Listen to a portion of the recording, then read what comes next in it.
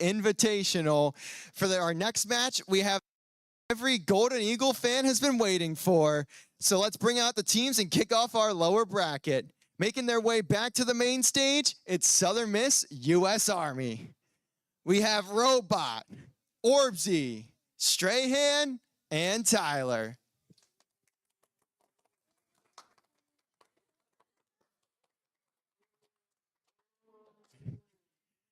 And their opponent, also representing the black and gold, looking for the ultimate upset, it's Southern Miss Academy. You've got Anxious, Kellogg's, Rustic, and Stash. Gentlemen, take your stages, say your pieces. It's time to send someone home.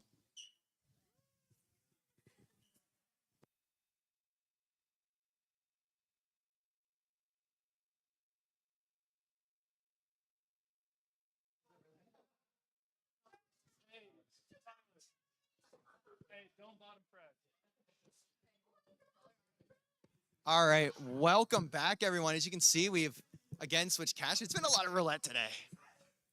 Yeah. It's probably your first time casting in a while, too, isn't it? No, I've casted a couple times beforehand, but ever since getting this position, I've had to not do what I enjoy and more or less organize 24/7. Do a more professional job than what we have. Yeah, A little more bit. or less. It's a weird dynamic having. I'm so used to like obviously undergrads and like normal students and stuff being like my co-caster. Now it's my director being the co-caster, and it's interesting.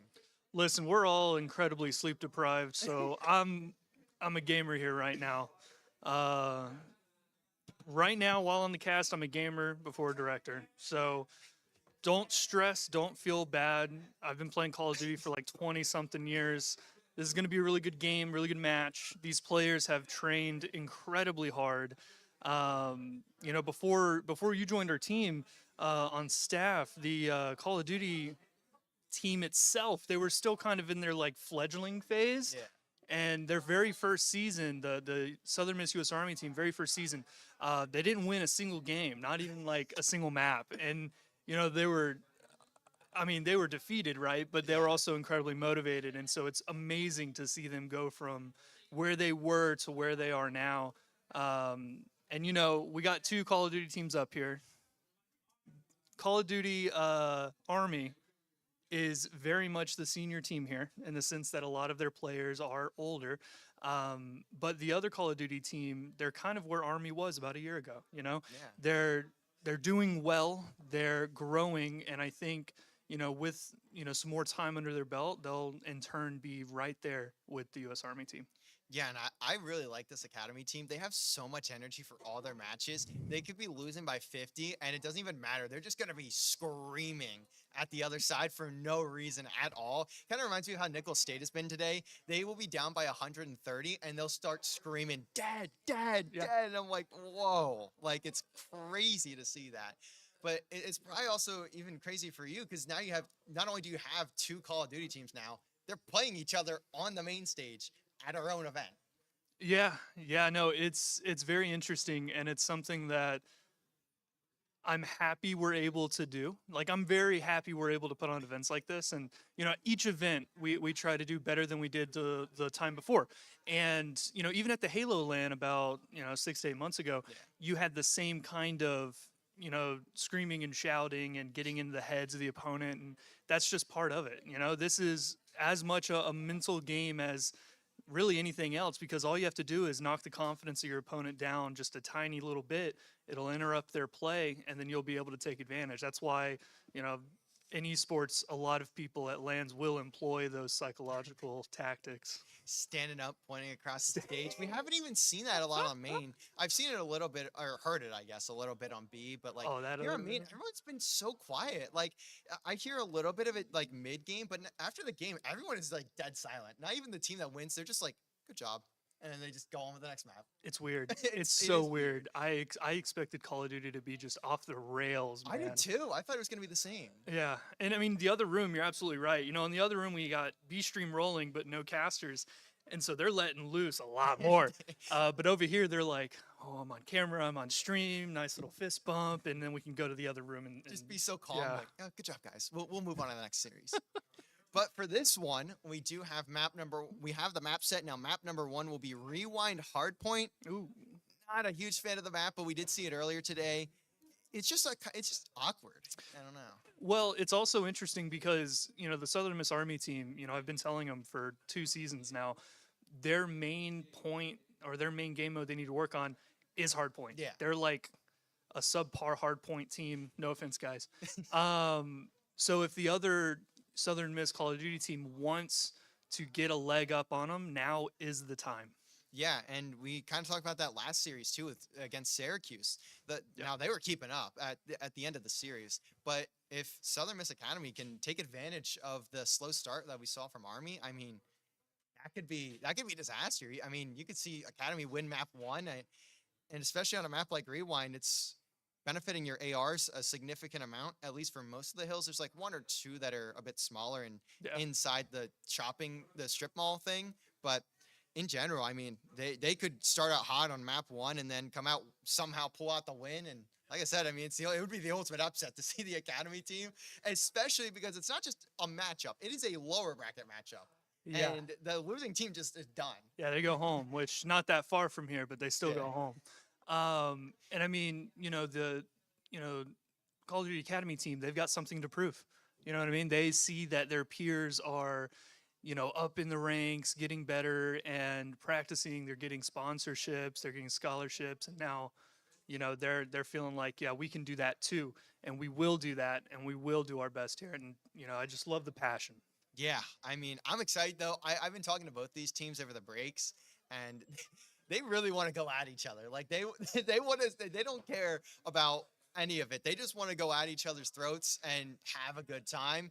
Now, these two, I don't know how often they play each other. I would assume it's pretty rare, but like, I mean, they know each other well enough. They're going to be hyped for it. No, for sure. And I mean, you definitely have practices where, you know, the main team's doing their thing, but sometimes the academy team will be like, hey guys, do y'all want to do a quick scrim? We want to measure our progress, see where we're at. And so they'll do that a couple times a semester.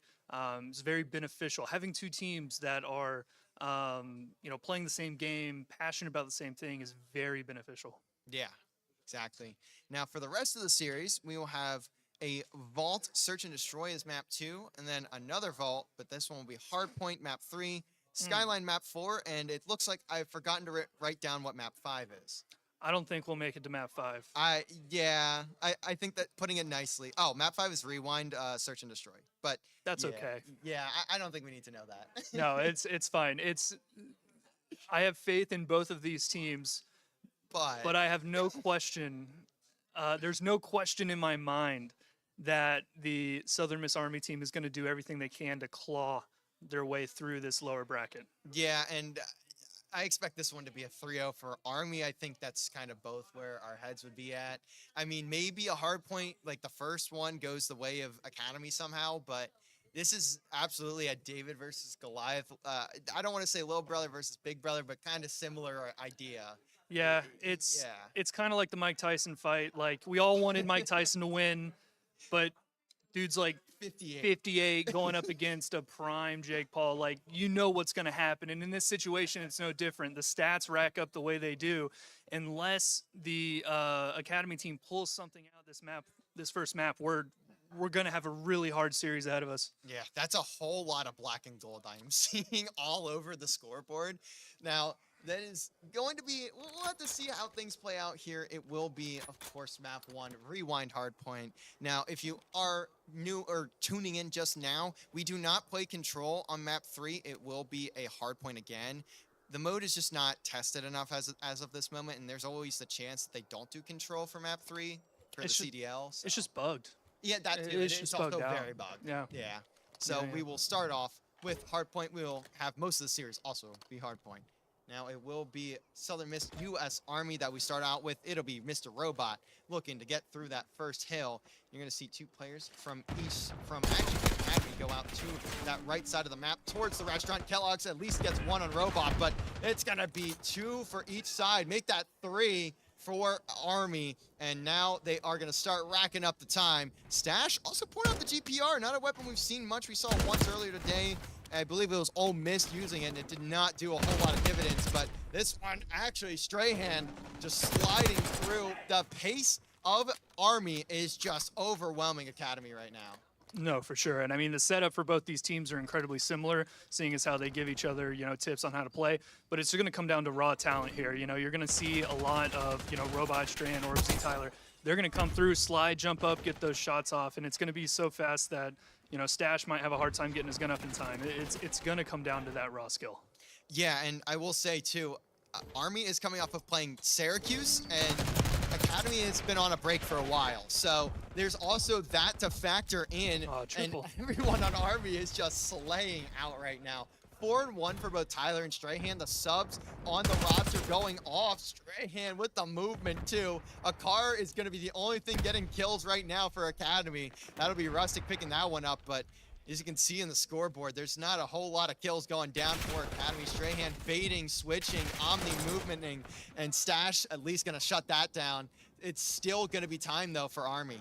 Yeah, I mean, they just need more. You need more time in the game to develop those skills of, the new movement, especially with the omnidirectional movement they added into this game. It's very smooth. It's very fast. It's very easy to misclick.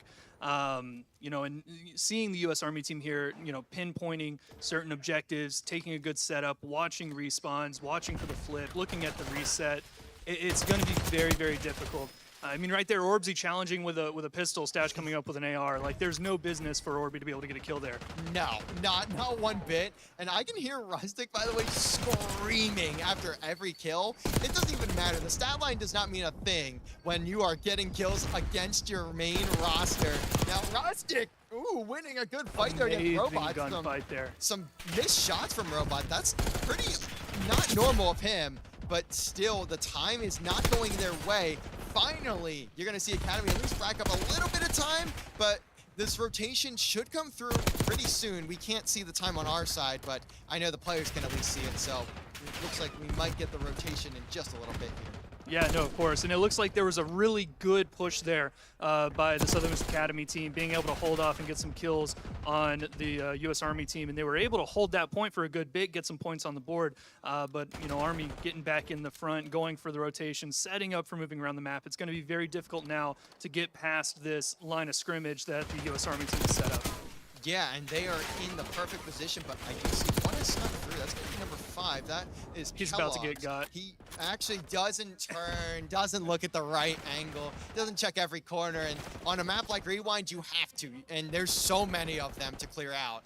Triple. The entire team of Academy. That's a 3-piece, and maybe the Biscuit, too, if he finds a kill. Rustic, though, has something to say about it, gets through one, but that's a pure dive. No regard for Strahan's location. That's that movement. That's that directional movement. When you do that dive, you're locked into some animations for a minute, and you're not able to really do a lot. And so in that situation, that's what we saw. Yeah, it's just not a whole lot you can do. You can whip around your joystick, but it's not going to move fast enough for you to actually get a kill most of the time like that. And it is currently a 100-point lead for Southern Miss Army, and they are just looking to run up the scoreboard at this point. I mean, if you look at the stats for each side, you can kind of see how this one's been going. Yeah, and I mean, so the Academy team, here's how they come back to this. What they do is they interrupt the line of scrimmage set up by U.S. Army, make sure that the respawns aren't going to flip on them, and try and get a foothold in on this objective, and then set their own line of scrimmage up to keep Army out. But the problem is they are not able to disrupt this because that raw skill isn't there. Army's got way too much time on the game to let this other team through. And we just saw Tyler there laying prone in the weirdest way possible on those stairs for so long, just waiting for someone to push him. And that's what you deal with when you have a team as collected as this Army squad, and especially when they take on a team that's not as developed like we see from That's Academy. A very good push. Finally, I just heard Anxious, doesn't care about the stats, just blasting out there and just screamed every little bit he could find. It's not a lot of time they're getting, but it's going to be some time. Robot, though. Oh, his gun's too low. Top shot. Anxious's gun was too low. He needs to hold it higher up, so when he makes those shots, yes, Robot was going to drop shot, but he could have got those headshots and killed Robot. Absolutely. And now you're going to see that start to spiral here. Tyler 15-7. I mean, man, it's just been a doozy. That was in the Tyler. in the middle of the open. Doesn't even care if he gets killed because Orgy's going to pick it up regardless. And Anxious has nothing there either. Orgy just running through the spawn of Academy. I mean, it's an AR versus a sub in that situation. You know, AR is going to have a lot more accuracy at that distance, and so it makes sense that he got knocked. And, you know, seeing Stray and Robot take out the Academy team, holding that mid spot, this is probably one of the most, you know, heavy spots on this map. It's very hard to hold. Look at all those entry points that you have to account for. It honestly hurts my head sometimes playing this map specifically and Red Card, where you have all these lines of sight. You can get on top of the trucks, you can get on top of the dumpsters, you can find the boxes and get on top of those too. Whatever is in sight, you can probably climb on top of it somehow, other than the roofs of the buildings. And now, at least Academy has found a foothold. They are getting into this hill. They have at least grabbed some time. Good work from Dash, clearing out the spawn. Now they can start racking up some points. Yeah, it's fantastic. You know, that was an unfortunate situation. You know, 2v1 trading it out. That's exactly the kind of tactics you use in Call of Duty to get ahead. Same thing we teach in Halo too. But right here, you're looking at, I mean, what is that, 130 point lead here? They're going to need a lot of time on these points to be able to come back in that differential. And right there, Orbsy taking a shot. It looks like, I mean, honestly, it looks like Anxious didn't know what to do on the map. He was in half cover and moving back and forth. You know, they need to start working on where they land when they take those points. Where are you going to sit? Where are you going to go? Instead of just floating around.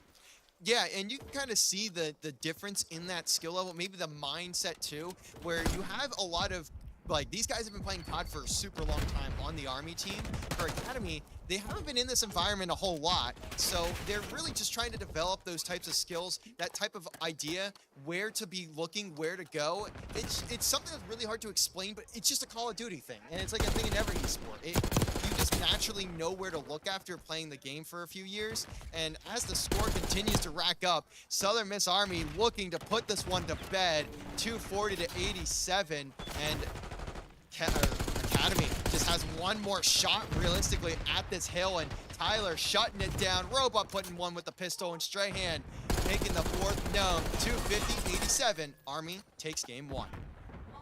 Yeah, so I mean, you know, looking back at that map there, looking at that, you know, radar, if you can remember how we put it there, you know, it's rinse and repeat. You know, in this game you have setups and you have pushes, and in that situation, the Army team went ahead and set up. You develop patterns, you develop instances in which your opponent, if they're looking for it, can capitalize and break through those setups and line of scrimmages you create. And unfortunately, in this situation, you know, Southern Miss Academy was lacking in that regard. But looking at this scoreboard here, it's pretty clear what went down during that match. But the Academy team did a really good job holding on to the points that they did. And whenever they did make those pushes, they were able to win some of those gunfights. And, you know, I'm proud of them for that. Yeah, I mean, they get 100-point club, but they got more than I even expected them to get. Like, I thought that was going to be a way worse than what it was.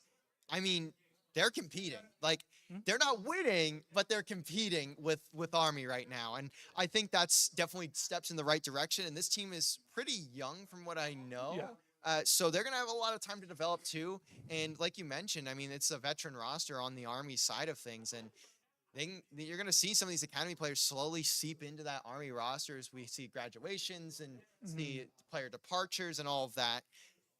It's good development here for Academy.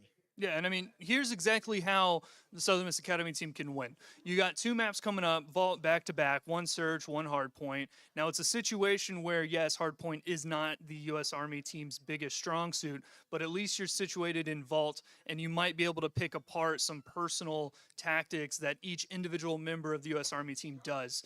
You know, this is where VOD review comes very handy when matches occur like this, because you're able to pick up on those patterns beforehand. Unfortunately, in the heat of the situation, it's very hard to do so, but if they can pick up on that, they can take a game. Yeah, and S&D has been a mode that the Academy team has really been competing in with the good, like the really good teams in this event. Like, they played Chattanooga, and I'm pretty sure they won like multiple rounds in that game, and Chattanooga might be the best team we have here, at least in my opinion. So they certainly know how to play search and destroy. It's just, it comes down, those respawns are where they start to really struggle, especially when that skill difference is as apparent as it is. But in Search and Destroy, you can get away with it. You can make it happen. You just have to have good strats. Yeah, and in this situation, you can even make some cheeky plays and, rat out in a corner and get a lucky kill on someone and flip the entire momentum of the game. Search is also one of those games that's going to be more mental in your head because you only have one life. And that survival instinct kicks in, and you're like, I only have one life. What if I turn this corner and die? And so it's very mental in comparison to Hardpoint. And so if they can get in their head, then I think the Academy team can pull ahead as well. Yeah, and it looks like the bomb has been planted by Army. They didn't waste too much time getting that down. They recognized no one from Academy was on that side of the map, and they just get the plant immediately down. Stash is currently just waiting for his squad to get together. Spots Strahan, but look at the mini map there. 3 does turn around and start shooting out. That is Strahan looking to find that player in the back, and Anxious will fall. Rustic will fall too. All down to Stash. Nothing you can do in that 1v3, especially with how little time was left. And Southern Miss Army gonna take round 1. Yeah, and it looks like the strategy here from the get-go was for Robot to go ahead and pull the pistol out, run faster, get that plant down quickly, and then just hold point. This is the trade. This is a perfect situation. You definitely have someone, screaming out, Orbsy on me, on me. Orbsy turns around, takes him out. That's, textbook. Yeah, and that's great awareness, too, from Army to recognize there's going to be someone in the back of their spawn looking for that pinch. That is just great work, understanding where the other team is at, where they could be going, that sort of stuff. So we'll see how they look on the defensive side of things this time. Academy will be the ones with the bomb. That is going to be Anxious carrying it, and they're it's a very weird push here coming out. You got Robot sitting in the back watching that long lane, but you'd think that people would call out and call A, and so I don't know why he's so far back still. Stash, great drop shot there, picking up the trade. Anxious picking up Robot. Looks like we're down to Strand and Tyler. These are very interesting situations. Strand picking up Kellogg's. Tyler about to get taken out. Very risky drop there. I would not recommend. Stash taking him out. Strand behind. It really is down to a 1v1. This is going to be a very mental-focused firefight. And 3 bullets in the chamber if you are Strahan. He's going to need to reload. He actually doesn't, and that's a bug on our end. Oh, my gosh. That's a wide cancel. Anxious gets fried. I did not know the aims could kill that fast to begin with. Yeah, it really is about, like, watch this kill here if they show, and I'll walk you through what happened. Well, maybe they won't show it, but what happens, you slide cancel there. Here we go. Oh. Your gun's going to come up a lot quicker than when you're in the air. So watch this right here. He's dropping down. Strahan getting that momentum. That headshot multiplier on top of the fact that Anxious would have had to readjust his aim lower. It's just an unfavorable situation, and I would not have recommended for him to jump down like that. No, yeah, I can agree with that. Especially in the 1v1, there was almost no time left. You could have just ran away, check bomb at 7.5. You would definitely win the round at that point. We saw Army in a similar situation earlier, as Rustic taking that gunfight with Orbsy, not gonna really lead to much, just a little bit of damage, nothing further. Strahan has to back down, and this is, I think, the first time we're seeing really much of anything over this speed bomb site this entire half of the map. Oh, Tyler is shooting up on him. Yeah, when it comes down to bomb objective games like this and other games like Rainbow Six, when in doubt, wait it out. So if you're on the attack and you're waiting for a bomb to take down and you're last alive, best thing you can do is, turn up your headphones, wait until you hear the cue, and then turn around and get the guy on the bomb. Not challenging, but Stash right there getting an interesting kill against Strand. Not sure what Strand was doing out in the open like that. Ill-advised to be sure, but it looks like Stash has an eye on someone over here in the palm trees. And it looks like they have rotated on over. It's a 2v3. Now, something I've noticed with Academy is that they aren't always playing together, and that's going to be a problem. You have to be in tradable positions. Like Stash is just hopping out in a 1v1 with Orbsy. Oh my gosh, Stash and Kellogg's. Like Kellogg's, great job. Fantastic. And Rusty will get the last kill. I mean, I can hear them from across the room. That's exactly what you love to hear. You say Stash is like over here, Orbsy on in, and you got Kellogg coming in picking up that headshot. I mean, it's all about the call-outs. It's all about the pinch. Right there they weren't playing together, sure, but they were going for the pinch. So, in Call of Duty, when you're going against a pinch, you're pretty much going to lose 9 times out of 10. Yeah. Unless if it is an absurdly bad player. Very true. And even then, I mean, good luck. But it will be a 2-1 scoreline. Army not going to 6-0, which I'm sure we'd all prefer that that wasn't the case anyways. But again, it is an A push, and this is just pretty standard for Vault at this point. Orbsy going to be the main one to watch over towards Pool, as looks like game may have crashed. may have Nope, not. never mind, never mind. Oh, and it looks like 2 players are down. Rustic and Anxious end up falling there in the early round. Tyler's wide out. Ooh, Stash got caught being stagnant there. No, man, he's throwing out his util. You know, when you throw util like that, you can't do it out in the open. You need to step aside behind some form of cover or concealment and then throw your util out. You throw it out mid like that, someone picks up on the trigger of you pulling the pin on that nade, they're gonna pump out, they're gonna turn around and like shoot you in the head. Like, you have to be behind cover. And nowadays, with how absurd sound is in these games, like, you're hearing every tiny little movement. So, like, you know when that thing's getting pulled, like, you know to just push him at that point. And you got to be careful with those types of pulls on your util, because otherwise you're just getting slammed in the middle of the open. And I mean, think about it this way. What good would that stun or flash have been in that situation? Exactly. It was going just kind of to the end of the pool, which he was already looking for. Yeah, there's no reason for him to pull that pin. Tyler losing the challenge from Anxious. Very fantastic gunplay there. First blood for Academy, and actually second blood too. Good trade. Robot does at least trade. Now trying to get away. They're behind, and now he's taking another fight. They know where the bomb is at, and Robot just doing a little do-si-do with the entire roster of Academy. And right now they're in a 2v3, and they know bomb is not in a great spot. Not at all. And, you know, you look at this, you know, positioning here with an AR, it's going to be very difficult for him to challenge down below, which is why he's sitting up top, you know, waiting for someone to make a mistake. And, you know, this game is full of individual personal mistakes. And, you know, at the end of the day, these competitive games come down to who makes the least amount of mistakes. And right now we're seeing the U.S. Army team doing the best they can to make the least amount of mistakes here. Stash and Rustic able to pick up a kill, though, and move on to the next round. Hey, we said that Southern Academy could compete in Search and Destroy. We are seeing that right here. 2-3. They are keeping it close. And honestly, Academy is just playing very patiently. They're doing a really good job of just sticking to their lanes, just waiting it out and waiting for Army to push them. They already know Army is just going to rush it down. They're going to run at them. They know they have the better gun skill, but when you're just flying in there, you have to be much more careful if you're Army. Yeah, and I mean, in this situation, think about, you know, if you were playing on the Army team, you know, you're probably going in confident, thinking you automatically have a free win. But at the end of the day, that's going to put you at a disadvantage. You're going to play all kinds of ways that are going to expose all the mistakes. You know, this situation is a perfect example. Why was Tyler in there? And yeah, he just flew through. I don't know how he took so long to die to begin with. Either way, he didn't get any picks. Now the bomb should go down here for Academy. There's 2 players left on Army. This should be a tied ball game. Yeah, I mean, the situation here is I think what I mentioned earlier is exactly what's happening. You know, U.S. Army is getting a little cocky, and so Southern Miss Academy is going to take advantage of that and pick it off. Robot here's got a very precarious situation. Don't think you can hold that angle much longer, and I don't see the Academy team moving at all from this location. Players for Academy were stacked in that bomb. Yeah. Trophy system down. They're just waiting. They know they don't need to go anywhere else. I don't know how Army's even going to kill them. Man. But Let's go. Hey, when in doubt, wait it out. That's all you got to do. I don't think I've ever seen 4 players with the trophy just lay down in the bomb site together. Like, except for together, they did just that. Yeah, that's all you got to do. Don't get cocky. Play the fundamentals. Hold sight. You're good. I can hear them get hyped.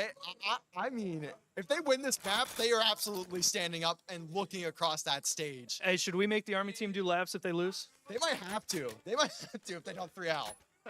I got approval from the Army in the back. That's all we needed. Absolutely. We can set that up right after. Now, Rustic, again, just going to be watching over top.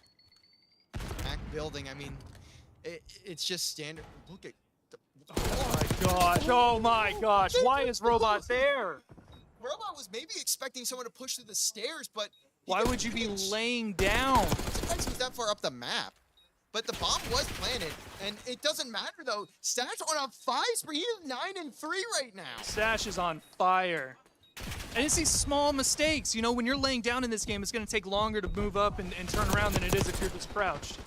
Yeah, and Rustic absolutely needed that kill and got just that. If Rustic doesn't get the kill, that very well could have been around for Army just by seeing how Academy pushed that out. Everyone else was on the other side, and they could have just looked right there and had that Yeah. kill. But it doesn't matter. Rustic gets it, and it's Yeah. exactly what they need. Nothing but nostalgia on that bomb defuse spinning. Yeah, I was watching that and it took me back. It took me back to Call of Duty 4 and World at War and all that fun stuff. But, definitely something that they need to watch out for is this, play. They need to start putting respect on the name of Southern Miss Academy. Their surge looks great right now. They look so good. They're calm. They're collected in game. Stash will be the one we hop on board with for just a second, but that's not where the action is going to be. He's by his lonesome on an island. Anxious will be the one again. This is a great strategy from Academy. They just keep running it down on B, getting the plant down immediately, on A. Robot, though, will finally get a first blood for Army. It feels like forever since they've gotten anything positive, really. And so they're going to look to get this retake. They need to kill this player in sight, though. Yeah, and I'm very confused on why they're letting Anxious get so close to that bomb so quickly. Dude's alone running through. There's no reason that we shouldn't have someone on that lane. Yeah, and now Robot going to take down that trophy system, so has some entryway. And Rustic will fall to Tyler, now just down to 2 players, make that one. There's not a lot of time left. Someone has to hop on this defuse, though. All Stash has to do is get a kill on the When in doubt, stick it out. Wait, the nade is go bomb pop. Oh, he missed. Nade missed. Kill went in. And Stash was nearly able to slide through and not die so he could get the kill on Diffuser, but we'll be 4-4, and Army finally getting back into this game. Yeah, so you're definitely going to have a really interesting situation here. In Siege, everyone says, stick bomb. You do the same thing in CS, and I'm glad here that, Call of Duty, the same remains true. You got 2 situations. When in doubt, wait it out, or when in doubt, stick it out. Yeah. And so, you got to, whichever side of the round you're playing. But it's something you don't forget. So in this situation, it looks like, 4-4, Army back in the game, getting that first kill, coming up in here, and it looks like we're seeing a push to the same bomb site, and I'm wondering what kind of action we're going to see before they make it there. Yeah, and the attackers actually get to this A bomb site faster than the defenders, and that's kind of why you're seeing so many teams go for that plant, and Mr. Robot finding the first blood once again for Army. First bloods have been proven to win more rounds. I mean, it's simple math. Is that statistics? Is that statistically the case? Yes. I don't know the exact numbers, but it is statistically the case. And that's kind of a weird moment there between 2 players from Academy. It feels like they're not seeing the mini-map as much, where you can see where your teammates are looking, but they'll have to regroup, and they don't have any time left. I'm seeing the clock. They didn't even give themselves time. They just kind of gave this round away. Yeah, no, it was definitely a missed opportunity here, and something could have been done. But unfortunately, at the end of the day, they wasted that opportunity there, and now it's going to go 5-4 match point. Very, very fun game so far. Yeah, I mean, this one has been super entertaining. Listening to the both sides just really start chirping at each other, especially Academy when they're getting ahead. Like, if they can pull this off, it will be a pop-off of all time for them. Oh, yeah. No, I am very proud of how both teams are doing right now. They're giving it their all. They're really doing their best here. And, for the Army team, realizing that this is the end-all, be-all match. You lose, you're out. You win, you move on to an even tougher match. You'd think they'd want to, nip this in the bud really quick. Yeah, I honestly thought we were going to see Army come out and just wallop Academy just based on how they were playing earlier, but it's been a bit sketchy here in the search and destroy. At least Robot slides in, gets taken out. It is first blood for Army, but it is an immediate trade, so numbers will be even for just a moment. Strahan at least picking up another. Anxious is down. The bomb, though, is also down. As long as you get the rock planted, it makes it so much easier, regardless of the man advantage. Kellogg's will at least even up the numbers. Look at the movement from Kellogg's. Orby, that will make the killing spree. Strahan will fill out the last, and that is going to be game number 2. Southern Miss Army taking it 6-4. Yeah, no, that is a great game through and through. 6-4 is a good score. They should be very proud of how they performed. And the thing is, when I played professionally, it was very interesting when we went up against teams that we would consider to be lower rank in other games, and it would actually pull us down that mentality would take us to their level instead of Yeah. forcing them to come to our level. And I think that may have been the case here for the U.S. Army team. I feel like, those preconceived notions of the other team and their skill might have mentally or subconsciously brought them down to that level, which is why we probably saw a lot of those mistakes happening in the first 4 rounds. Yeah, I would have to agree there. And also, I want to point out, Stash was 12-6. Oh, Stats was on He had fire. an insane game there. 12-6 against the main roster. So definitely someone we need to be looking out for here as we head into map number 3, which will be a Vault Hardpoint. Now, this is the one map that gets a little sketchy. The spawns are not always the most predictable. They do some weird stuff on occasion. Last Vault we had some interesting choices from the game to put someone in the back of the map when the rest of his team was on the opposite end. So we'll see if that ends up being a factor here. But if the first hardpoint was any indication, it might be a tough bout for Academy. Yeah, again, same rules apply here. You got to get those good setups. You got to make sure you hold the point. Hard point, in the game I used to play in Halo is basically just king of the hill. So you got to hold the point. You got to watch your entrances, your exits. You got to make sure your line of scrimmage is set up and that you don't flip spawns. As long as you do that, you can control the movement of the enemy and predict where they're going to be. Now, of course, it's not going to be exact, but you can at very least funnel them into a singular location to minimize risk. Yeah, and it looks like we're just going to hop straight into this one. Sometimes we'll do a break between 2 and 3, but that's only if the teams want to. It seems like they both want to play this out, so looks like we will just be going straight into game number 3. Yeah, why would you want to take a break? Why would you want to cool down? Both teams are hyped up. They are amped right now. I mean, I don't think any of them brought an energy drink to the venue, and they are just ripping it. Now, thankfully, they're drinking water, Yeah, actually. as everyone should be. Yeah. And yeah, there it is. We got Vault right away. Very excited. All right, looks like on the B stream, Mississippi State is up 2-0. If you want to tune into that on the YouTube link for Southern Mississippi, you can check out their match too. If you want to open 2 tabs, have one on each, highly recommend. Really good match over there as well. Classic Egg Bowl. Ole Miss, Mississippi State. If I'm remembering my rivalries correctly. State's going to win. Yeah, I think Yeah. so. I think State is just a better team.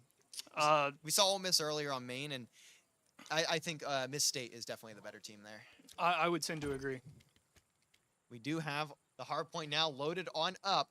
Academy, can they do the unthinkable, go for a reverse sweep, or will Army shut this one down and send Academy out of the event? Tyler, That's such a risky place to be. I don't know why you would stay there.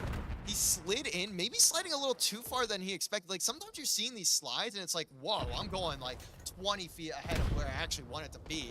Need to be a little careful on that. He does get the kill, does find a second, now has a third lined up in the front. And does go around the pillars, man. but the shots are clean, and Army getting the first few ticks of time.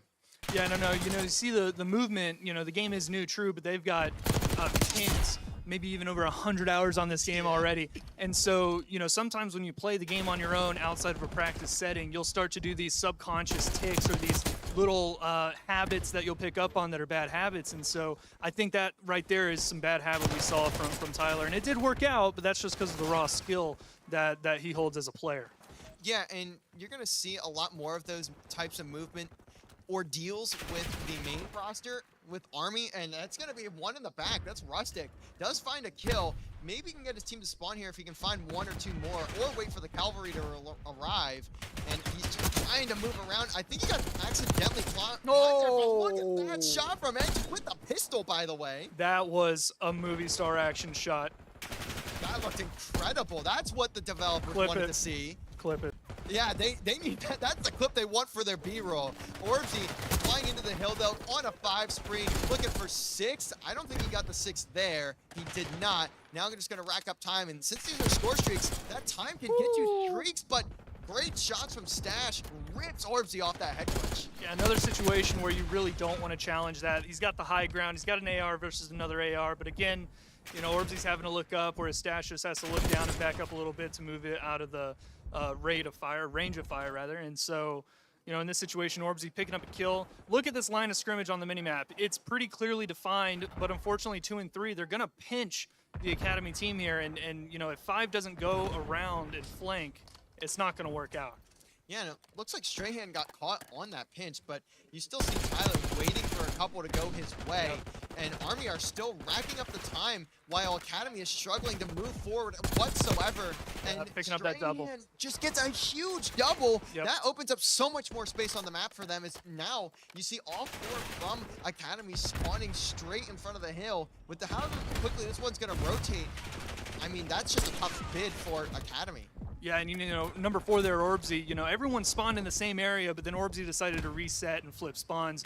Not really sure why, but in the case of preparation for another hill, it makes sense. Yeah, and since we can't see the Oh, there we go. There's- timers, it's a little harder to tell. Yeah, down bottom left, you see the other hill's going to pick up. That's exactly why they flipped there.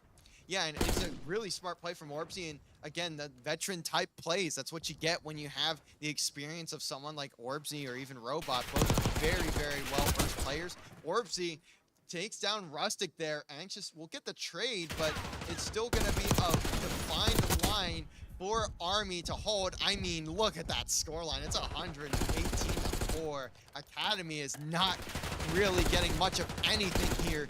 Kellogg's being held to 1-10, Rustic to 5-11. Good shots, though. Still in this one, but, I mean, this one's really getting out of hand. No, for sure. And I don't know if I ever told you, but Orbsy made a PowerPoint presentation for the team. He did? Yeah, he goes full PowerPoint for practices, and so it makes sense that they're able to, you know, understand when to flip, when to hold lines, and things like that. So they're very well aware of what they need to be doing and where, how, when, why, who, even what, maybe. Yeah, very much so. I wouldn't be surprised if they even called Orbsy to be the flipper, and you know, Orbsy's the one that will flip the spawns. That would not shock me, but that was a really good shot from Rustic there. You know, of course, Robot picked up another one. Pistol challenge here from Robot. Really, really good accuracy with that jump shot. But this, I would argue, is probably the hardest hill to hold on this map. Yeah, P1s in most maps are always like this. It's just meant to be a mix fest. It's the neutral point in between the 2 standard spawns. But look at the movement there from Kellogg's and Anxious, just slipping and sliding across the hill. They managed to get the break, and now they're at least going to eclipse the 10-point mark, which is certainly a milestone. You do not want to score less than 10 points in a map. That's when it gets scary. No, for sure. And I mean, right there, you know, Kellogg's, you know, when you had Orbsy and Robot run in, you know, you saw he was looking at Orbsy, and Robot didn't even realize he was there. He easily could have just killed Orbsy and then turned on Robot, but instead found himself in a 2v1 that he couldn't handle. Yeah, and I mean, Academy's starting to slowly build back into this game. Now, it's going to be quite the grind if you want to fully get into the leader category, but No, this game's over. It's just, yeah, I mean, look at the kills we're seeing. I don't think this one's going much further. Strahan does find a 3-piece, and it's almost a 200-point lead for Southern Miss Army. They are just shutting down Academy. They want to make this crystal clear that they are the main squad and that they are the better team. They are doing that now, here and now. 200 points now eclipsed.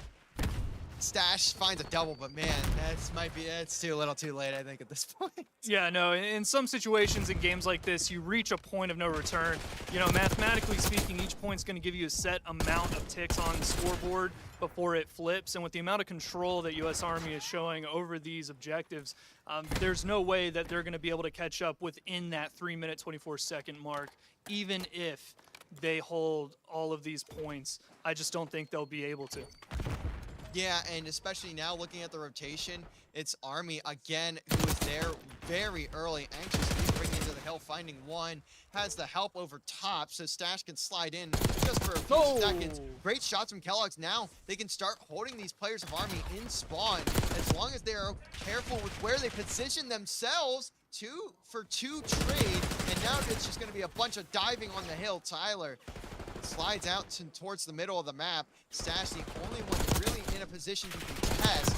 He's going to get cut down by Orbsy, and it should be more time for Army. Yeah, and I mean, at this point, you're really noticing the panic set in for, you know, for the Academy team as they just rush in and throw their bodies at the objective. That's how you know the game's over. Yeah, you can see that it's just one by one throwing each other at it. Now, there's still a few seconds of time that needs to be collected for Army, but it's going to take an obscene amount of effort, and even then, you're going to need more than just that to get into a map, at least a map 4. And this is partially what we expected coming into this series, to be fair. We did have the expectation that Army would just kind of come through in 3-0, and you're seeing why in this map. Yeah, no, and I think it would be a shame for us not to mention Stash in this map, doing fantastic on his team, 14 kills, and eclipsing a lot of his teammates here, showing out and really providing evidence as to why his team deserves that kind of respect. Unfortunately, Kellogg's having a hard time, getting those kills in. It's an objective game mode for sure, but at the end of the day, those kills are going to give you the time you need in position. So very, very important, and it looks like that's it. And finally, that one will end. It will be Army taking it 250-55. I mean, yeah, just snowballs after a little bit. You can't really control it after you go down 130. I mean, that's just a tough bid if you are Academy, and they will pop one out. Yeah, I mean, look at that. 6 seconds hill time for Rustic. Definitely not what you want to see, No. but it really tells the whole story there. Yeah. And now we will pull one of the Army players for a quick interview before we head into our next series, which should be UT Chat on stage. I believe they're taking on LSU. So It's going to be a good game. Another solid one on the main stage. But first, let's toss it on over to a quick interview with, I would imagine it would be Mr. Robot.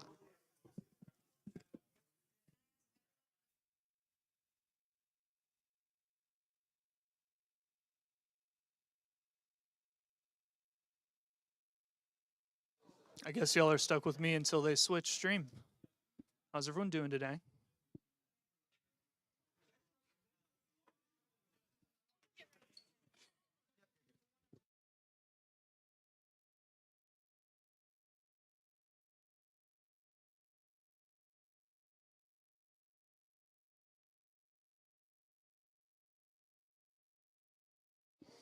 If you haven't gotten a chance to already, please go see the Army booth at the back of the arena. Thank you.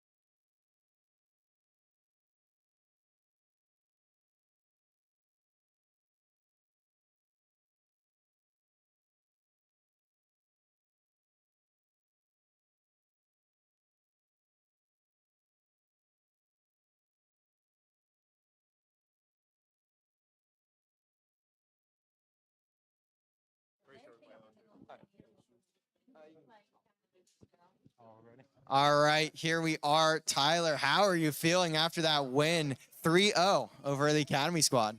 Feeling pretty good. Testing out our map pool a little bit with the rewinds. They gave us a little bit of a fight in the vault. We were testing out a few B hits, but they played us good. They played us confidently, and huge shout out to those guys. They know we were chirping a little bit, but they know we love them at the end of the day, and they did a great job today. Yeah, and talk me through that vault search and destroy a little bit, because it was very, very close. I mean, like you said, you were testing some things out, but what was the thought process going in, not only to that map, but the entire series, really? Yeah, so Vault is a heavy map, so we were trying to do some B hits, and shout out to Braxton, he was reading it. I was in bottom Vault, and he was there on the read. So it was good on his part, but we were able to make some adjustments, start banging out A, and we were able to regain on that. But as far as the hard points, we were just able to rotate and just stay ahead. So now you move on to the losers, move on in the losers bracket. Who are you looking forward to playing now that you're continuing on in the field? I'm pretty sure we're facing off against LSU, if I'm not mistaken. We'll face them at 4 o'clock. Really wanted to get my get back on those guys since they beat me online 3-1. So, yeah, looking forward to that matchup. All right, do you have anything else you want to say to everyone here while we got you and we have the time? Just shout out the production staff, Toes, the U.S. Army, and everybody hosting the event. All right, well, that's going to do it for this matchup here. We will be back in just a little bit with our next series. We'll catch you guys on the other side of this little break.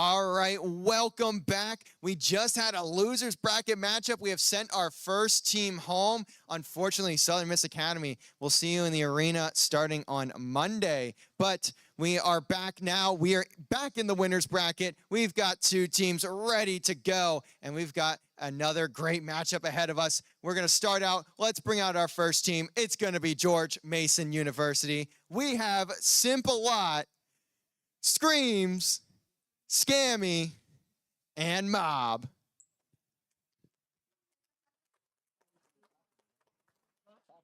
And their opponent, the favorites of the tournament, the #1 seed, it is Yokai, Red Chase, Corona, and Shinobu. That is UT Chattanooga.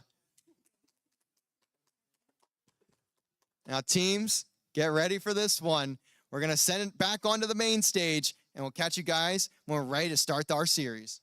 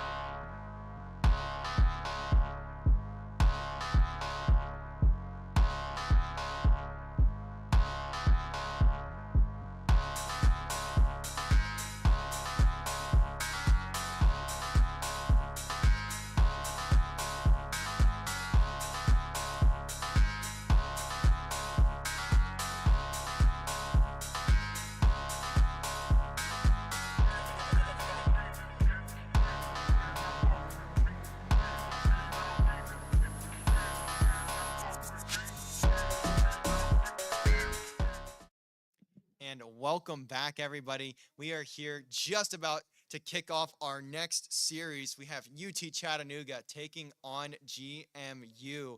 Now, this is an interesting matchup. I haven't seen a whole lot from GMU, but I certainly have seen a whole lot from UTC, at least in terms of these players. A lot of them have been around for quite a time. No, yeah, for sure. And I mean, this match coming up right now, it's going to be a very interesting one. I know we have on the side of Tennessee a long-time collegiate Call of Duty veteran.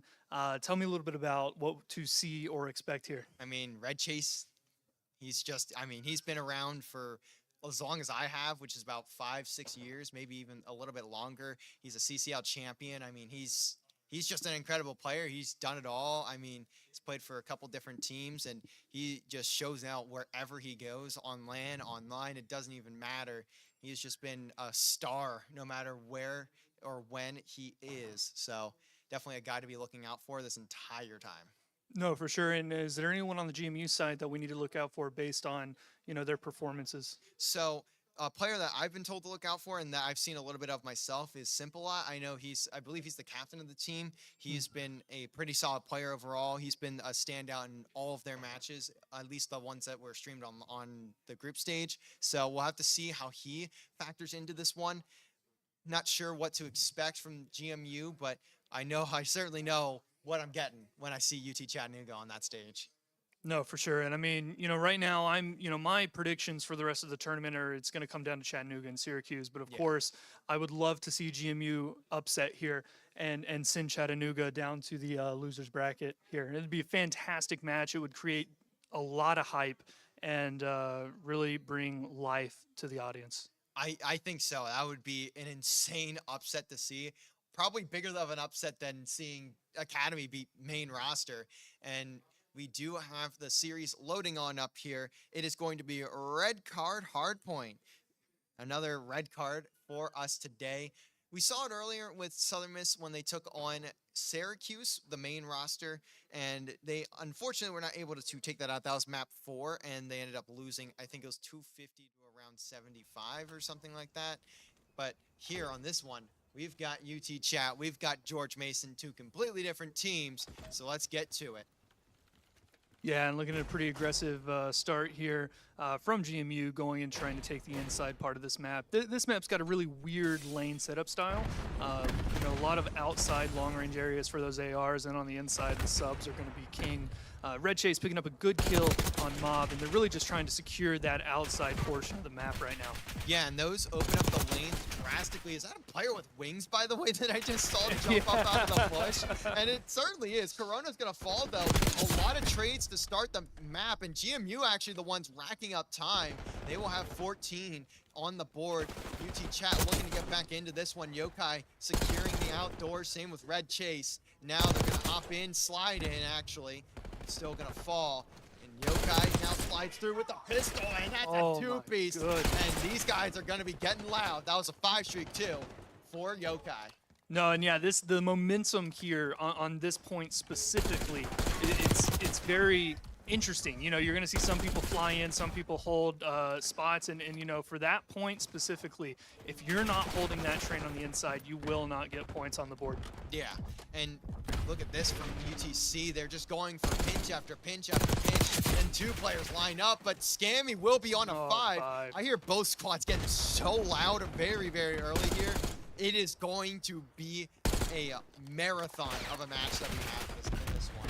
No, definitely. And it looks like, Chattanooga's got a really good hold here on this point. A lot of areas that are being covered, and of course a good trade there to round it out, and a very interesting move by Streak, but of course Mob picks up Chase on the reload. Yeah, and they're going to have to just rotate. They're going to have to give up this scrap time. I don't know how much is left, but it's nearly 10. Now it's going to be less than 10. So they're going to look to get over towards P3 all the way on the opposite end of the map. There's actually someone here from GMU watching this push from Yokai, and look at the movement. There's so many levels to this building. I did not know you could go up all of these stairs. Now he's trying to shoot through the railway, and he's not really connecting. And while that's going on, the rest of the team is dying around him. He needs to start making a push here. He needs to start pressuring GMU. Yeah, no, his presence there in itself is acting as a distraction too. So the more time he wastes by diverting their attention, the more time he's giving his team to move up on that point, position themselves accordingly.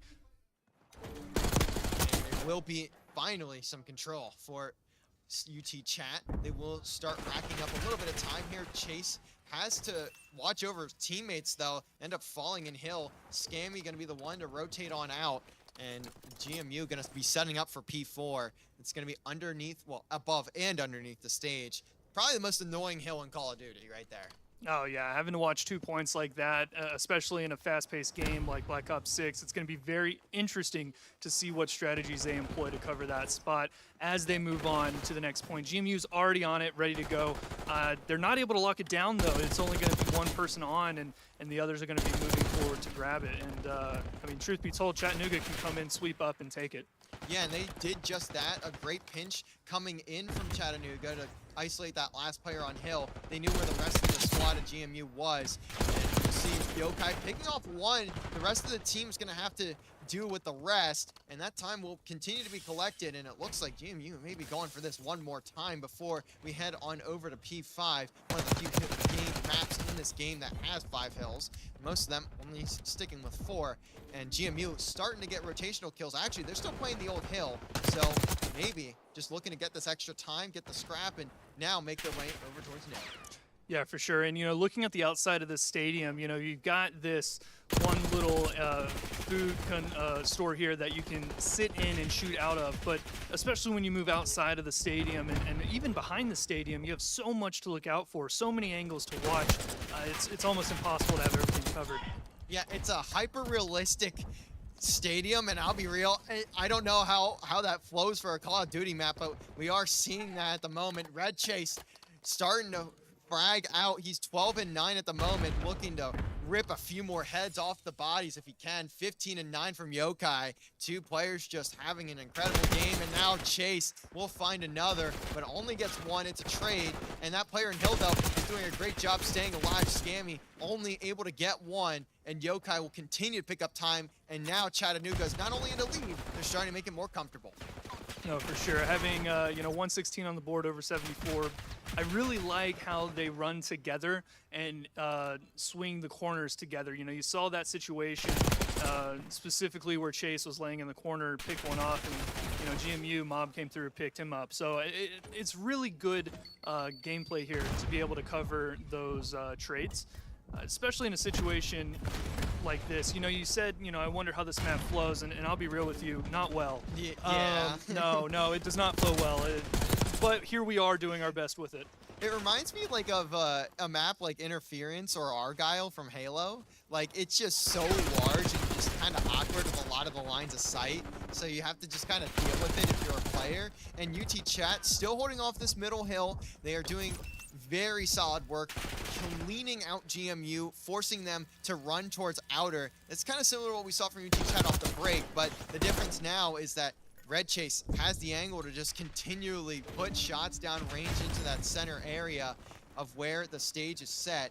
Simple-Lot finally able to get into the hill. GMU feels like they haven't scored a lot of points in a decent bit of time. They're at least able now to get more on the board. It's Yokai, though, playing spoiler down below under the stage. Now Corona can pick it on up. Red Chase 2 and Hill. The crosses are held. The guns are hot. Corona on a 3-piece, 15-11. And UTC may just explode their lead right here. And I want to put a little bit of focus on Yokai here. I know we've been talking about Red Chase for a bit, but Yokai's absolutely popping off. 22-14, 26 seconds on the clock. Red Chase being that OBJ warrior, just like Shinobi. And so Chattanooga's putting themselves in a really good position to capitalize on this hill. Yeah, and GMU are now just struggling to fight out of the spawn. They keep getting the first 1-2 kills in a lot of these fights, but after that, they are simply just dying as Corona does take out Red Chase. That opens up the hill for GMU. It is going to be a 1v1. What will actually 2v1 every time. I did not look at the mini-map fast enough, and that's actually all 4 players of UT Chat who spawned on top of each other. Red Chase also getting 1 on rotation. This was a good hill for GMU last time. It's where they got the majority of their points. We'll have to see if they're able to do that here, and they're currently not really in a great spot. They are 2-2 split, and GMU just have a really weird way that they need to go about taking this hill. Yeah, and unfortunately, GMU put themselves in a very awkward spawning position here for this point, and now you have Chattanooga and GMU really having duking it out on those spawns, but it looks like Chattanooga's able to get a foothold. This hill definitely feels like one of those where it really does matter, like it should matter where your spawn is because you can spawn so close to the hill, but it ends up just being similar to how a P1 would be on most maps. It is just teams constantly pushing in and out of the hill, and it's just really weird to see that, especially from one of the later hills in the rotation. Oh no, for sure. And it looks like Simps got a ton of kills there with the SMG. I think he actually killed his buddy there, but we're not going to focus on that too much. Just happens sometimes. But it looks like, you know, we got a new point coming up. GMU is going to set up a decent line of scrimmage, but unfortunately Chattanooga goes in and dismantles that defense. They're going to push in to try and take over this point. And Chat is doing an incredible job of just keeping GMU at arm's length. They haven't been blowing them out necessarily, but they are comfortably winning. Now they could blow it out if they take a full 60 here and win the game right then and there, but it's still, they're just doing enough to keep them away and keep them out of it, but they're not also just sending them all the way packing. Yokai, though, may look to do just that. Look at him under the stage. It's so easy when you have the right angles to look at. 27-19. He is on a tear in map 1. 23-16 as well from Corona, doing an incredible job himself. And Red Chase gonna hop on the hill just to support even a little bit more. Now they're gonna look for spawns as we head on over to the outside of the stadium on the opposite end. No, for sure. And I think, you know, looking at the confidence of Red Chase there, knowing that his teammate has that point, being able to take those exposed angles to try and show at least some kind of 50-50 to make sure Yokai stays safe. And it looks like they were able to pick up the majority of points on that hill as they look to the back end of this stadium. GMU's got a tall task ahead of them. Yeah, and at least they're getting some time here. They're only down by 100, but the problem is you're down by 100 when you have 140 points. That means that the other team is about to win the game. Red Chase on a 5, Yokai on a 4. Both of them just slaying all of GMU out. This may be the game right here, and that is absolutely the game right there as all of them go down. Only one player in position, not even in position. And yeah, again, a lot of dead silence. They were screaming a lot in game, and then it's just dead silent after.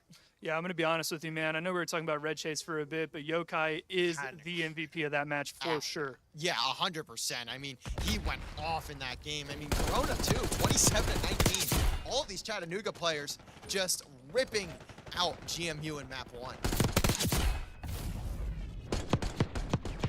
See the final kill cam there from Corona. Again, now we get the scoreboard too. Wow.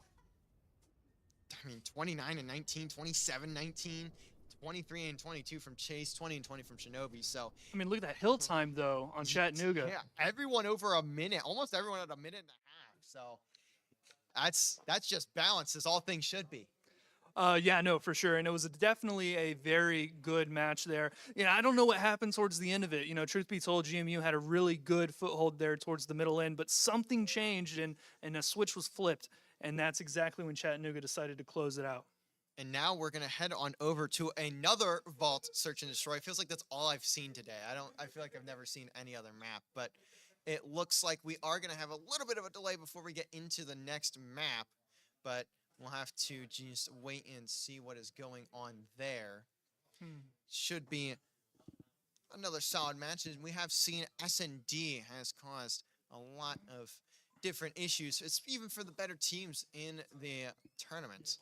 Oh no, for sure. S&D is my favorite game mode. You know, there's nothing more intense than knowing you only have one life and you can't waste it. You have to do everything you can to get ahead, and it really brings out the tactics and strategy. And that's why so many great games are built around the aspect of you only got one life in the round. CS:GO, Rainbow Six, Valorant after they copied from CS, sorry.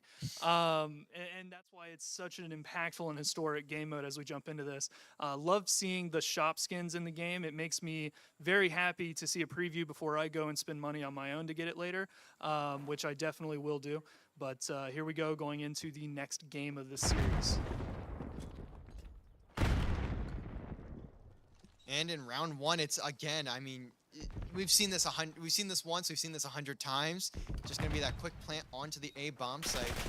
Chat gonna get it down, although Corona in a bit of a sticky situation decides to slam it back home into the safety of the bomb site. Now I'm gonna have to see what eyes Shinobi gets onto that simple lot pinch, and it's going to be a first blood for GMU. Now going to start to pinch onto the hill. What can UT Chat do to hold this pressure? And it's absolutely nothing. It's a full wipe. Not a single kill for UT Chat in round one. Fantastic play there, going in at the same time, making sure everyone covers an angle. That's exactly what you want to see when you're moving into a tight space like that in this game. Also, I just want to mention, why have a B site on this map?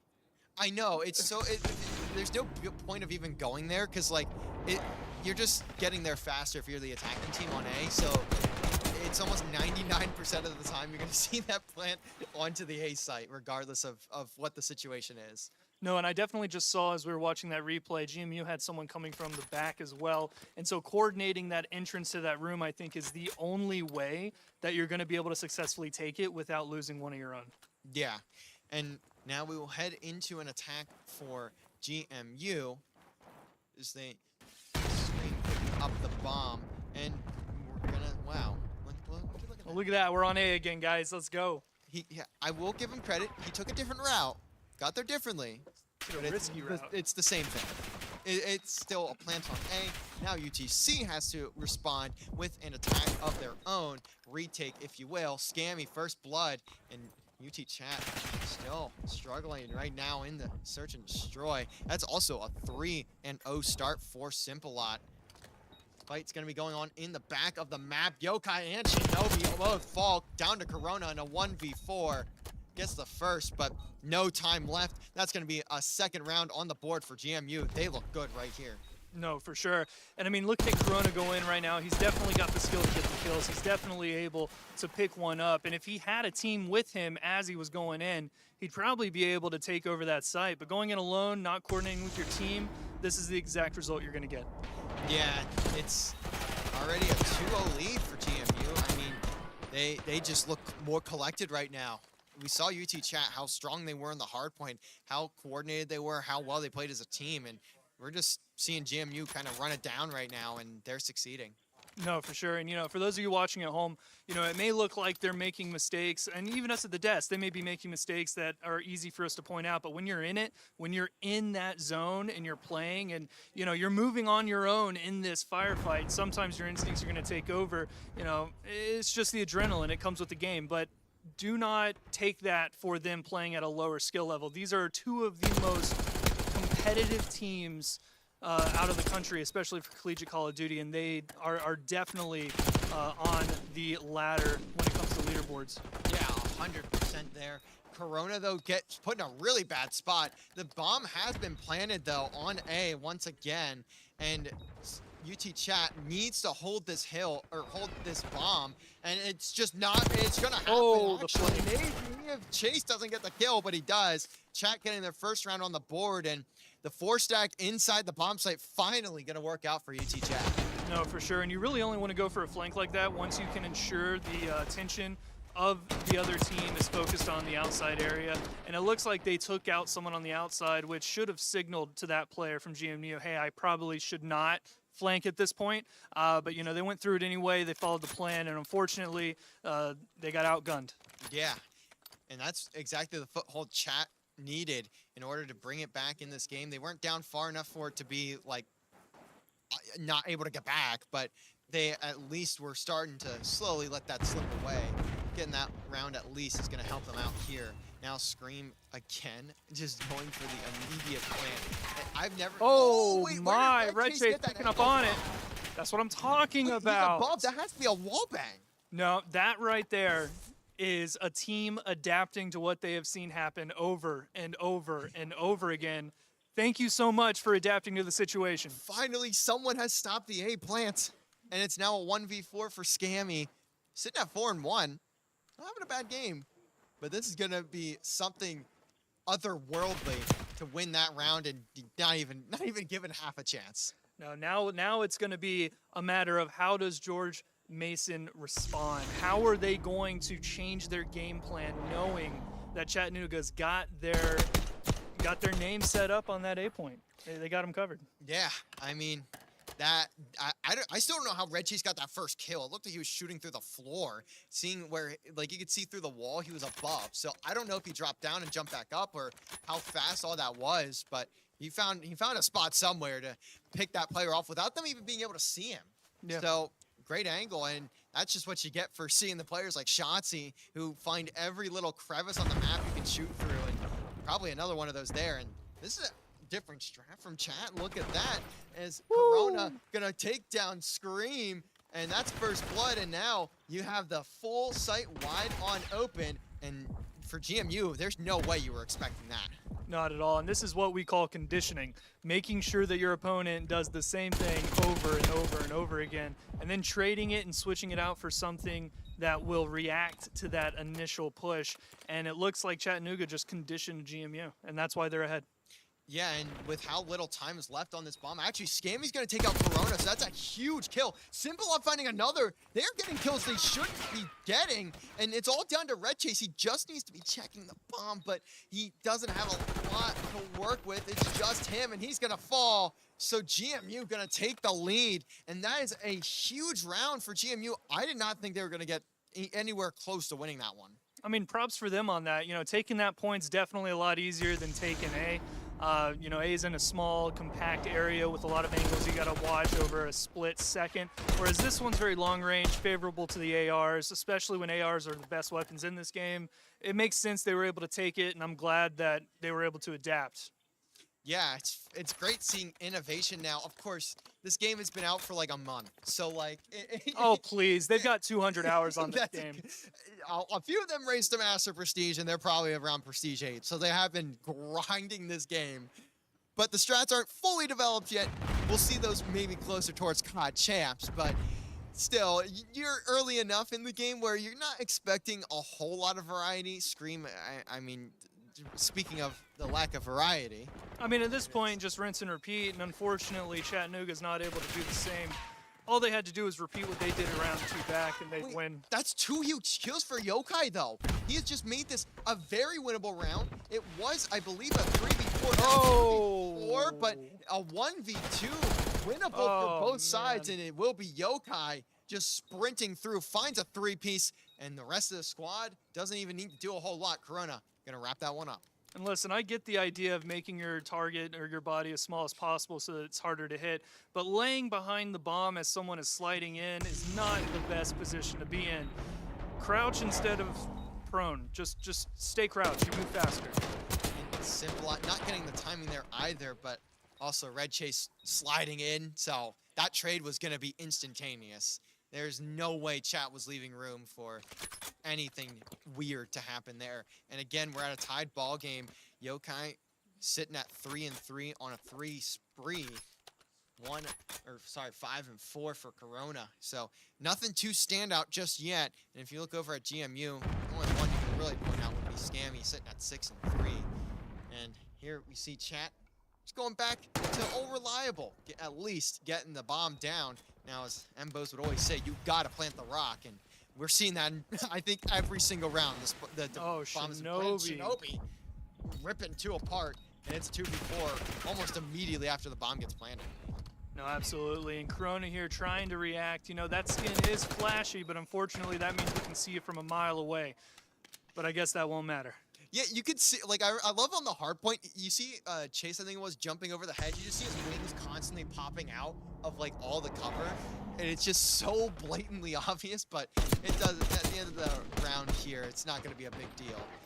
And Yeah, that movie star action scene did not work out for DMU. no, it's unfortunately it's not the Terminator or any of those sorts. Now we'll see a lead for UT Chat. I think this is their second lead of the game. Yeah. Chattanooga's had a pretty rough start here as it was back and forth, but it looks like they've got their foothold after they were able to secure A. And I'm wondering if they're going to do it again, but after they were able to do it the first time, it's kind of shaking up the. And wait, all four pace of players. the match. Wait, all four players of Chat just stacked in top mid. They jump down. They're just flying there through. it is. That is the definition of banging out. They just flew ahead. I just looked over at the minimap and I see 4 arrows, all that looking like just one. That's a really unique play from UTC. And now, actually, the bomb didn't even get planted. No, but at this point, I think it's time to reinvent the wheel. Yeah, I agree. And they may have just done it. Now, they may have used squares instead of circles, so it's not going to do a whole hell of a lot, but certainly will be something. I mean, all they got to do now is close it out with another match. Yeah, another round win, and they will have that 2-0 lead. And if they can get to that 2-0 lead, it's going to be immensely tough for George Mason to make that reverse sweep go through. Especially with how dominant Chattanooga was on that hard point map. Yeah, they looked really good there. And it was, especially towards the latter half, they just started getting into that groove, really getting their head into the series and snowballing into that victory that they took there in map 1. And it's looking pretty scary if you are GMU. No, absolutely. You know, Scammy's probably feeling the heat right now, but, you know, Scream right there, he's sitting at 1-6, definitely feeling like, never mind. Okay, never mind. Never mind. Scream's doing great. 3-piece off Scream's the doing rip. fantastic. I saw one player from chat had their knife out, like looking to just sprint to B bomb, and then all of them died. Yeah. I guess they lined up. That's the only way everyone dies that quickly. I mean, I was just about to say Scream probably needs to find a way to show his team that he's still in this game with them, and then he just went ahead and got a triple. So I guess he's in the game. yeah, I guess he's here. On a 5 streak, maybe looking for that Hellstorm, but it's a little far away, especially without a lot of plants going down. Does at least have the 5 streak, but this probably is not going to be a winnable round. No, he just needs to hold it and go next. Yeah, there's no way for him to be able to challenge that. He could have used in a little car, but it wouldn't have helped enough. No, he just needs to save that for this round. And I'm just that round ended as soon as it started. 3 players. Oh my gosh, that was an ace. Scream just got an ace. Yeah, that was also an ace. I thought that kill went to the other player down there. So Scream, after starting pretty poor, it was 1-6. Now 5-6 off the ace. I mean, can't ask for much more than that. No, Scream's looking really good. Looking really good. Let's see if I can do it same for Yokai over there sitting at 3-4. Maybe we'll see some kind of advanced movements here to get that win. But, you know, if Scream stays on top with this momentum, I can see GMU taking another round. It's still throwing me off how that was even an ace to begin with. But look at how No, the close. little Wait, car. there goes the RCXD. I don't know whose that is, but that thing is flying forward, and there it is. Oh, what a smart play. Look at this from Simpy. Look at that little guy. It out. He's just baiting it out. It doesn't kill. And I actually don't think it hit anyone, but that does give the position for Scream to plant the bomb. Will go down. He's immediately taken out, though. And I believe there's a pinch forming. Look at the mini-map. There's arrows everywhere. Corona, though, finds the double 1v4, and that is certainly going to be game. Corona! Believe that was actually, that was only a 3-piece, but still, 11-5, 6-4 map count.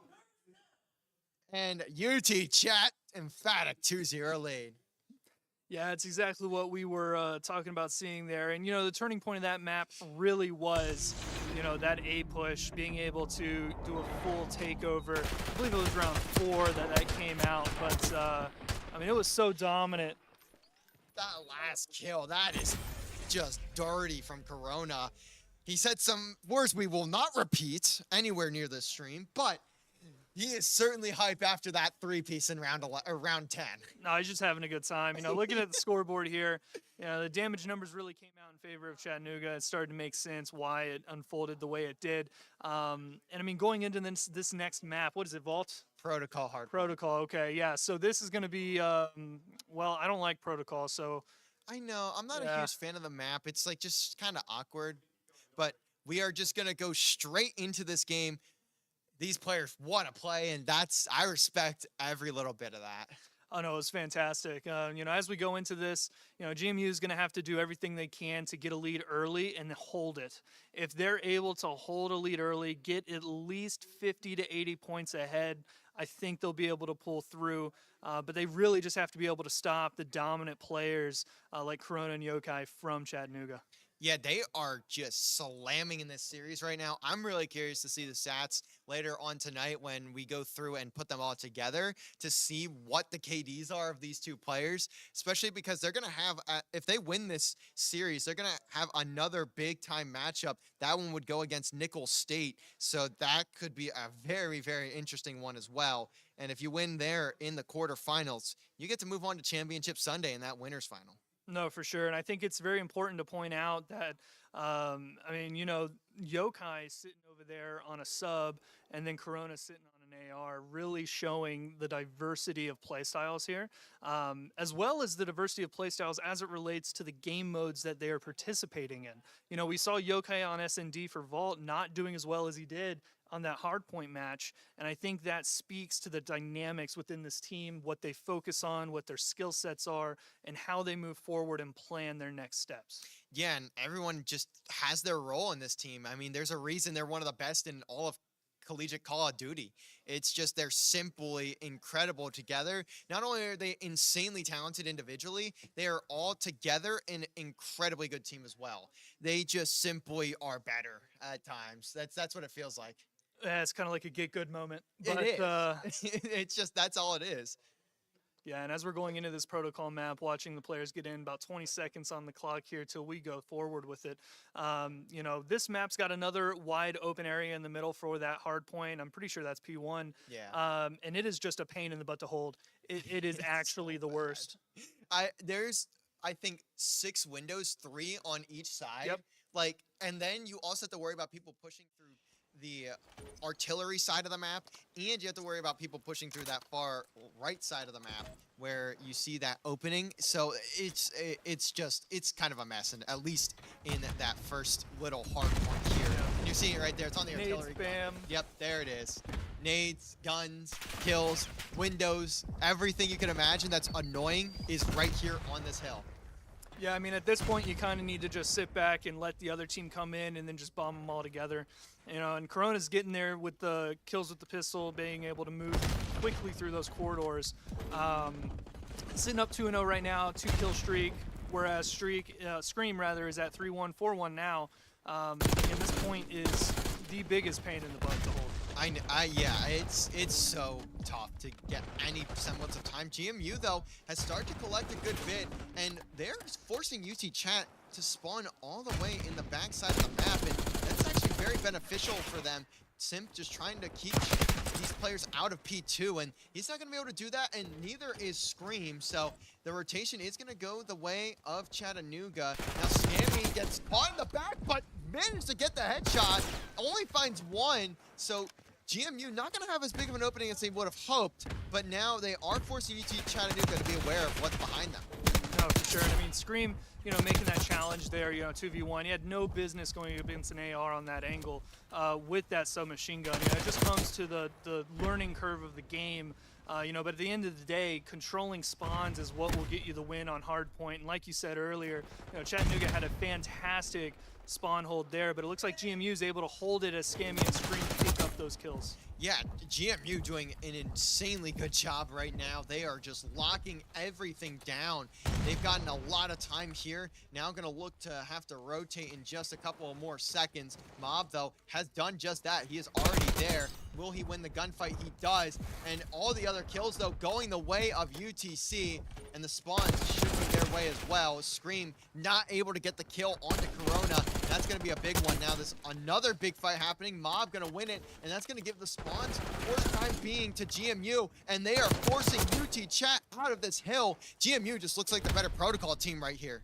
No, yeah, for sure. And I mean, with the challenges that come with this map, the geographical challenges that come with it, it really does speak to a team's ability to move around and maneuver those obstacles to get these points and utilize their positioning in a better way. But this is a weird position for Corona to be in.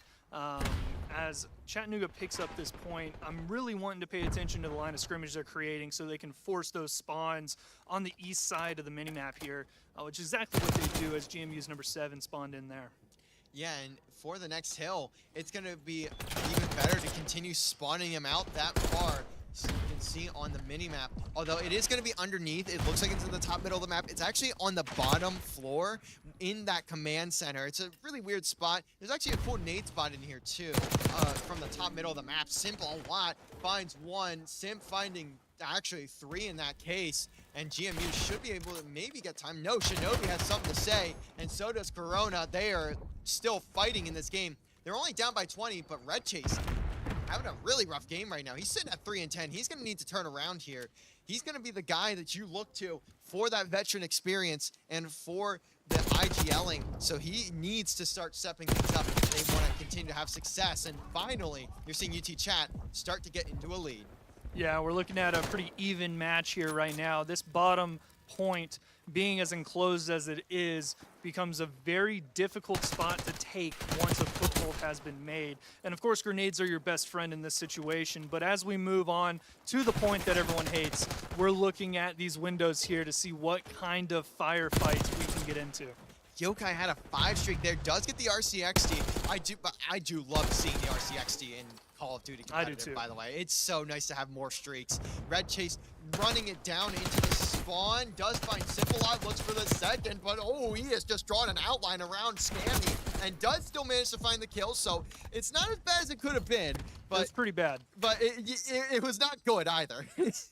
Yeah, no, Red should not have missed those shots. And I know sometimes when you're tracking a player, you know, you keep it behind, but, you know, at the end of the day, you have to make those adjustments. Yeah, and he does still continue forward. He's still staying alive. He's gone on a 3 streak, although the time did go for Chat just a little bit there. Now GMU have cleared it out and filled on in. That will be taking up a good bit of time. That's going to be some solid scrap for GMU, and the rotation of P2 is going to have to go well for GMU, though, if they want to continue to build towards another lead, as Chattanooga is set up for P2.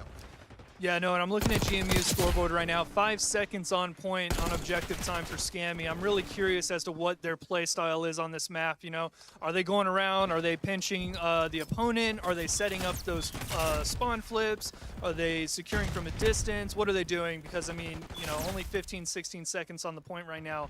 It's not enough.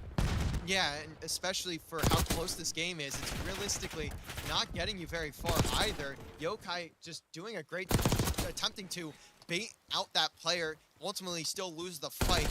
Now you're seeing just flying out is Simp a lot, and you're going to see Corona challenge with the pistol just flying forward. A couple of shots in the body, showing some love to the final kill that he gets there. Yokai, though, finds a double in the new hill, and that's going to continue time in favor of Chattanooga. We are getting a very close hardpoint for what it feels like this is maybe the first time today.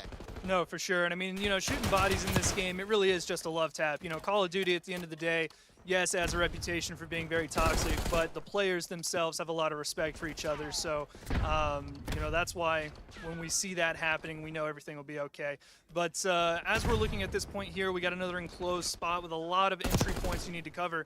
And Shinobi looking pretty good there, 49 seconds on Time Hill, 20 and 14 on Yokai. Definitely want to watch out for. And as I say that, he loses his 5 streak. I'm going to stop talking. He still has a minute in the hill. He's making up for what he's just not making for anything. He's just doing everything. As Kid finally making up for the slow start he had. 13 and 16 4 streak for him. Yokai also continuing to move forward on the map. 185 now, and slowly again, like we said on the red card hardpoint, Chattanooga is starting to keep GMU at an arm's length. They're building that lead. They're starting to get to a point where you might not be able to come back at all in this one. Yeah, I mean, it really is just fundamentals. You know, everyone likes to focus on the fancy movement, the cool tricks, but at the end of the day, if you and your team focus on the fundamentals of spawn flipping, lines of scrimmage, and holding the hill and having setups, you'll be just fine. And that's exactly what we're seeing from Chattanooga. Yeah, and at least if you are GMU, you have a setup in command, but you have to be aware of these players pushing through. Shinobi is unaccounted for, just a weird timing, and now it's going to allow UT Chat to get onto the hill. They're starting to go for a break, and that is a break, a piece from Yokai. 24-17. He's going to keep running forward. He wants those kills, and that's 200 points on the board now for UT Chattanooga and the break. Yeah, I'm going to be honest. We got to get Yokai on the mic after this. I really want to talk to this guy. 25-18, running in there. Got the passion, got the hype, watching the corners. And we're seeing it we're hearing in the other room too. And, oh, I am hearing some fierce words over there. Wow. Red Chase, though, getting a 2 of his own. Corona finding another 225 on the board. This may just be done and dusted. It will be probably a sweep here for UT Chattanooga. Yokai continuing to clean up business, and it may just be business as usual for the side of UT Chat. Maybe they came in expecting to win. Red Chase clearing up top. It's not over quite yet, but it's very much approaching that distance. Yeah, and I mean, when you're really looking at all of this and looking at it from a distance, you know, it's kind of like the last series. At some point in hardpoint, you know it's game. And, you know, sitting here 2 points off, it's game. Yeah, there it is. That is series, and that is a 3-0 sweep for Chattanooga. They'll head on to the next round in winners. Now we are going to see them take on Nicholls State in that winners set quarterfinal, and we will see GMU. They're going to fall down to the losers bracket. They will take on Mississippi State around 4 p.m. So it should be one of our next matches up. Yeah, very excited for it. Really happy to see this whole event come together, and you know, everyone's so happy. Yeah, honestly, it's been a great time. I mean, watching a lot of these series, I mean, we've gotten some decent games out of it too. So having a great time here in Hattiesburg, but now it will be time to pull an interview here for UT Chattanooga. We'll go and grab Yokai to get on the board or get on the mic. Yeah, it's all you. It's all you. So awesome stuff. We're going to go ahead and switch over to main stage as we prep for that interview. Thank you, everyone, for tuning in. If you want to follow us on social media, find us on Twitch at Southern Miss Esports, probably watching there now. Twitter, USM, at USM Esports. So, yeah, looking forward to the next matches.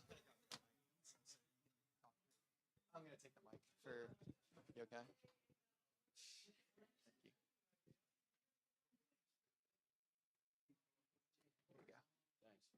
It's unmuted right now, but I can, when we switch over, we can pop it.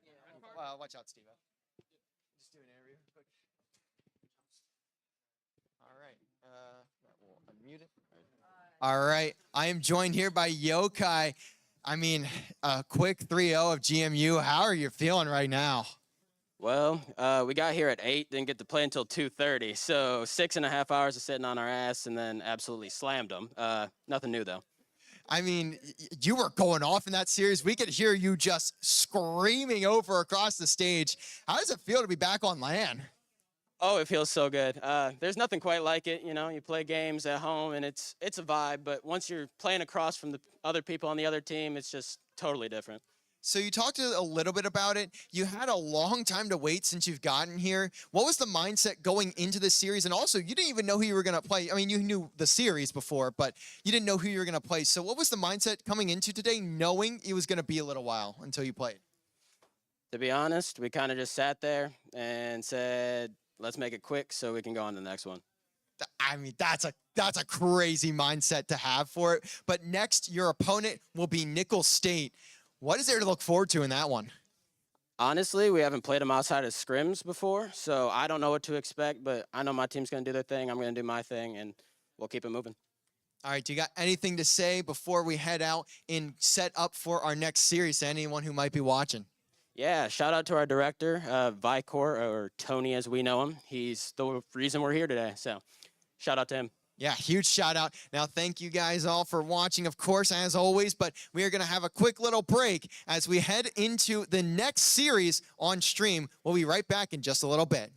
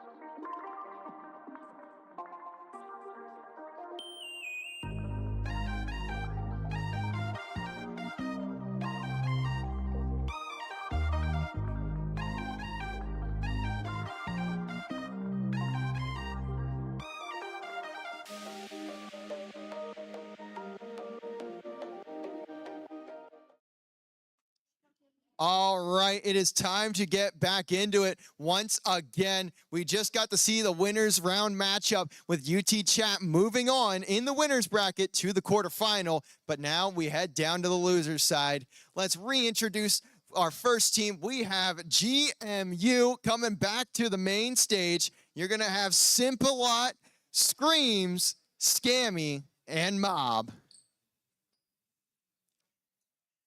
And next, their opponent is going to be Mississippi State. You have Touchdown, Paint Brewski, Owie, and Adam. One of these teams will be going home after this matchup. Who will it be? Well, let's find out. Players, take your seats. We'll catch you guys on the other side when we kick off our series.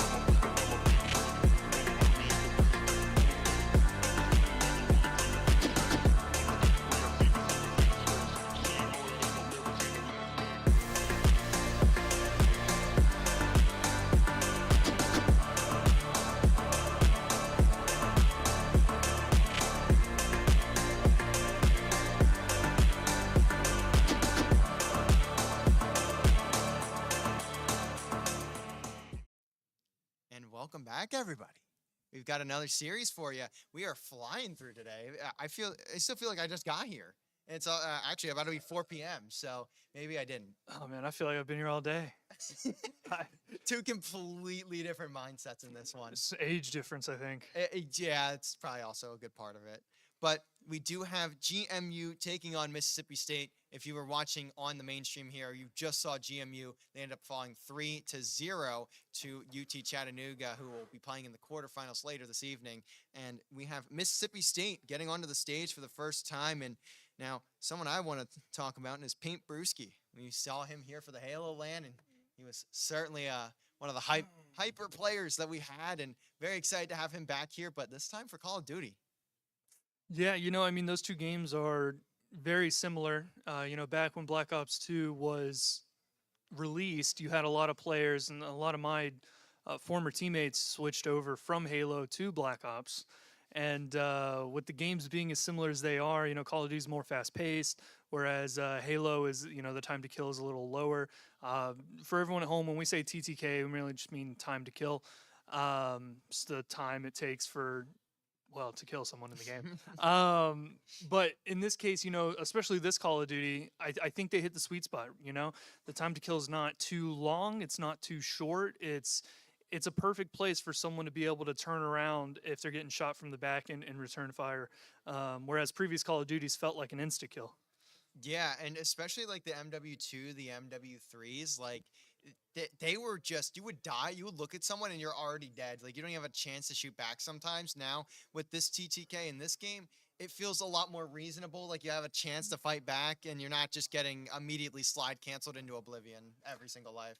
Sometimes it still happens. It's just not as often. Oh no, yeah. A nice switch up from what we've seen for the past few years. Yeah, for sure. And I mean, when we are mentioning those two games earlier, we're only doing so because they're so similar, right? And so it's possible for a Halo player to switch over to Call of Duty, and of course vice versa.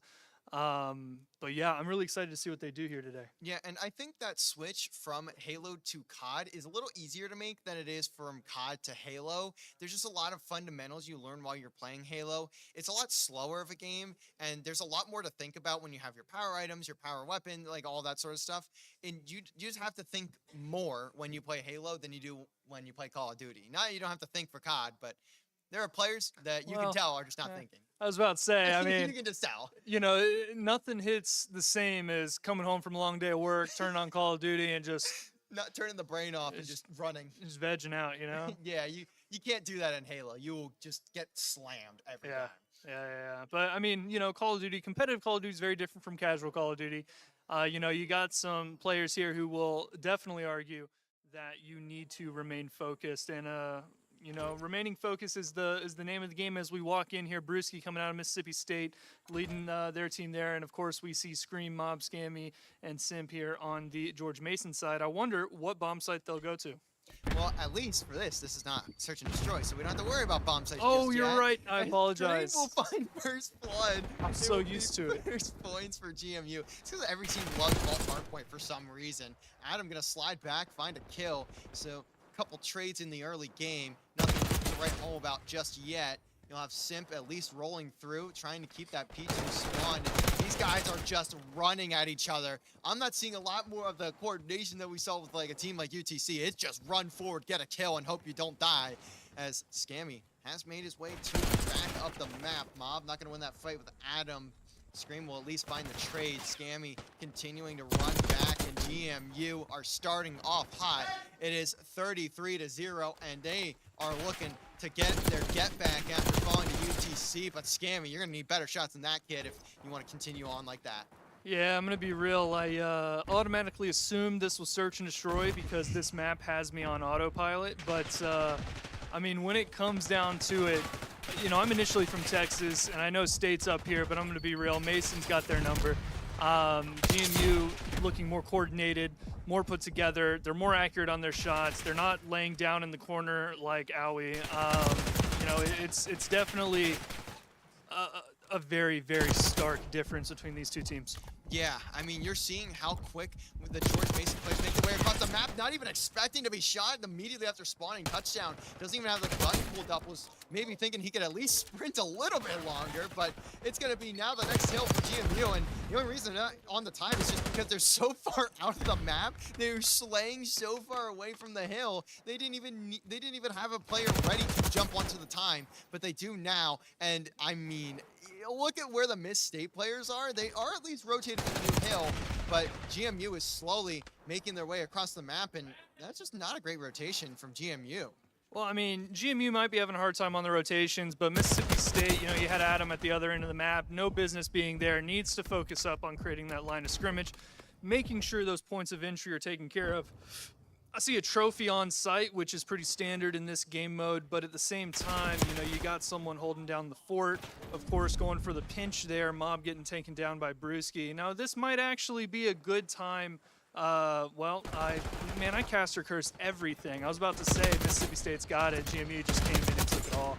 Yeah, I mean, touchdown on a 5, but that's not going to help you a whole lot when you're about to rotate to a new hill, especially when you're not even getting the scrap time as it is. You can see the GMU side of the map. There are 4 players jumping out of a window together, and it doesn't matter. Owie has found 2. So he's at least holding his own for the moment. Now, what will happen in that backside of the map? That's what's going to determine how the rest of this one or the rest of this hill will go. And GMU pinching both sides of the map. Look how far away they are. They're all slaying out in their own right, but Mississippi State does at least get some good time, and they're starting to bring this one back. It's not nearly as bad as what it looked like before. Yeah, I'm going to be real. I was looking at the gun Owie's using and the camo he's got, and there is no excuse for game time for Owie being able to make these mistakes. Dude's making mistakes like going prone, going crouched, sitting out in the open. Like, bro, you've got dark matter camo. You've been on this game long enough. What are you doing? It's Scream getting a just spat on there for a second. Adam slides in, finds another, and it will be trades enough for George Mason to continue pushing their lead away. Maybe a little bit similar to what we saw happen to George Mason. Keeping your opponent at arm's length is you get a really awkward interaction, jumping around, finding the mantles. Touchdown will be the victor of that engagement. It's Scream, though, continuing to fly through the map, now looking to get to his teammates. He can't get them in time. Mob, shots were not necessarily there, but he does get the kill regardless. Sim does at least find another 2, and now GMU can start getting more time here on P1. They're doing an incredible job of continuing to rotate, at least when it comes to P1, P2, P3. The other two, maybe not so much. Yeah, and I mean, all they really need here, Mississippi State, to close that gap is a solid point and a half. That's it. They just got to hold a point fully and then half another point, and they'll be back in this game. But as it stands right now, they're having a really hard time fitting into their map. And as we're sitting at P1 again, this is a very, chaotic point to play around. And so it's going to be very interesting to see what they do to counter any kind of movement from GMU. Yeah, and it looks like it's pretty split in terms of the points scored there on that P1 hill. Now when you head back over to the bank side of the map toward the pool, and that's where you're going to see a lot of action go down. Payne Brewski finding one, snapping and turning onto a second, won't find the kill. Touchdown, gonna have to hold his own here with his teammates, but now he gets taken down. Sim finds another, and it's just two pieces everywhere from both squads. I mean, it's just a trade fest. GMU that will have to spawn, so they're going to have the manpower to take the time from this hill, and they're going to, again, continue to extend their lead. Adam looking to play spoiler in the backside of the map, does just that, gets the players off the hill and out of the spawn, and he won't find the last, though. Still, though, time going the way of Mississippi State. They're at least going to take a little bit, but George Mason going to be ready for the next point. They are all fully rotated to that half of the map. Yeah, and I'm going to be honest with you, man. When looking at these teams and how they're performing, it's incredibly chaotic, and yes, it makes it for a very fun viewing experience. But when you compare the gameplay we're seeing right now to the gameplay from the previous series that featured GMU, the teams are very different. You know, you had a lot of strategies set up, you had a lot of line of scrimmages and setups being placed, but now it just feels like they're throwing each other at the center of the map or at the point and just hoping it works out. You know, I'm not seeing enough strategy like we did in the previous series. Yeah, it feels just disjointed right now. I mean, and that's what I said earlier, like we saw 2 kills for one team, 2 kills for the other, and then just flip that a million times over, and you eventually would maybe have someone get 10 seconds on hill. But Payne Brewski is the one going on a streak right now. He's getting loud. We'll see if he can continue holding his own. And he's going to start slamming it back to the side, to the spawn of the map, but he doesn't turn around. Maybe he's expecting someone in towards top theater, and he will not end up getting those kills. Adam is still in the back for Mississippi State. The rest of his team is just not there, and he gets taken down. So the new hill is going to be a bit awkward for both sides, and we'll see who comes out on top of the trade game. And so far, it's going all the way to Mississippi State.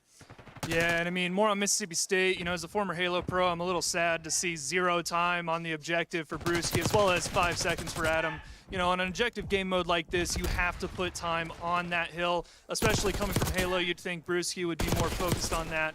And honestly, truth be told, I can't really say anything bad about George Mason because they're holding him at bay.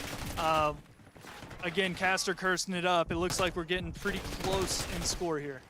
Yeah, Mississippi State starting to bring it back a little bit. They were down by about 60, 70 for a little while there, but they've at least managed to control the chaos and get themselves into the hill. George Mason just feel really sloppy right now. They came up playing UTC, and that's a very good match. That is, I don't want to say it's a warm-up for this match, but if you treat it that way, that was an absurd warm-up to have coming into a team against like Mississippi State. And now they're starting to again heat on up. We saw a streak there from Simp. He's on a 4, maybe looking for more. Mob, though, doing the dirty work, gets 2. Now looking to go on through, and GMU starting to get through the map, and it is P1 again, the one that they've excelled at so far. Yeah, no, for sure. And I mean, you're absolutely right. George Mason coming off a fantastic series against Chattanooga, and it's definitely showing here the passion going through the arena right now. The competitive nature of this competition coming through. Truth be told, they may have had a shaky start, but it looks like they're going to be closing this out here, at least 1 more point down, assuming they can hold it till the very end. Yeah, and we are heading on over to P2 for the 3rd time in this 3rd rotation. You're going to have to see Mississippi State step it on up if they want to keep themselves in this game, because at the moment, they don't have a lot of opportunity to come back still. They're down only by 50, but you're starting to get into the sketchy territory with GMU being at over 200 points. And with a wipe like that, I mean, that could be another 40 right then and there, and that would put them in the victory column. No, absolutely. And, you know, looking at this one right here, this is a pretty solid point to end out on, assuming they can. Again, the more I keep talking about one team, the other team's like, no, I'm going to go ahead and just show them up. And so Mississippi State coming out swinging there. Still 0 seconds on the time here for Brewski. I really feel like this would be a decisive victory for Mississippi State if he actually played the objective. But then again, I'm just being very critical on that front. It is weird, though, to see a player with 0 seconds and he'll not even, That's why like, I'm saying it. second, like, That's why I'm saying it. It feels weird. I don't know if I've seen that even in That's why I'm saying it. space at all. Yeah, dude's playing TDM. He's not playing hardpoint. Like, the only time I've seen it was when LVC 250-0'd Kaiser Pembroke Pines, and that's just because they didn't have any points at all. Yeah. So that just makes no sense to me, but it's 2:44 now. It's in danger time if you are Mississippi State. And they are now, GMU just chowing. I can hear them, and they simply want to chow. They want every fight they can take. That is likely the game. Howie, the last player that can really contest here, and it's at 240. Slides a little far away, manages to get a kill, but doesn't get the second. Nade will at least do enough, but you have so much ground. Yo, here we go. Mississippi State, and now it's the mix fest. Come on, State. Oh, man, you had a great comeback opportunity.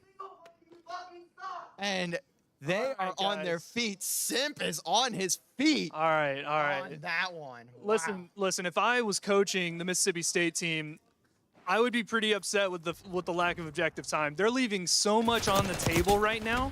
You can slay out all you want, but if you don't get hill time, this is what's going to happen. Yeah. They're missing opportunities here by not putting Brewski on the point. I mean, absolutely. He went 30 and 25, but that 30 is not going to help you. I mean, Simp also 30 and 25. The difference, minute 27 in the hill to 0 in hill. That is, it's. I know it's kind of like repetitive to point it out, but like You have to play the objective. I mean, it's hardpoint. Like, come on, that you just need to have a better performance there. I mean, with the Duke out play style we saw, if you had the Mississippi State side playing the objective more, I think they would have beat GMU. Yeah, that game was close for the almost entirety of that map, and it just got towards the end. That lack of time is really what led to GMU taking it so decisively. I mean, we also saw multiple players going on heavy streaks, 5, 6, 7 streaks, and Yeah. Simple lets them know. Yeah, and I mean, here's the thing. Going into the next game, if we take that same energy and we see these players with the same kind of drive to secure those kills, then I do think Mississippi State's going to win over GMU, especially in Search and Destroy. What map we got for that? It is going to be Rewind Rewind Search and Destroy. We also have map 3 as Rewind Hardpoint. Oh, okay. I don't know. I haven't Cool, seen man. this map in S&D at all. I don't even think the pros really have played much of it in the show matches. Not really. It's a lot of Vault. I was kind of expecting Vault. And it sounds like Northwestern Oklahoma State over on the B stream has taken it to game 5. It's the first of LAN. They are playing LSU, and that is a feisty one over there. Yeah, looking at this game right here, looking at the S&D Shining Stars from JMU from the last series, I want to see a lot from Scream here, and I want to see a lot from Simp, especially when it comes to these kills on this long haul here outside. It'll be Mob picking up first blood, and that looks like it's in the direct center of the map, basically where P1 is in the hardpoint side. Paint Brewski will respond with a kill onto Mob, though, so the trade is through, and now they're looking to get to that A bomb site. Adam has to be careful, 29 HP, back down, and GMU doing a good job of just holding their ground. They need to simply watch these bomb sites, make sure it doesn't go down, and if it does, they eliminate every player of Mississippi State, but they are fighting back. Owie will at least take down Scream. Adam has one in his sights, but he's trying to challenge his kill too hard and needs to back away. Has been smart enough, but Sim finds two, one of them being his teammate. I think he did that last time. And he did. I think he did that last time, too. I'm sorry. I just had to point it out. No, yeah, he definitely did. But that could have been a round for George Mason if he didn't kill his teammate. Yeah. Yeah. He also got that player very low. That was a 1v1 at the end. Yeah, no, it's just the SMG battles there. But, I mean, I'm going to be real, man. I don't hate this map. That's For a hot Search? take. It's a hot take. I like it. I'm not a fan of it for Respawn. It feels so awkward, but it also took me a few weeks to finally get into the groove of understanding the map. And it was like, okay, I said this is one of the worst maps in COD. It's not as bad as I thought. It was still not great, but it's not terrible. I mean, I'm looking at it from an S&D perspective. The S&D. lanes are fine, and it's just got a lot of CQB in it. But for Respawn, you're absolutely right. This map blows for Respawn. Yeah. And Brewski, the first engagement, I mean, Scream just ripping his head apart, will fall. GMU now getting the plant down. I mean, stark contrast to what we saw last round. Good shots from Adam, though. Jumps across and managed to at least find one. Scream, though, again, the trades for GMU are so strong. And that is some shots into the body there for George Mason. They're making sure that Mississippi State knows they are certainly not winning this one. Listen, man, they're just love taps. We don't have to worry about anything crazy going on here. But, I mean, at the end of the day, that was definitely a misplay from Mississippi State. Yeah, and I mean, 1-1 scoreline, so we're seeing it start to get heated. I can hear the teams chirping between each other. They're now really getting into this one. They're just a little competitive, nothing too crazy. As it'll be MS State back on the attack. Can they find another attacking round where they pull out the victory that Semtex will almost connect onto the satellite? It doesn't. That Simtech was going for the freaking horizon. I thought it was hitting the satellite. Or radio tower. Didn't, but got very close. First engagement, Good Mob. trade, Mob. Great shots there onto Paint Brewski. I mean, not even giving him a chance. We are, unfortunately, can't save you there. It will be another rotation over towards the A bomb site. It's Howie, the one burying and Oh, you gotta get out of that corner. Yeah, he needs to get out of here. He's in a bad spot. Mob finds a second on the touchdown, and at least these players from Mississippi State have decided to gather together. But for how long, as you can see, Mob is holding that outer RV area just on lock and key, not giving anyone a chance to push through. I mean, it's a tough site to break. Listen, man, when in doubt, wait it out. They got to come to you. They got to plant that bomb. It's not on you to go to them. And that's exactly what won them the round. Being patient, watching your corners, slowing down the game. That's all you need to do.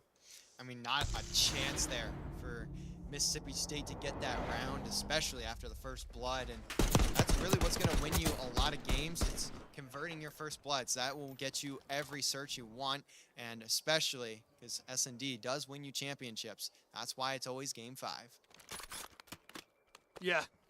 Let's go ahead and take a look at the scoreboard here. And, you know, we've yet to see Touchdown get anything on the scoreboard. He's currently sitting with a donut, but I believe in Touchdown. Let's try and cheer him on as he goes into this as a defender here.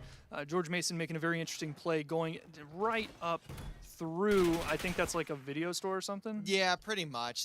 You got the gist of it. Yeah, fair enough. It's a strip mall. There's a bunch of stores in here, as it will again be a very quick plant for GMU.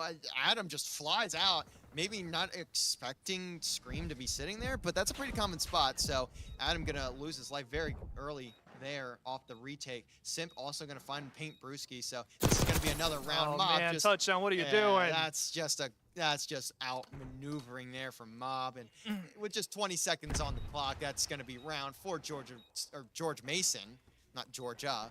It will be moving to a 3-1 score. Yeah, at any given point in time, when you think to yourself, should I run across this open parking lot in a gunfight? The answer is no. You need to catch that cover, hold your angle, and outshoot the enemy. Yeah, I mean, parking lots have historically never been a great place to have a gunfight, as far as I'm aware of, at least in Call of Duty.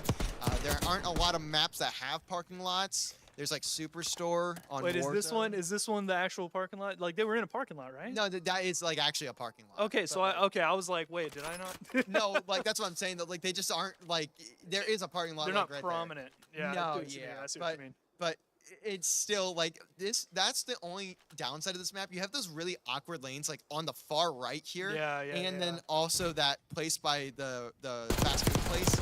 As Scream will take down Paint Brewski. Again, a first blood for GMU, almost a second it's a blood, tight but angle. Scream's gonna get taken out, so the trade is there. Now 3v3. This is dangerous. I would not peek that hallway. There are 3 players of Miss State that were ready to They were ready to slam go, through. man. They're ready to just team shot somebody, but Yo, he would have got a triple kill if they did. yeah. Simp finds Touchdown though, and honestly, it is just feeling like a skill diff.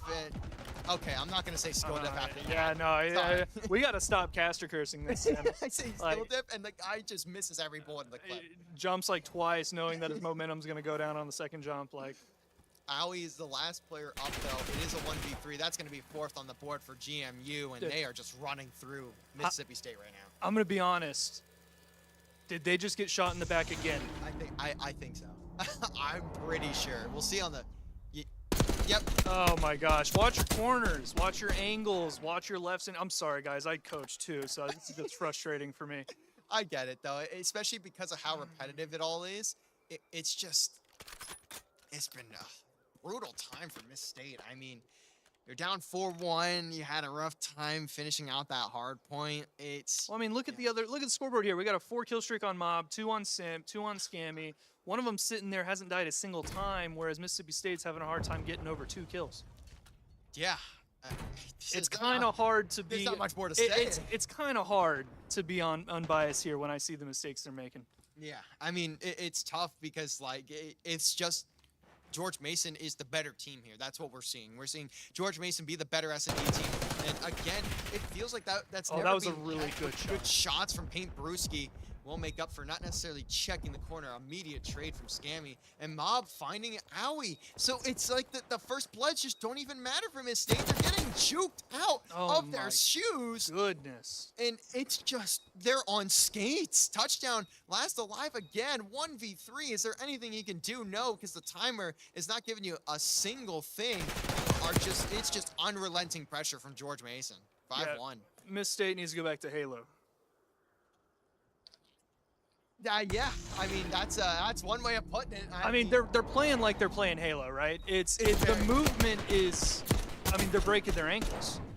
George Mason's breaking their ankles. There's no way. I mean, they get shot in the back 3 rounds in a row. They're flanking, they're pinching, they're not watching their corners.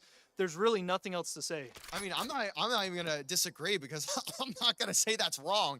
Because I mean, man, I'm pretty sure a few of these players on Miss State are actually converted Halo players, not just Paint Brewski.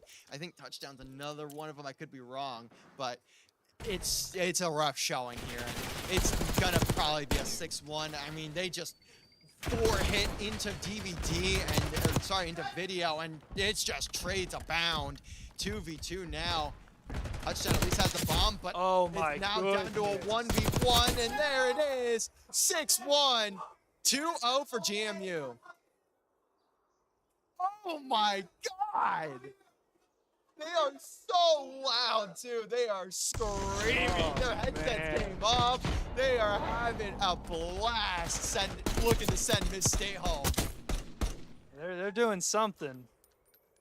For anyone outside of the Call of Duty scene, that might look absolutely absurd and disrespectful and stuff, but I promise you, that's just how Call of Duty is. Everyone's laughing too. That's what I'm saying. Like, about it. if you're not an esports person, you're probably scared. Like what is going You're on? probably Like, scared what is about that. happening? Yeah. But- Same thing happened to Halo. Like they shot up in Halo and everyone's like, "Oh my God!" I'm like, "Guys, it's just esports. Like It's that's just how it happens, is." yeah. But yep, we are gonna have a quick intermission between matches. So we will send it on over to a How did 5-minute that break, series end? and we will be right back on the other side with Map 3 on Rewind.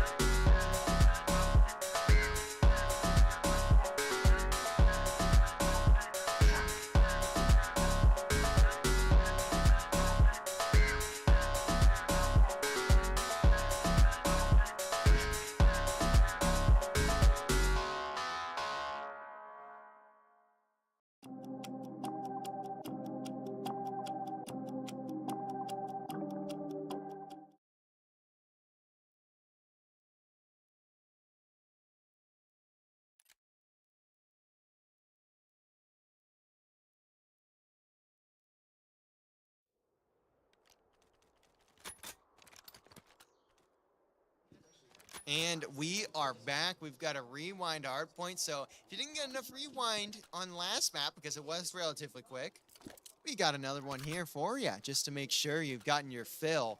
Now, it will be George Mason holding the 2-0 lead in the series, 10 on the clock. Let's get right back into it as George Mason probably going to close it out here. That's at least my thoughts.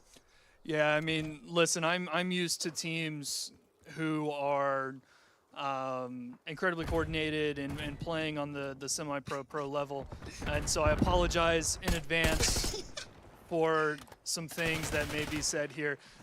Do I think Mississippi State can win? Absolutely, but they actually have to watch each other's backs first. Yeah, and I mean, off the rip, you've gotten all the kills for George Mason.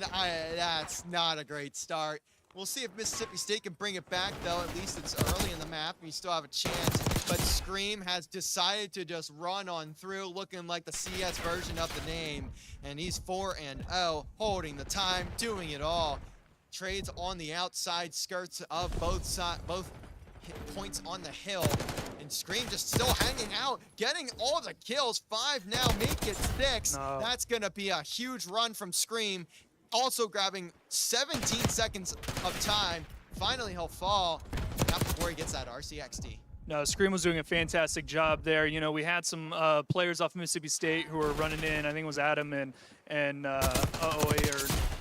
yeah, and they were running in, and Scream was just letting them come in and taking them down. I mean, honestly, that's what you got to do. You have to hold that point, hold that angle, be ready for the flank, and make sure that you're flexible enough to cover that if you need to. And that's exactly how they held that first point. Yeah, and well, we might just see the bane of Mississippi State getting shot in the back from number 8, but actually it doesn't end up happening just yet. Now, that player actually gets taken down. That's going to be Scammy who falls. And at least the coverage there was finally better. You're only down 30, so you can make this one up. You definitely still have a chance, too, to continue on in this series, but you're going to have to pull everything you have, especially because this is a loser's bracket. If you lose and you go home, not that it's super fun for Mississippi State, but Mob has something to say. May just want to send them all the way backpacking. Yeah, I mean, listen, it's still anyone's game here. You know, you got 22 points on State, 50 on GMU.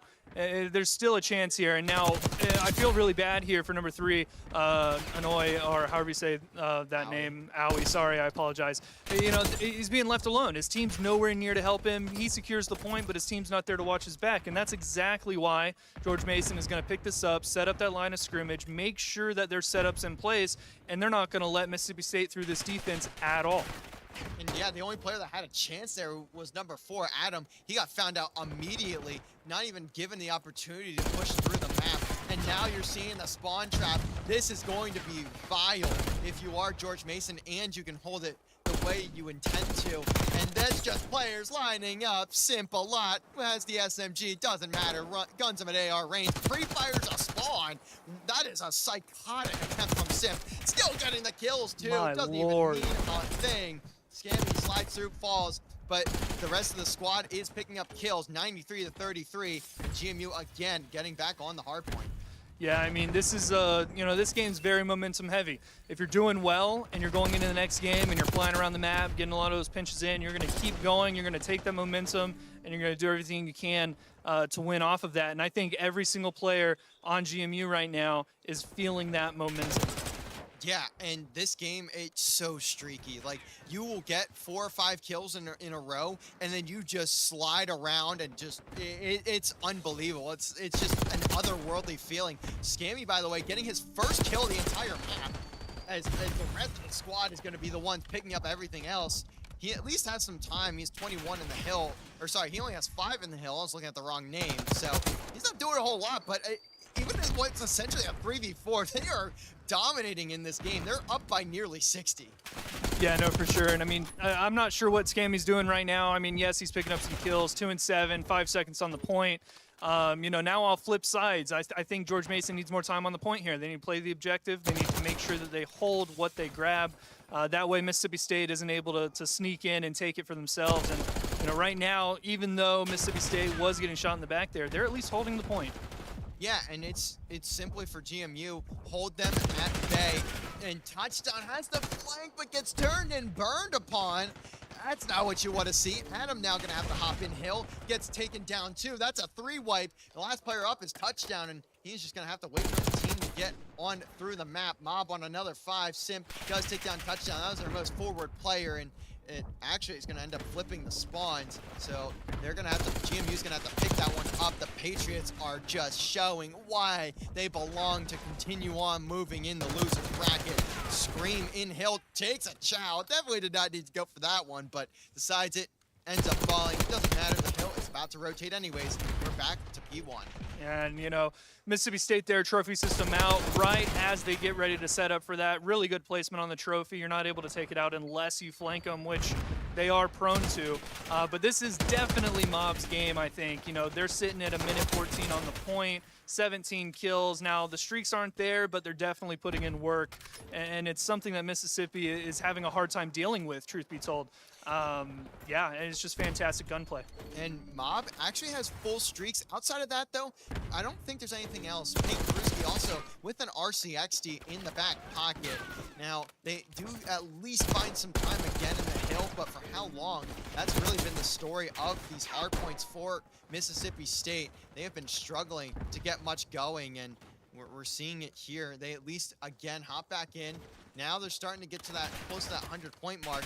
They also have the rotation locked down. I mean, if you look at the mini-map, all the GMU players are in the middle of nowhere. They all still, though, are somehow pinching all of Mississippi State. And Simp will be maybe the key factor here in this play. Goes behind it, misses a lot of shots. Maybe he thought those connected, they didn't. And that's gonna be a clean break for George Mason. They could blow the game wide open right here. Yeah, for sure. And I mean, Mississippi State, you know, what really got them that point was, yes, they lost the gunfight, but they also pulled back a little too early. When they pulled back that early, they didn't control the spawns like they needed to, and that led to George Mason being able to pinch them in. And honestly, you know, that's really the strategy right now that George Mason's using. Yeah, and you're starting to see Mississippi State make their way back into this game. They still have a little bit of fight left in them. That's good to see. But they're going to need a lot more than just some fight to get through the rest of the series if they can even take it that far. Right now, they're still struggling to keep it in shooting distance with George Mason on rewind. And now with that rotation heading over towards Chicken, it's just going to be so much harder to get the time. But touchdown gunning there. That's going to take down Scammy, and that's going to give at least an opportunity for Mississippi State to break into the hill. But it will be George Mason getting the initial time. Mob gets shot in the back. Scammy, though, with a trade on the owie. And Paint Brewski flying through a 5-shake for him. He's really the only one on Mississippi State that's truly slaying out. Yeah, and I'm going to be honest with you. I don't know if Brewski heard me or not, but I'm very proud of him right now, sitting at a minute on hill time, doing everything he can to be with his team and win. And that's why they're so close in score right now, playing the objective. He's being a leader. He's doing what he needs to do.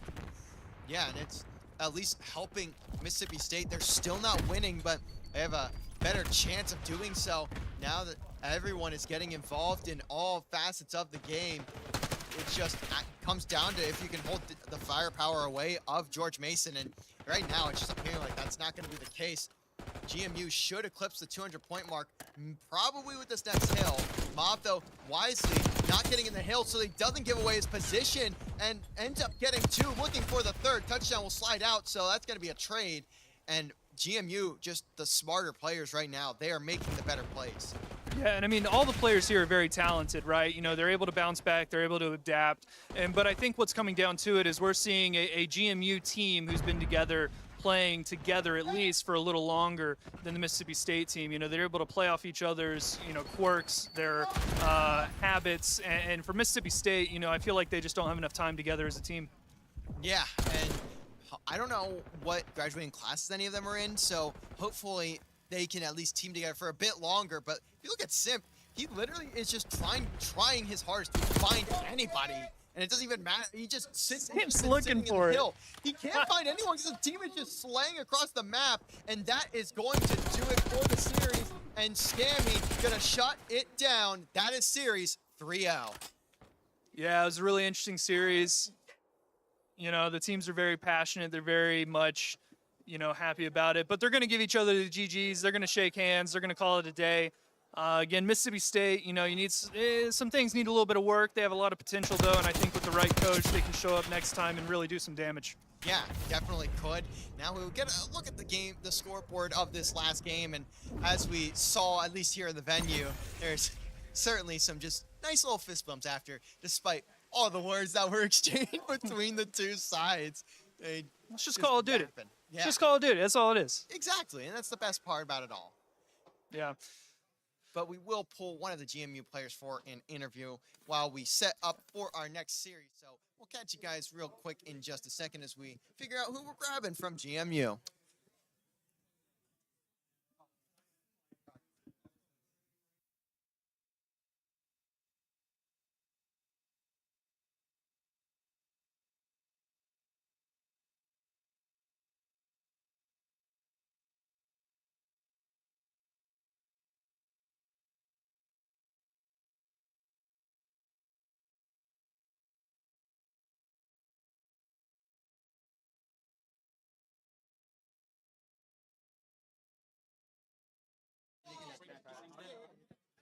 And then you don't need to hold it. You just keep it like that and keep it red, and then you're good. So you can unmute it now. There's something about I'm about to start out.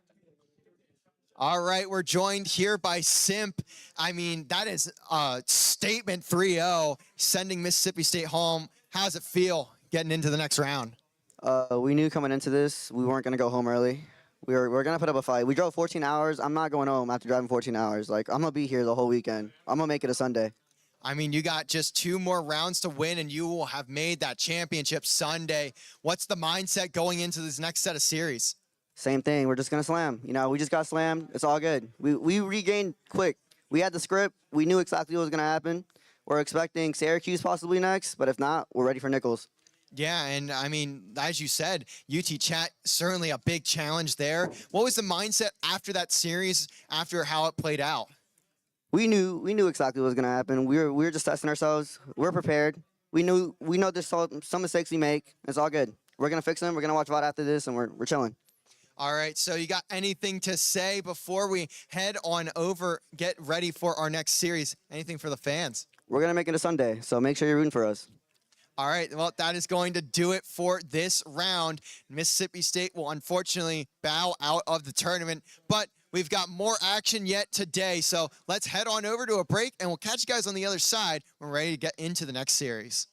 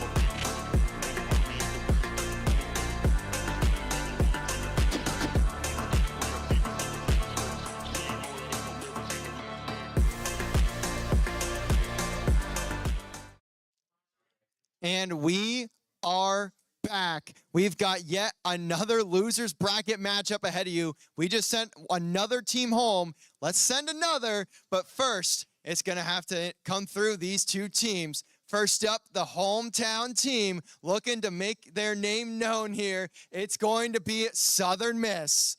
We have Robot, Orbsy, Strahan, and Tyler.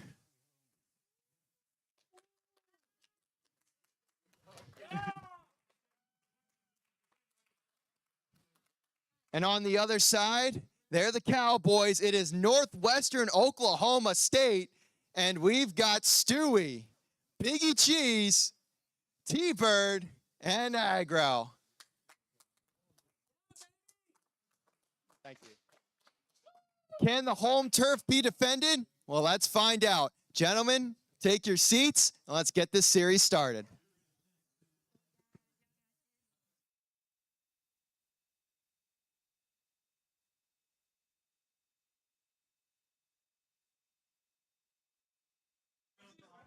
Hello, everyone. Oh, I'm sorry. Yeah, come on, man. Bro, that's what Google told me. Google told me it was the Cowboys. Google lied to me. That's why you always use ChatGPT. Ah, dang it. That's what got me. It is the name I've already forgotten. Rangers. Rangers, not the Cowboys. So Yeah, we don't have to represent that horrible football team in Texas. that's thankfully. Wow, that is a train wreck waiting. I'm to from that area though, so I happen. feel like I can That's say even that. worse. Yeah. Yeah. That's unfortunate. But something I do want to mention, it feels like we've had every single team on stream minus Nickel State.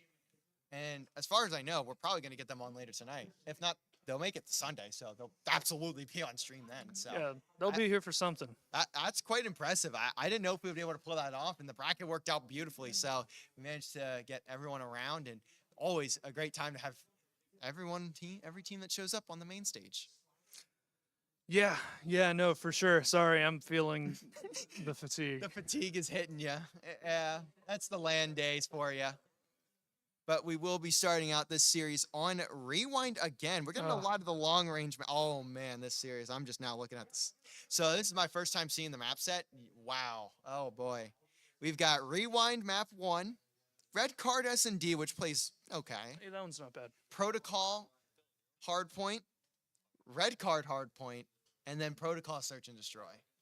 So we've got a series of all time ahead of you. Yeah, protocol search is not fun. I don't like it. Do you like it? Hmm? Protocol search. Oh. Looks like it's a different map. Vault is map 1. That has been reported wrong. Thank you, Robot.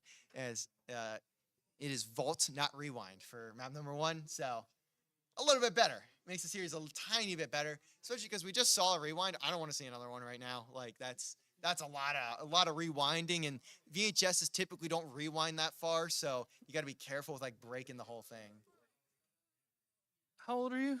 22. Were almost you 23. were you around with VHS?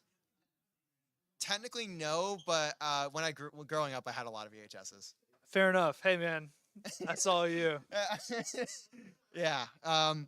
But we should be able to get into this one pretty quickly, just making sure all the players are ready to go, and then we'll be set in stone to get the series started. And this is another losers bracket matchup. Yeah, who should we look out for on the Southern Miss side? I mean, it's gonna have to be Orbsy.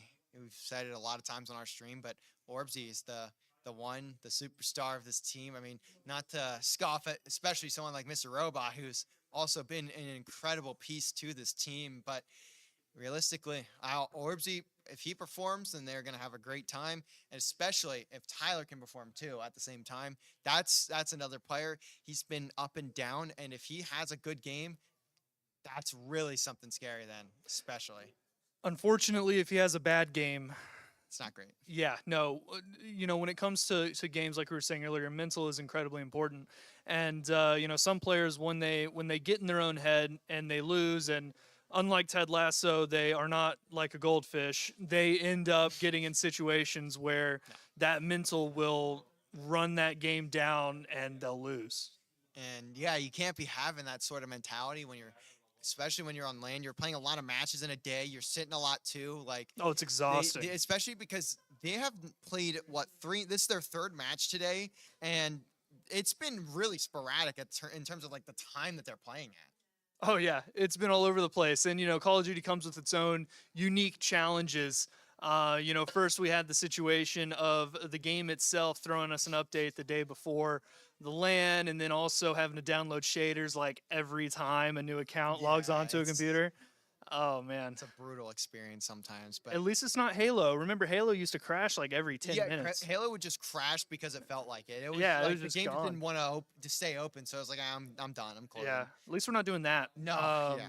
And I mean, listen, this game that we're watching right here should be a very good series. One of these teams is coming off of what I would argue to be one of the most hype series of this LAN.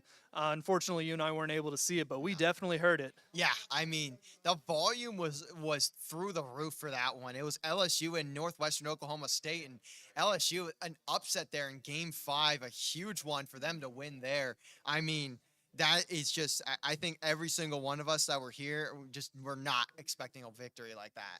Yeah, no, when they said it was a 6-2 win, we just kind of looked at each other and we're like, what the heck happened in there? Like, what do you mean 6-2? Yeah. Like I would have believed like a 4-6 or like even a 3-6, but Yeah. like, whew. That's comfortable. That's absolutely comfortable. They will go on to play Syracuse, and they are going to be over on our B stream, but we've got a little bit of time before that match is actually going to start. And we also have in the winners quarterfinals, UT Chattanooga at Nicholls State, which will be on stream after this matchup. So there's a lot to look forward to still, but we've got this one and then 2 more matches for the day before we head out. So there's still a fair amount of Call of Duty to be Yeah, playing. y'all got us for another like 2 hours or so.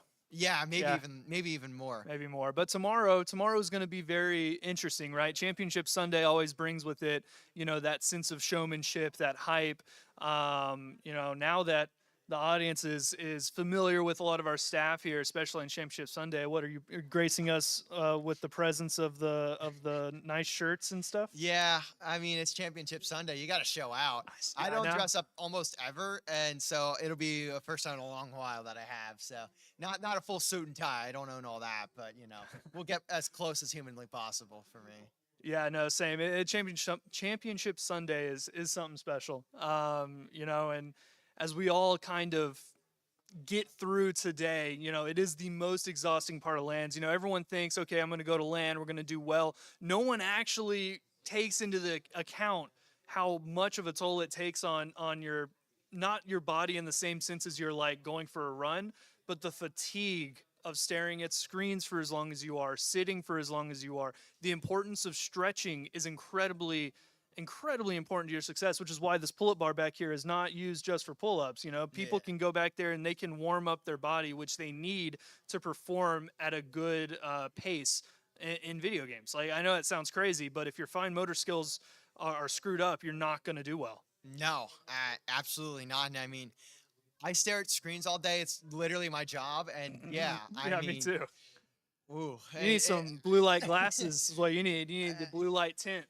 Oh, we got a sponsor for that, don't we? We do have some blue light glasses, but we can't say more on that until tomorrow. Ah, I missed the deadline. Whoops.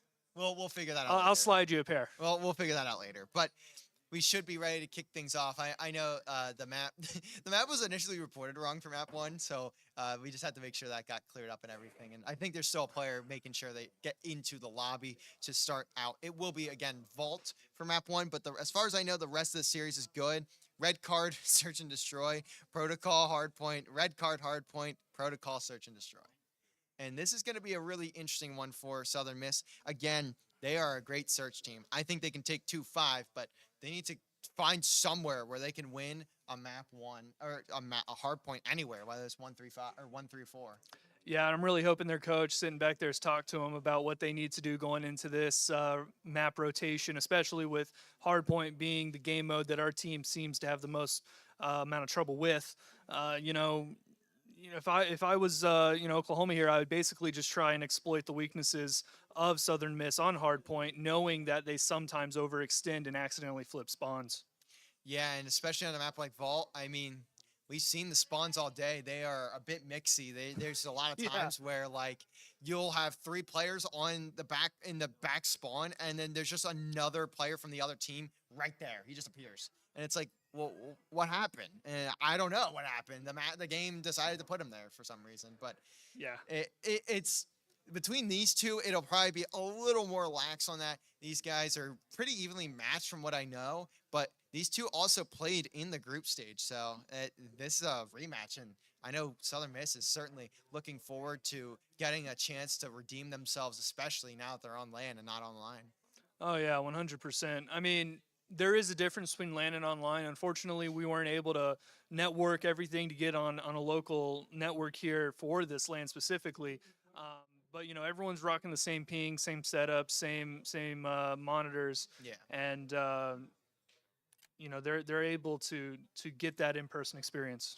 Yeah, and it's just such a different feeling. It's I think around 20 to 30 ping, that if I would remember correctly. If not, it's probably a lot lower, but regardless, you're playing on the same, so it's equal for everybody, so it doesn't really matter. But there is now the teams loaded in the map, being Nwosu and Southern Miss U.S. Army, looking to make their mark here. Loser goes home. These are two very high-seeded teams. One of these two will be sent home in just a little bit, but we've got a lot of time to figure out who that's going to be. And as we kick off our series, we're going to have Hardpoint 1 right in the middle of the map. Yeah, and this is a really good start coming out. You know, again, it's very static, and this first point is chaotic, but you see both teams are setting up their own lines of scrimmage. No one's really jumping into the middle yet because they know the moment they do, nades are going to come flying, and they're going to get shot from different angles. I think we're about to see a lot more, you know, of an organized push from both teams. Yeah, and it's just a lot of trades. That's how the P1 hill goes in pretty much every COD map, and you're seeing there, though, that's a clean wipe for Southern Miss. They're going to take down Nuosu very quickly there, and that's going to give them at least a tiny bit of time, not a lot, but look at number 7 on the mini-map. That is going to be Tyler, who has made his way all the way into the back of the spawn, and he is getting kills back there too. So that is an incredible route taken by Tyler, finding the gap and making a point of it. Now there is going to be a repinch here from Biggie Cheese. We'll see if he's able to find something, but Aggro has already gotten 2. Strahan at least following through, finding another, and it's looking like the Rangers have found their way into the back once again, and they're going to start collecting more time. Yeah, Rangers really need to hold off this lane push here from the pool side as Southern Miss is going to start making moves. You know, they're able to get some good trades in. You know, number 4 there sitting on the map, I believe that is Stewie. He's really, you know, watching the angles here. I'm sorry, that was T-Bird. But, you know, at the end of the day, they are holding that point on the southeast corner of the minimap. And USM is probably just going to have to go GG go next here on the next point. Because I don't think they're getting through that northwestern Oklahoma line of scrimmage. Yeah, they definitely were not there, but Tyler, huge rotational kills. T-Bird will at least get 1 onto him, but Strahan has already made his way across the map, found 1, knows exactly where the rotation is coming in from northwestern Oklahoma State, almost has the 3rd, but he will get shut down. So Stu at least moves up a little bit further, and you're seeing them take advantage, and now collapsing onto the hill. They're trying to blow this one out of the water early on. No, yeah, that's exactly what it's looking like here. And, you know, we looked at, you know, a lot of different teams take this hill or this point here and have a hard time holding it. Man, my voice died. But Robot picking up a double here, 1 on Stewie, 1 on Biggie Cheese. But, you know, USM setting up a trophy, just trying to make sure they don't get hit with the nade spam. But it looks like we may have a flank here. Yep, there you go. And another huge set of time for Nuosu. Strahan just trying to find anything he can, has to back away. Now you're going to have to rotate too. Only down by 30, so you're certainly not out of this one just yet. But if things keep going the way they have been, then you got to be a bit more careful. Strahan, though, he can get through the back spawn. And certainly Nwosu knows exactly where he is at, or at least generally. They're going to start hunting him down. The rest of the team, though, of Southern Miss, they need to start flying towards that hill. Strahan not able to get anything out of it. It does open up a little space on the map, but it is a 10 spree for T-Bird. He is just holding it down, the human turret right now, 14 and 5, and he is just unkillable from this position. Yeah, no, that kind of kill streak, especially on a game mode like this, is really, really, I mean, it's threatening, truth be told. You know, dude's got all streaks now. Sitting on a 10 kill streak, you know, he's got 2 seconds on point, which again, we all know my feelings about playing the objective, but I can't really argue against that kind of performance. And right now, we talked about it early in the game. Orbsy needed to step up, make sure he was having his style of play, and currently he's sitting at 5 and 11, not having a good time on the map. Just needs something to go his way, and maybe Southern Miss can start working on the comeback, and they're at least going to slide into the first hill as we hit that second rotation, start grabbing time, but they need about 100 if they want to continue being competitive in this game. Yeah, I mean, sitting at this point, you know, I'm a little worried about how, you know, Tyler and Strahan are feeling. You know, Strahan's not really used to being on this end of the scoreboard, and of course, you know, Tyler has a really hard time when it comes to bouncing back from big losses or big, you know, plays that go wrong. And you know, honestly, looking at T-Bird right now and what they're offering to Oklahoma State, you know, I think Orbs is going to have a hard time being that rock, bringing his team back together to close out a game. Yeah, and it's going to have to be through this next P2 hill. That's what will get them right back into it. If they can get a full 60, they're at about 110 points, and that's going to be just enough to keep them right there in competition. But if Nwosu managed to break this one out, then it's going to be a problem for Southern Miss. Fantastic That's a huge wipe. That gives them so much more time. And now this is where you can start making your comeback happen. Robot, though, gets gunned by T-Bird, who's just ripping apart Southern Miss's defense at the moment. Biggie Cheese sliding through, looking to be the big man on campus here in Hattiesburg. Will get taken out by Orbsy, and now it's going to have to be another rotation, I believe, if I'm thinking of the timer correctly. Yeah. I mean, listen, the defense made of paper mache. That's what I'm thinking here when I look at, you know, Southern Miss's defense. You know, their offense is really good. Taking points is fantastic. You know, but when you challenge T-Bird on that lane, you better expect to catch those bullets. I mean, this guy's on fire. Yeah, he's 18 and 10. I mean, he only has 2 seconds in time, but those seconds don't mean a single thing when you're both winning the game and you're fragging out like T-Bird is doing. Tyler has to come off the respawn. He's going to be the one in position to possibly stop Biggie Cheese and collecting that time. Although the sight line is not there, good work from Biggie Cheese being smart about laying in the hill. Will get taken down, but regardless, it's still not the end of the world, considering that they at least still grab time, and now they continue to grab kills. Orbsy finds one, needs to get the second. That's going to be T-Bird, and does just that. And Southern Miss trying to fight back into this one, but it's still just time continuing to tick for Nwosu.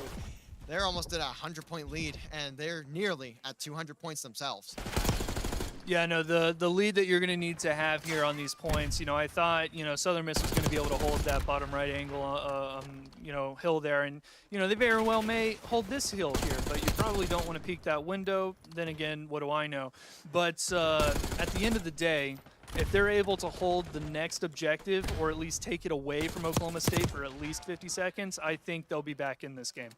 Yeah, again, it's just one hill, but that's also under the pretense that we aren't seeing Nwosu pick up time. Strahan doing a little bit of dipping, dodging, diving, weaving, and finds one. That's going to be huge, but just sprints into the point. That's going to get him killed. At least does some baiting for Robot. Tyler needs to make sure he picks up this lane, gets rough timing, rotating to the back spawn, and it has been a 200-point mark eclipsed if you are the Rangers, and now they are certainly in a great position to take this map and head into that map 2 on S&D.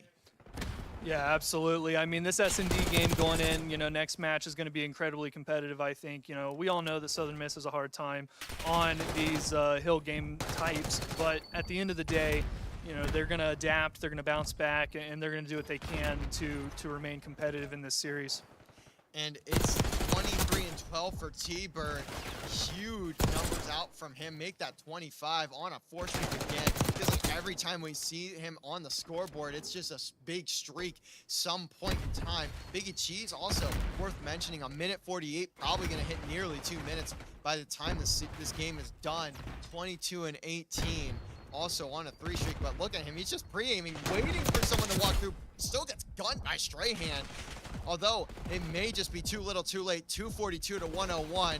I think the Rangers have this one locked up, especially after a 2-piece from Stewie. Although it is a little mixy. And there's Biggie Cheese to close it down. 5 seconds left, and that should be game number 1. And that will be game number 1 to Northwestern Oklahoma State. Yeah, it was a fantastic match there. It started out real strong, and I mean, when you talk about movement in this game, it's a double-edged sword.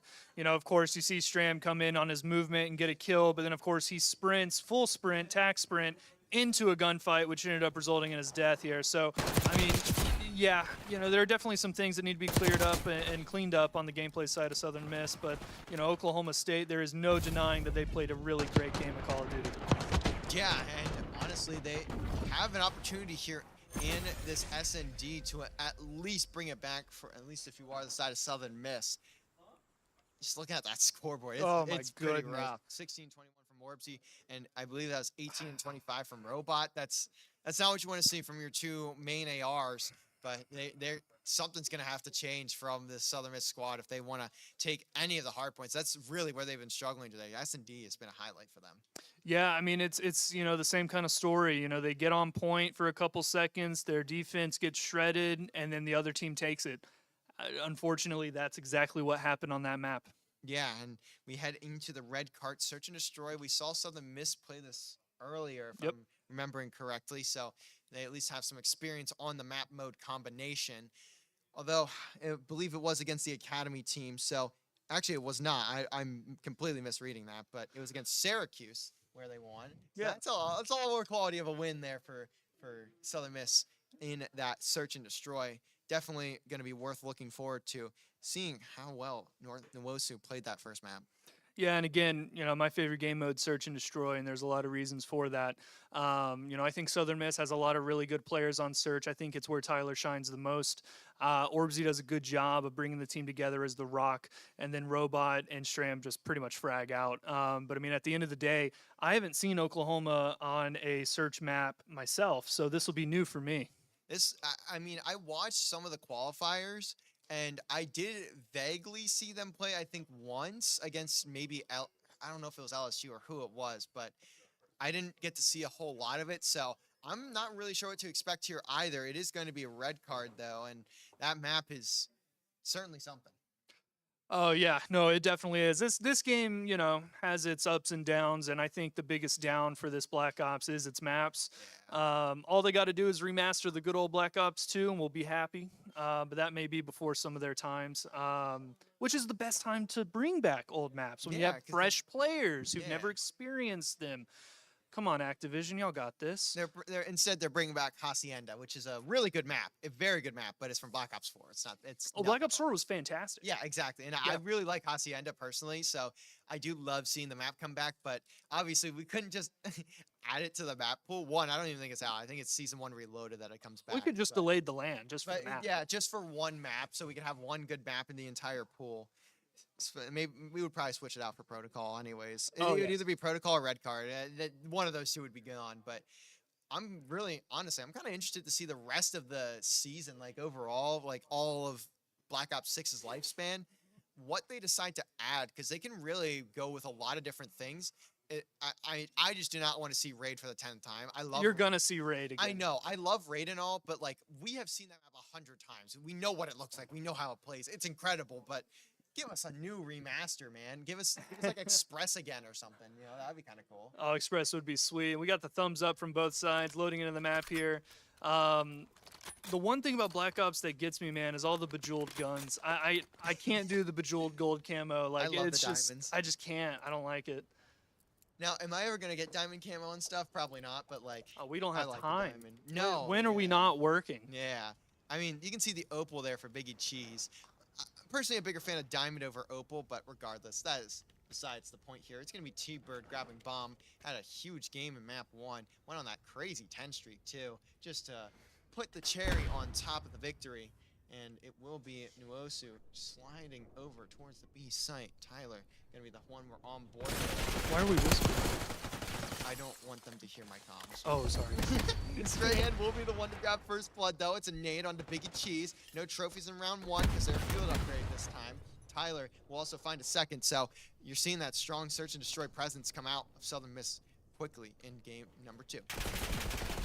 Yeah, no, this is a really, really good, fight we're seeing right here on B.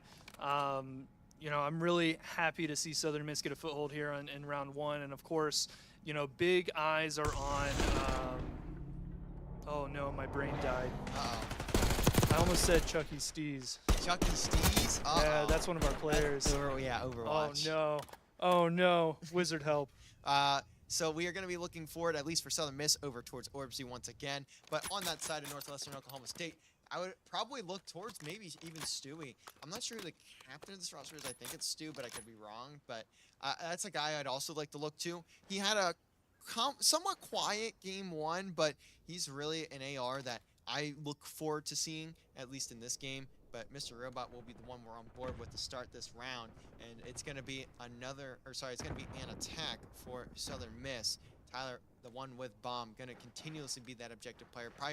You'll probably never see anyone else grab bomb, at least off the start. If he dies, it's different. Weird challenge there from Robot. Yeah, maybe just trying to spot out T-Bird up top. Although Strahan is also in position. Flies across. Only a few tags, and you can just see how ludicrous some of these lanes are in red card. Yeah, no, and Biggie Cheese is who I'm looking out for. That's especially who I'm looking at, especially after the MVP of last game. And I think I said especially like 5 times already. Maybe. So might as well say especially one more time. Just in case. Just make sure the point's made. But yeah, I mean, aggro gets taken down, and Southern Miss is looking to make a play, it seems. Yeah, they're going over towards the A bomb site now. Going to start to look to get the rock down. And it will be number 5 Robot that is going to hold the primary point of cover. Tyler, maybe not expecting the position to be that forward from Stu. And that's going to be a huge pick to get because now T-Bird can watch from top red. But it is going to be a kill for him. It ends up being a trade. And it's just down to Mr. Robot. He's getting caught running away. That's going to be the round. And it will be a 1-1 in map 2. No spin. Yeah, I need a spin when you defuse. Thank you. It's unfortunate, but looks like Southern Miss just kind of falling apart there on that hold. And it starts with, I believe it was Tyler, after planting the bomb, went straight through to try and get to that back spawn. We saw them have that style of hold before when we saw them on red card today. They would send someone all the way to the back of the map, but they didn't have that type of map control, and there was just no way they were able to get control of that side. And that ultimately just leads to Tyler getting killed while sliding. Yeah, no, and I mean, that's the same thing that I brought up in a previous series. Tyler's movement, I think he just gets too excited sometimes and overcommits on the pushes, and that ends up being, at his detriment, especially here in a search and destroy game where your life is quite literally, space on the map. If you're dead, you gave up space. If you're alive, you at least are taking space. Yeah. And it's going to be a slow push from Nuosu in this one. Just trying to feel out where the defense is placed. And now they're starting to get control of the map. I think that was pushed up so quickly. And now Strahan has to back away. He's put pretty weak, does at least heal. And it will be first blood for Orbsy. So regardless of the positioning that Nuosu had, it's going to be Southern Miss getting the first blood. Tyler will get traded out, though. Aggro just being a nuisance, being a thorn in the backside of Southern Miss. T-Bird also going to get the benefit of the bait and switch, and now Southern Miss are just kind of stuck right next to the A-bomb. Yeah, I personally would not have dropped down in the open like that, take it in the back, but, it is what it is. It looks like, Southern Miss is up 2-2. Now it's a 1v2. It's all up to Mr. Robot here. Make something happen, 10 seconds on the clock. Yeah, and I don't know how much there is to do, but yeah, timer was basically running out, so Nuosu had to plant the bomb, and they do get that off. We'll see if Robot can clutch the 1v2. Gonna keep sliding on through, but I kind of don't want to talk. yeah. one of those gamer moments. Everyone knows to be quiet during these moments. Spot one, and trigger discipline isn't there. Do they expect him trying No. to take out Ag? He's got 7. He doesn't have time. And yeah, with just 15 seconds left, Nwosu, that is just pure discipline, not giving an inch to Mr. Robot. Not a chance for him to win the round there. He'll just look to stay alive, not feed the other side a kill, especially when you're seeing T-Bird. He's on a 4 streak. Yeah, I know. That's definitely what I'd be worried about, is handing over a streak. I mean, that's a smart play. Instead of just committing to it, it's the way to do it. I thought we were going to see a commit from that player in the back. I think it was T-Bird. That's T-Bird, yeah. Yeah, I thought he was going to really commit to that fight, and that would be what could give it up. But smart play, keeping the streak alive, and now heading into a 4th round with a lead and the possibility for even more streaks that could do some detrimental damage. Tyler, the one to grab bomb here.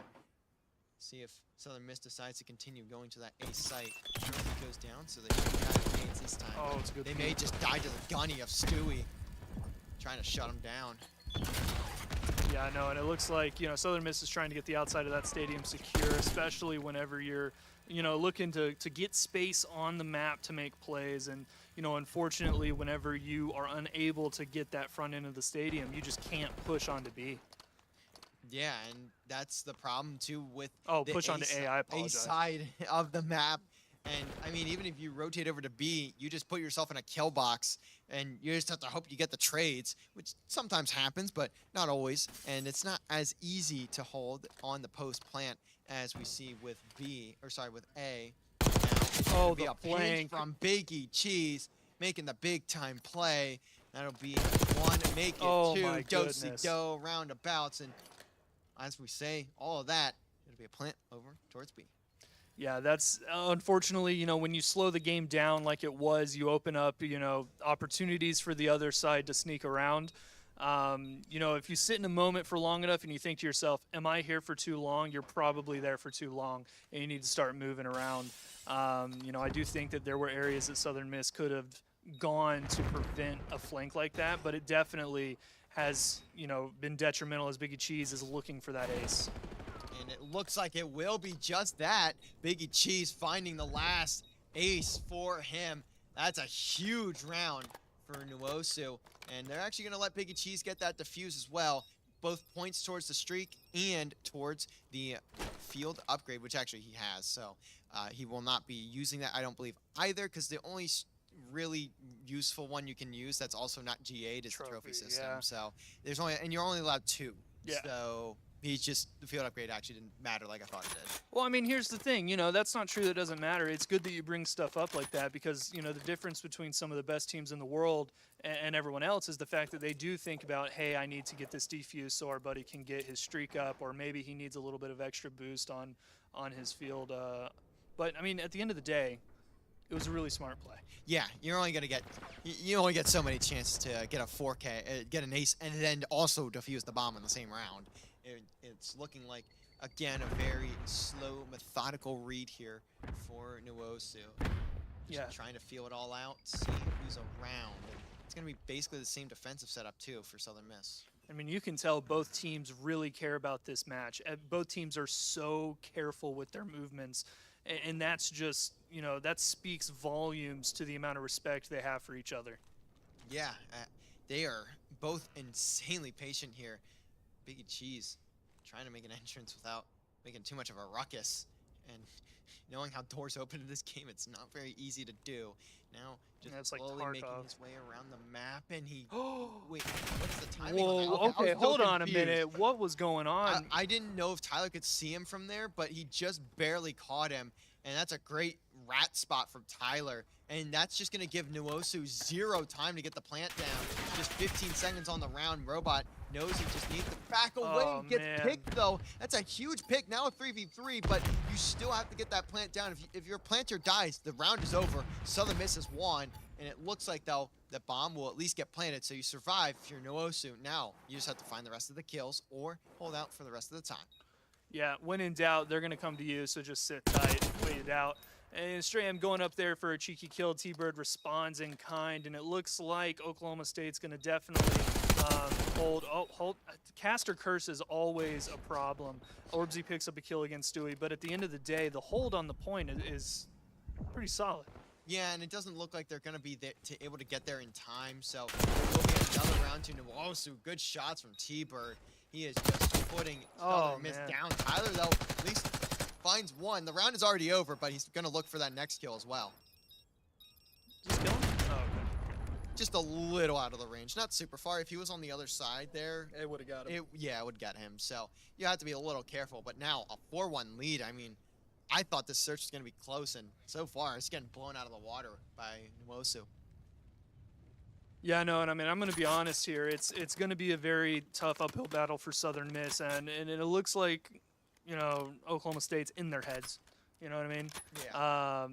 What is it, Nwosu? It feels like they're in their head, and you know, Southern Miss just has to get back, go back to center, and go back to those fundamentals to make up that deficit.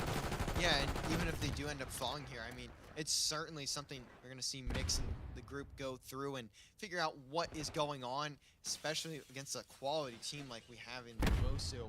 And Southern Miss has decided to take the bomb over towards the left side of the map, and we'll see who ends up getting that plant down if they can do just that. Tyler will, of course, be that carrier for the time being.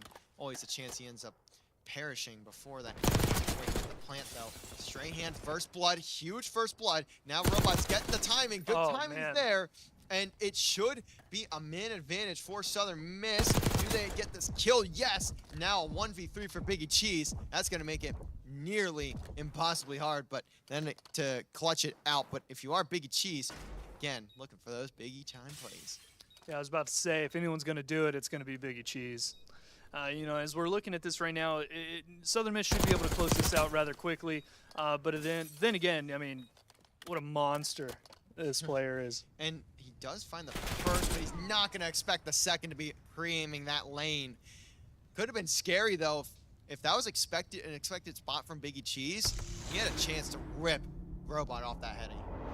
Yeah, I mean, it's definitely going to be at a disadvantage, though, because look at this angle Robot's got. You know, Robot sees that runner before the runner even sees him, and that's a very dangerous angle to run into. You know, I probably would have rather run, you know, the left around on the inside as opposed to out in the open. Sitting in the third row, getting a good view of the pitch. Those are terrible seats. And, I mean, they weren't great seats, but they certainly were great seats to get that final kill, and that's what's going to help them continue to stay alive in map 2. But it will be, again, Nwosu on the attack. Bomb handed to Stu. And it looks like it's going to be a little bit of a different setup, and that's going to lead to a first blood, make it a second blood, too. Oh, my and goodness. now it's a 2v4, and look at where Stu is with the bomb. He's just hanging out, waiting for the rest of the team to push on out, and then that could be it for the round if they play their cards right. Speaking of, we are still on red card.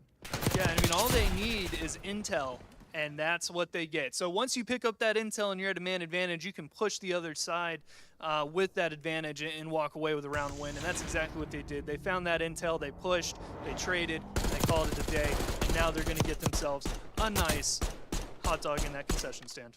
Ooh. At least someone's eating there, but Southern Miss currently on the opposite end of it. They're starving right now. They need a couple more rounds, and by a couple, I mean 4 straight to win this game. They'd have to send it all the way to 11, and it's not looking too mighty fine for the Golden Eagles right at this moment. They are going to at least take bomb. They're going to take it over towards B once again. That seems like the site they really prefer to go to, as opposed to what we saw from a few other teams. They were really preferring that A side, and it's going to be a quick hit for Southern Miss. We'll see if they can pick up that first blood once again. That's really what's going to be the difference maker in this round. Yeah, for sure. Especially on match point like this, you need that momentum to carry into further rounds. And, you know, it looks like, oh my goodness, what a decent trade there. They took out T-Bird, but we lost Robot. So we got one gunner for another. So, you know, looking at this play here, Biggie's going to be in a tough spot. Why? How? Orbsy misses those shots. That's insane. Biggie Cheese with a burn there onto Orbsy. Now Strahan left in a 1v2. This is the guy I'd want in this situation, but Oh my not gonna goodness. be able Oh, to it's get just that. unfortunate. Slides out and gets pinched. That is a 6-2 map, and I think this is the quietest series I've ever heard. Yeah, no, it's definitely, everyone's locked in. Whether you're in the audience or whether you're in the stage, you're locked in. This is a very important match for both of these teams. One team coming in, Cinderella story going up against the number 1 seed, and of course the other team, getting knocked down by an unexpected opponent. And so you've got two teams here focused on the victory, and it's just dead silent. Yeah, like it's insane how quiet this is, especially coming off the series we just watched where they were both just standing up screaming into each other's microphones. Like, that was insane. But now we are back and waiting for map number 3. That is, unfortunately for you, going to be a protocol hardpoint. Yeah, I mean, listen, protocols, it is what it is. I think it's going to come down to that, P1 to P2 transition. If you can secure enough points on the first point and then flip the spawns in a way to get an advantage on P2, I think you get a decent lead.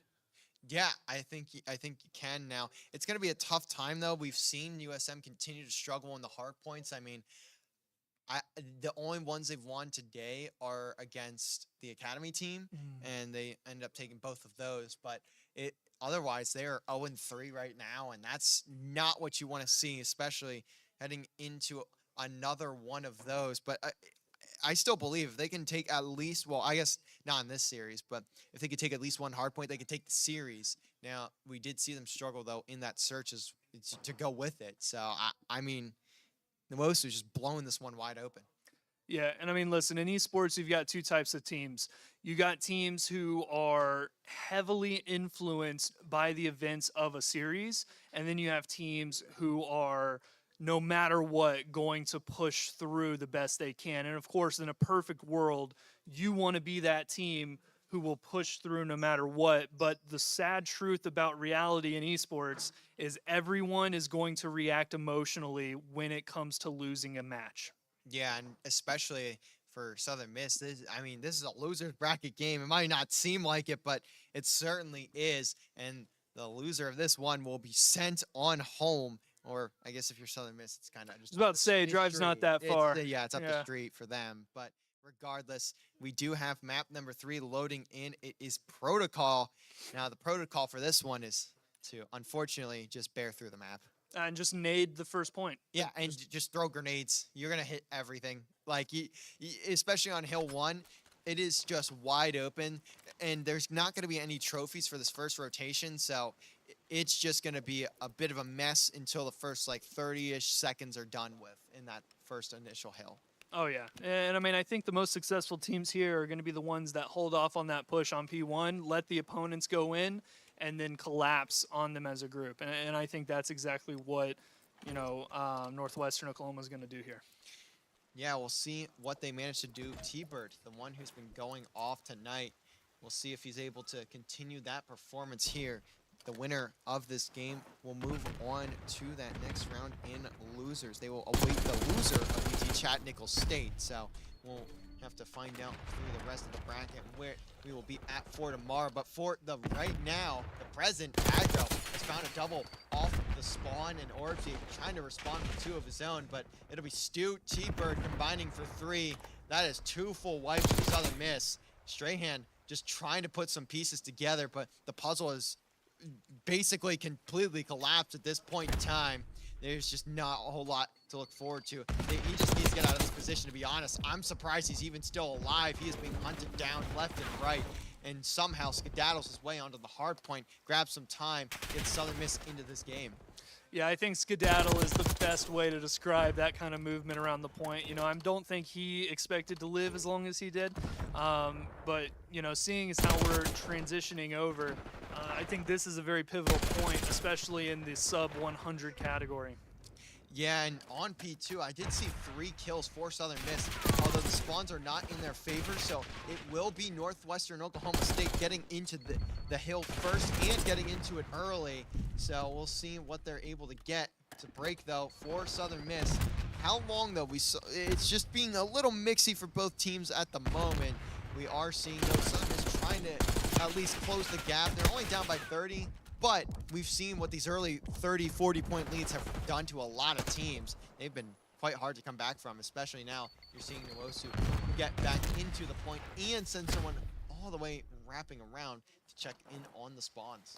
Yeah, no, for sure. And I think Orbsy is a pretty good standout for Southern Miss right now, sitting at 6-4.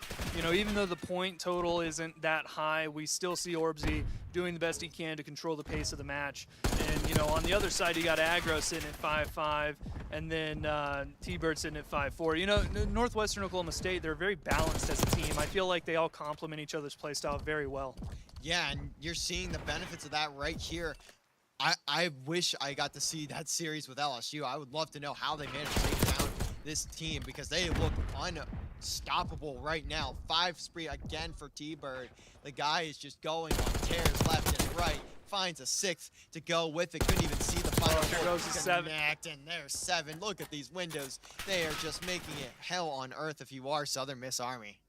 I don't even know how to react. Oh, Tyler goes in with a good kill there. That was a really good shutdown that they needed to move forward in this match and give up that space on the second story of that building.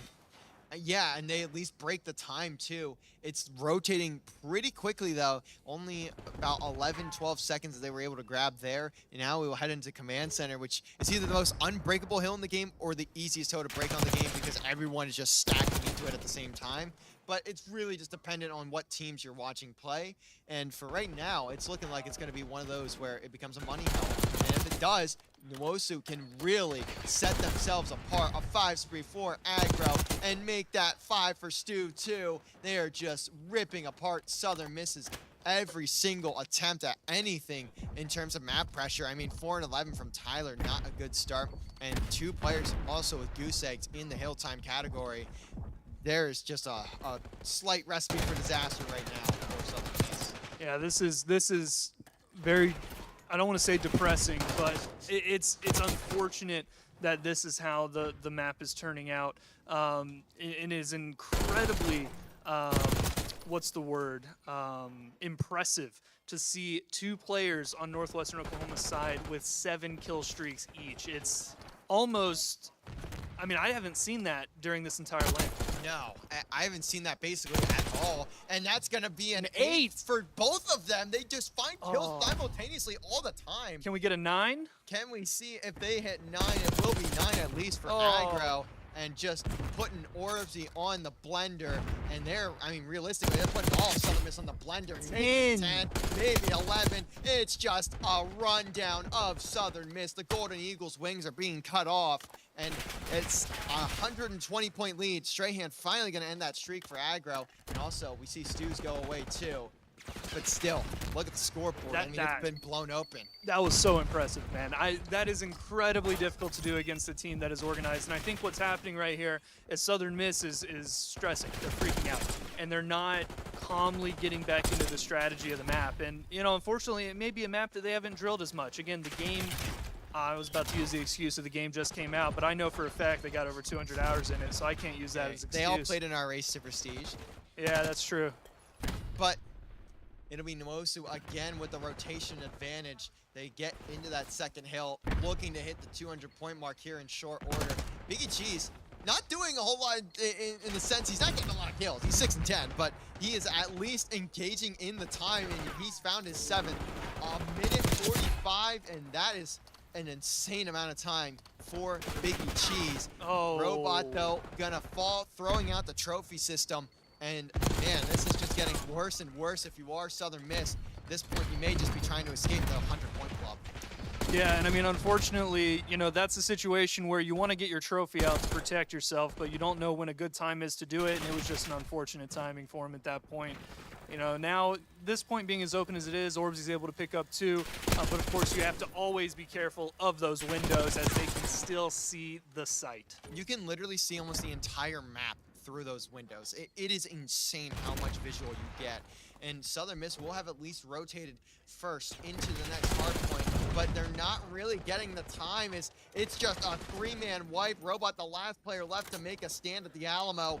And the Alamo has been taken by enemy forces. That is T-Bird Aggro getting on the board once more. 19-9 for Stu, 19-12 for Aggro, 15-11 for T-Bird. Everyone just going off in their own right. And if you want to say going off in their own right, Big Cheese got a minute 44 on the clock. And it is now 2:13 to 89. Southern Miss at least get the break. Clean sweep there. But they're going to need a whole lot more of those if they want to have a chance at making this game look nice. Yeah, and you know, Northwestern Oklahoma definitely out here to make a statement, and that statement is that the game against LSU was a fluke, and they really are here to play. They really were number one, and they're here to take it all the way. Yeah, and yeah, I mean, with a performance like this, it may just be enough. I mean, we'll have to see, though, as they continue on in the bracket. They will play the loser of UT Chattanooga State, so they're certainly going to have a big test at the end of the night tonight to figure out if they can make it to championship Sunday, because by Sunday, we're only going to have about 4 teams left. Yeah, no, it's going to be a very good day tomorrow as we go into competition. Southern Miss here able to break 100 points. 3 minutes and 30 seconds left on the clock, paused for sight. And it looks like Southern Miss has a little bit of fight left in them. Yeah, they're at least fighting back. I saw Orbsy hit a 5 streak, so it's certainly not fully out of it yet, but it is slowly getting to the witching hour, and we know the witching hour is where wins become losses and losses become wins. But for Nwosu, it's looking like it's just going to be a win that becomes another win. Yeah, no, and especially with when you have this point here, you know, it is really cash money for whoever has it. You know, you set up a really good hold, and you can pretty much get the entire point system on it. And of course, we're going to the most chaotic site itself for potentially the last point or last hill for the match.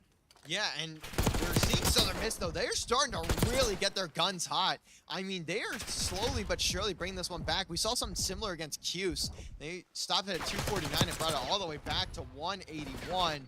And they're looking to do something similar here, but this time maybe complete the objective, get to 250. Looking through the windows of the helicopter, there's not going to be a sight line there. Does at least spot Aggro, but the shots are not clean. I think every single one of those missed. And Robot, now the last player left alive for Southern Miss to make the play, and that is series 251-47, and Southern Miss out top 10 or top 8.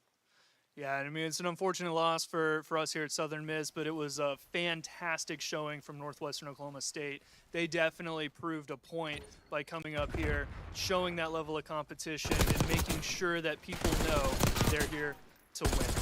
Yeah, and they will go on to play the team that loses against UT Chattanooga and Nicholls State, which will be our next matchup on the stage. But of course, looking at the stats one more time, 25-13 for Stu and 23-17 for Aggro. I mean, two players having a huge amount of impact on the map. 2 minutes and 3 seconds in the hail for Biggie Cheese. So everyone getting involved in one way or another. But we are going to pull one of the Nicholls State, the Northwestern Oklahoma State players for an interview before we head into the series with Nicholls State and UT Chattanooga. You got to get Biggie Cheese. Has to be.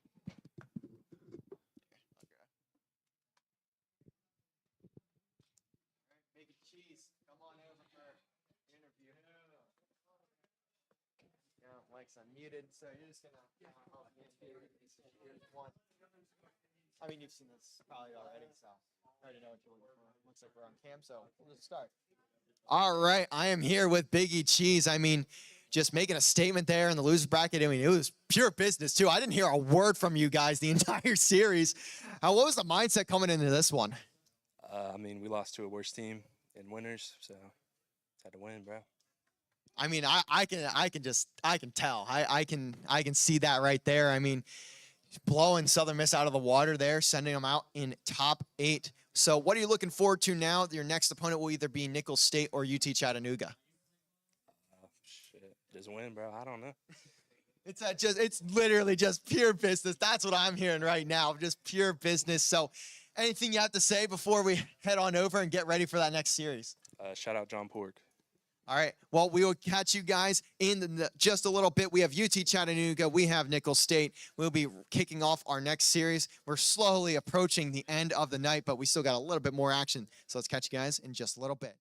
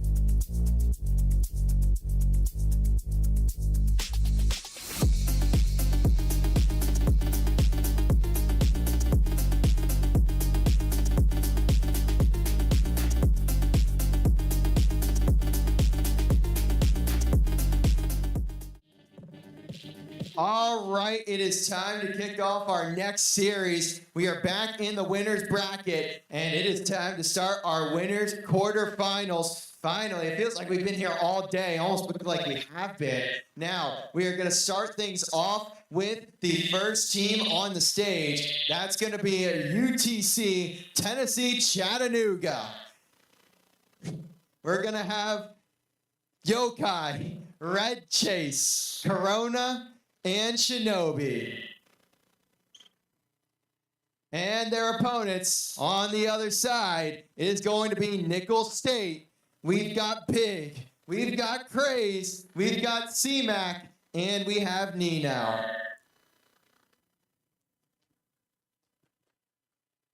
And now it's time to kick off our winner's semifinal. We're getting to the end of the day. Let's send it on over and kick this one off.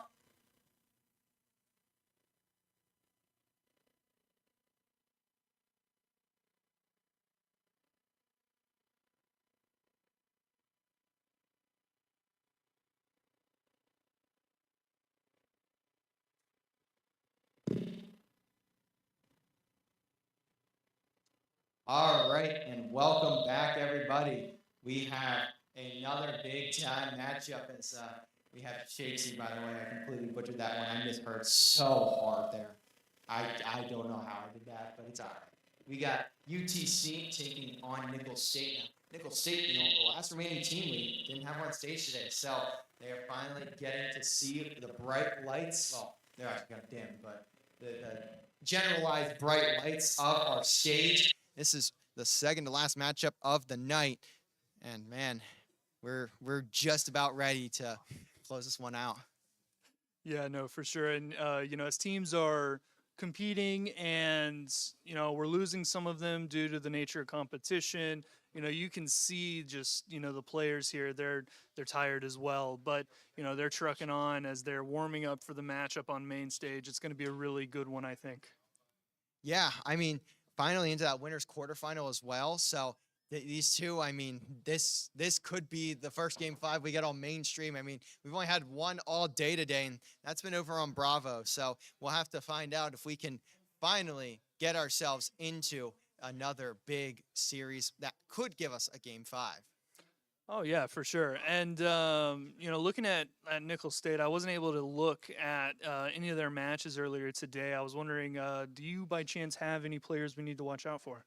So I would say Shakesy is definitely one that is a big-time player for the side of Nickel State. He has been a star out for their matches that they have played so far, not only today, but also in the group stage. And also C-Mac, another one of those players that's been around for a while. He's a big-time name, and that's a guy I'd also like to see on the main stage. And finally, we're getting to see that here.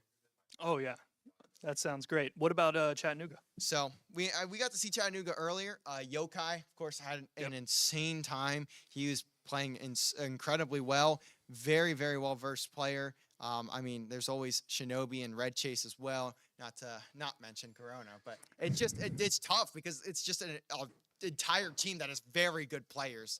Like it's such a hard team to stop. But if there's anyone that would stop them, my guesses would be either Syracuse or Nickel State. Yeah, I don't know. I really like this Chattanooga roster. They all seem to work well off of one another. Corona has picked up a really high kill count today, and I mean, so have the others. And I think they just play off each other very well. I'm curious to see what kind of teamwork will come out of Nichols here. Yeah, it's going to be a rewind map 1, a rewind map 2, and finally we're getting to see another Skyline. It feels like it's been so long.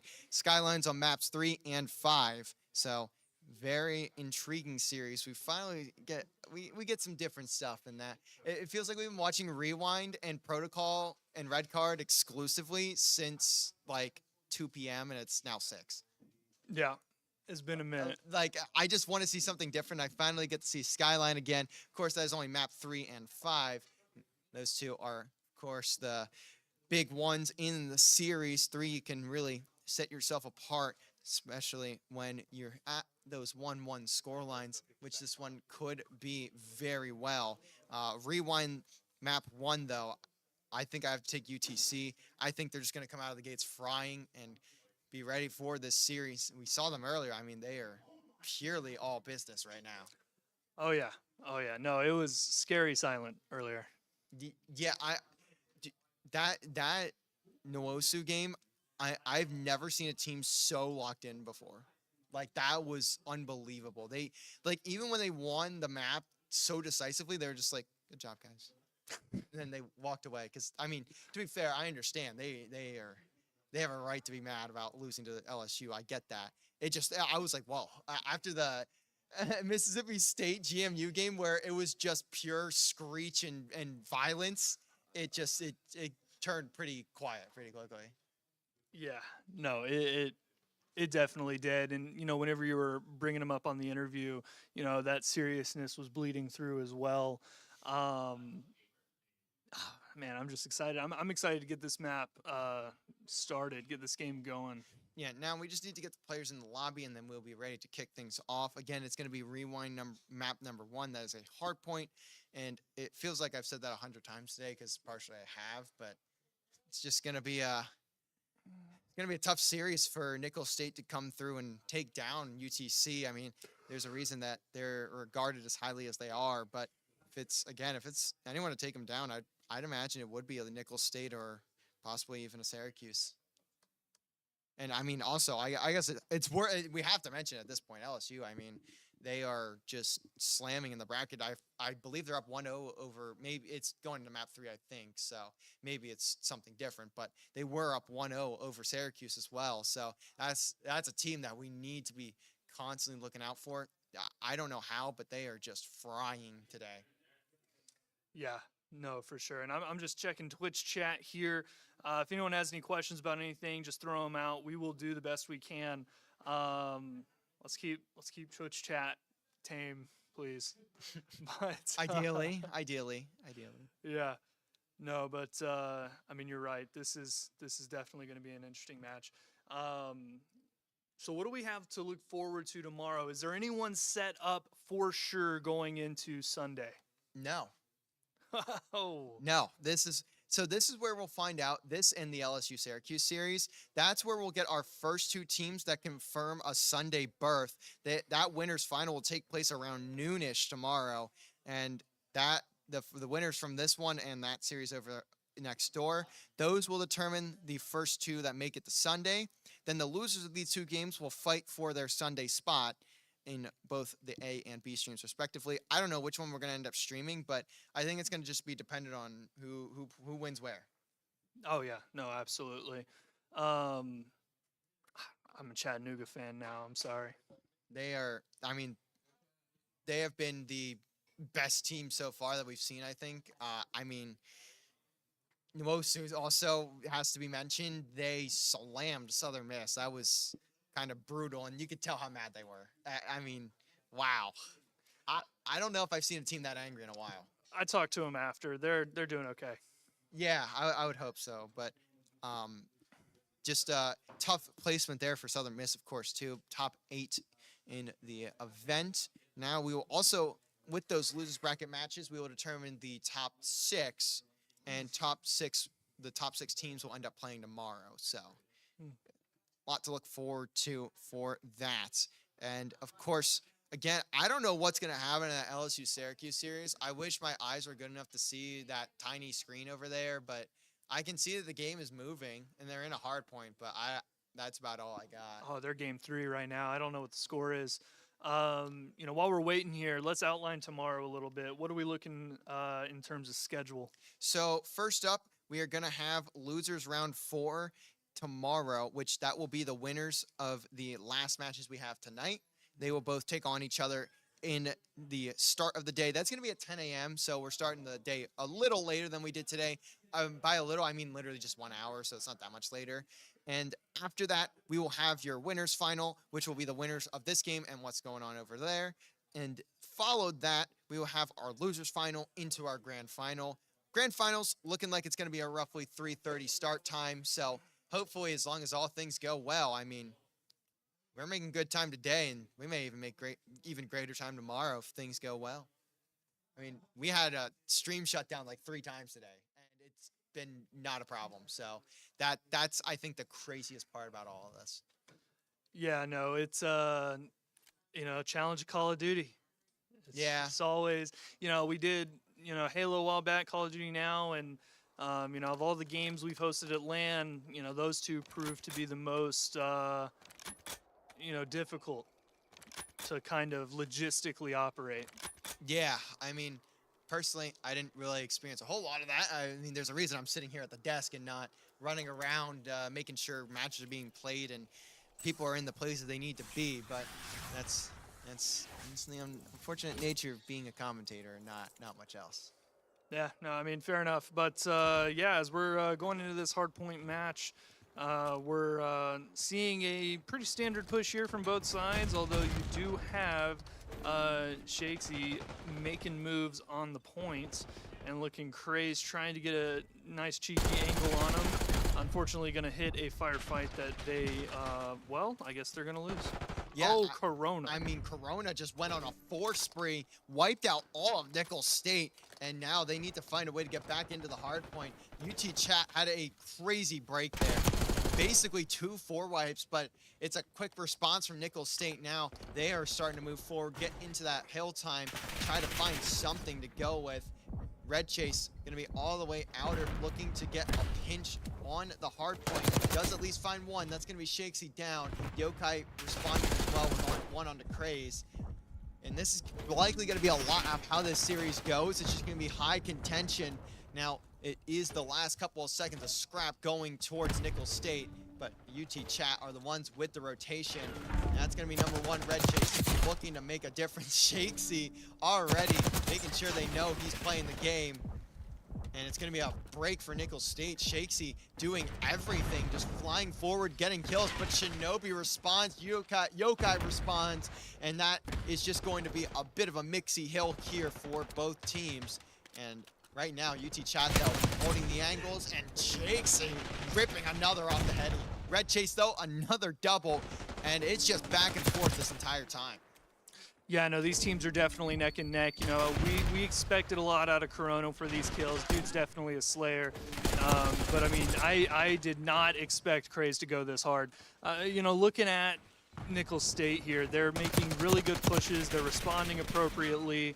But at the same time, UT Chattanooga is doing everything they can to respond, and they're doing so in kind. I mean, the score's 36-38. What else can you ask for? Yeah. This is about the best case scenario if you are Nickel State and you've gotten the rotation. Corona did not see that player, I don't think. That was C-Mac. And Red Chase going to get a team nade. He needs to make up for it and does. Gets C-Mac. Craze, though, sprinting forward, finding 2. Going to continue grabbing time, but not for very long. Slides come through, and Chat, again, finding their way into the hill. They're looking to hold a lead, but at the moment, it has just been a tough battle for both squads. And I mean, it's been very, very close. They just know each other so well. Shinobi going to start strolling through, looking for that outer edge to try and get into the next hill. That's going to be P4. Now over towards DVD. We'll see if UTC can get set up just for that point. Yeah, looking at that exchange there, it created a lot of room for Chattanooga to get some points on the board. I'm always questionable about, using those skins that Shinobi's rocking in a game, but at the end of the day, if you spend $20, you might want to rock it. But as we are going into this match a little further, you're seeing a lot of kills through and through. Both teams are controlling respawns rather well. They're kind of battling for control of the point here, as well as control of the map through the spacing and the spawn flipping. And it looks like Chattanooga's able to get off a little bit of a flip. Yeah, I mean, that's a good flip, too. That's some decent time to grab. Now the wipes are starting to go as well. If Chat can get on a roll, that's when it gets really, really scary. I do want to update, though. LSU, 3, Syracuse, 0. No. Yeah, 3-0 LSU. They shut down Syracuse. They are in the winners final for tomorrow. They have confirmed their spot on Championship Sunday. Now, we have to get back into this one. 30-second difference, and it's looking like Chat are the ones that want to establish themselves right next there, right next door to Syracuse. Yeah, I'm gonna be honest, man. My bracket's ruined. Yeah, no, mine is too. I didn't make one, but if I did, it was absolutely cooked after the first round. No, I mean, I had USM going a bit further, but then I also had them meeting Syracuse up at the top, so yeah, that's on me. But, you know, on this map right here, you know, you're seeing a little bit of a gap between the points. You know, in the beginning it was 35, 38, right? But now we're seeing at least a 30-point lead for UT Chattanooga, and we're just going to see how they plan on holding these points. It's just this team, this UC Chat team is just so good at keeping themselves ahead, and it Looks like we might have a crash here. yeah, so taking a look at the player screens, I can't see the scoreboard, but I can see some people running through. I can also hear the players yapping it up, and as far as I can tell, it's still going to be a lead for UT Chat. They are getting loud, and yeah, that definitely is a game crash, unfortunately, but we are going to let them play this one through because we are already fairly far throughout the map. Yeah, no, they'll go ahead and just keep playing through. And we will look to get an update after the map ends. No, Fox, let them play. Yeah, and we are just going to let them play this one out. More than 100 points have been scored by a team. We will not stop it after that, especially with how close of a game that was. And also, it's not a player crashing. It's just a spectator crashing. So no need to worry about that. But we will let you guys know when this map has ended. So far, it is 93 to 133 in favor of UT Chattanooga, and they are continuing to just roll on through. Players like to spam their scoreboards after I was dying. about to say, your eyes are fantastic. wish if I you could can see see that. But no, it's just I could see the spam of the scoreboard after they die. Having to squint, try and see what's going on. It is looking like they are over towards P2 once again, and that's going to be a first kill for Shakesy. And Oh, now they're the flashing time it. I is can't. so slowly starting to get further and further in favor of Chattanooga. I believe it was 108 to 141. And I mean, I could just go over there and look at it, but I don't feel like it. So we're going to just keep looking at it from our end. And I mean, man, Nickel State trying their best to come back into this game, but it is 143 on the board currently for UT Chattanooga. And I believe that's going to be around 97 to 100, actually 113 to 145. Hand me the headset. For the side of for the side of UT Chattanooga.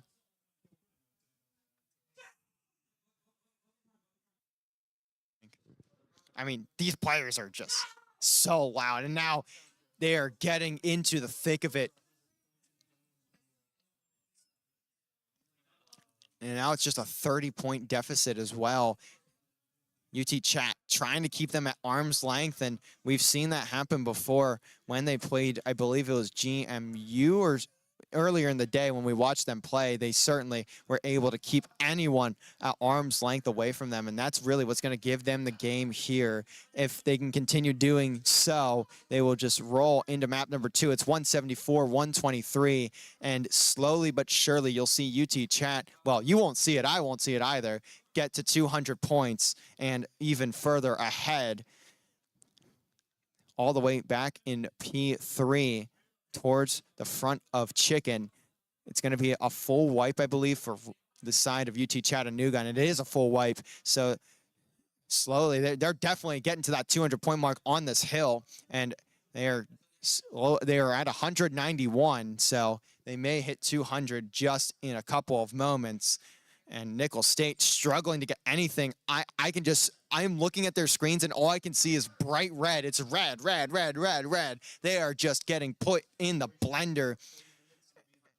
And man, that is just tough for the side of Nickel State. They may just be out of their depths in this one.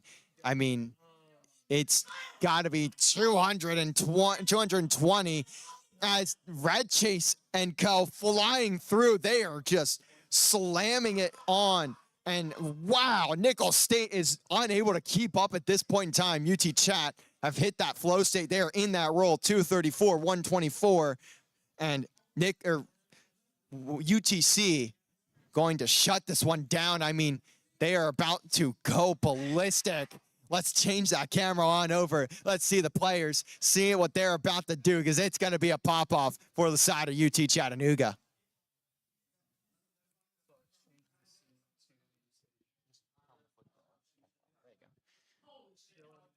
And now, UT Chat slow, just about to hit that 250 point mark, but Nickel State has something to say about it. They're trying their best, and that's a huge kill from Shakes. He only actually finds 2, but it is 248, 142, and it's going to be a UTC game. They need just 2 more points. I don't know if Nickel State has it in them to get 108 points in that time span while holding off a team as strong as UTC. And I mean, I'm surprised the game's even still going at this point. It is still 248 for UT Chat. They are managing to stay in hill, but it finally will fall. And it is 152-250 UT Chattanooga. What I was trying to ask earlier was, I'm sure we wanted a warm-up time of 40 minutes. They will now head into map 2 as Corona is getting hype on the main stage. You can kind of see it there on the cam, but of course there will be now heading into a map 2 that is again going to be on rewind. So we have the opportunity here again. 250 to 142 is your final score in map 1. Just switch to cast now. Game's over. We just need to get into the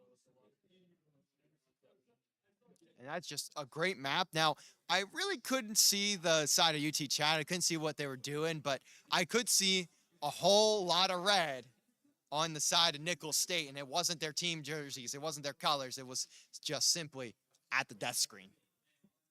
No, yeah, that was a pretty eventful end of the match. I'm going to be honest. I thought we were going to see some people, like, stand up.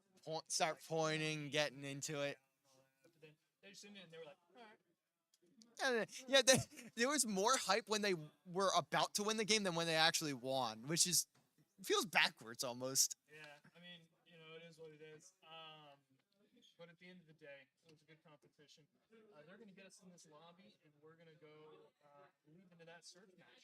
Yeah, it'll be on rewind again. So, I mean, if UTC plays like they just did, and we will see what is going down, but it is rewind again. So, UT Chat though, I after map 1, I think I have them taking it. Oh, sorry. I tossed it at the worst possible time. I'm sorry. Oh, that was brutal. I was like, man, I should drink water now. And Yeah, smart decision though. yeah. You ever have that internal monologue where you're like, man, if I had water today? Yeah, I do it. It happens a lot. Happens a lot. But man, I mean, I don't know how our game crashed. That's unfortunate. Call of Duty, thank you. But we will move on and continue the series as is tradition. I mean, we're almost out of the day though, which is even crazier. Yeah, I mean, it is what it is. I was wondering if the other teams wanted to, start sooner if they could, but, they buckled down. They said, no, we want our warm-up time. So I guess we're still on time on that front. Yeah, so it'll be Syracuse GMU. I don't know which one's going to be on the B stream because then you will have Northwestern Oklahoma State taking on the loser of this game. And one of those two will be our last matchup of the day here on mainstream. And for those two series, though, I think Syracuse 3-0s, but Nwosu versus either UT Chat or Nickel State, which is probably going to be Nickel State, that is going to be a good matchup. Yeah, for sure. I did not expect Syracuse to go down. I know. I did not either. I mean, LSU was having an incredible run. I mean, won in Game 5, won in 3-0 against Syracuse. I mean, they are on a tear, and I don't know where they came from. Yeah, I mean, whatever they are thinking or doing, they just need to keep doing it. Yeah, I mean, they got that now. They get the break for the rest of the night. They can come in, see who is playing. They don't have to worry about a thing. They can just go into tomorrow ready to go. Winners final. You are in a very comfortable spot. You still have to lose twice to be out of the event. And even if you get to that grand final through losers, the only advantage is really just the map picks because it's best of 9. We're doing one best of 9. We're not doing the bracket reset. So you get a great opportunity for whoever comes out of that loser's bracket. You don't have to worry about resetting one because that is much, much harder than just about winning one best of 9. Yeah, that ended up happening to us in the Halo land. Had that bracket reset, and everyone was like, "Oh my!" Yeah, that was insane. I cannot believe we got a reset. And then I believe that I think the second set was just a 3-0.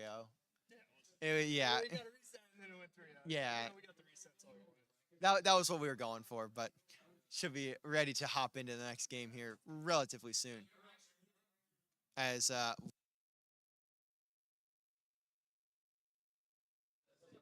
Oh, that's look back there. huh.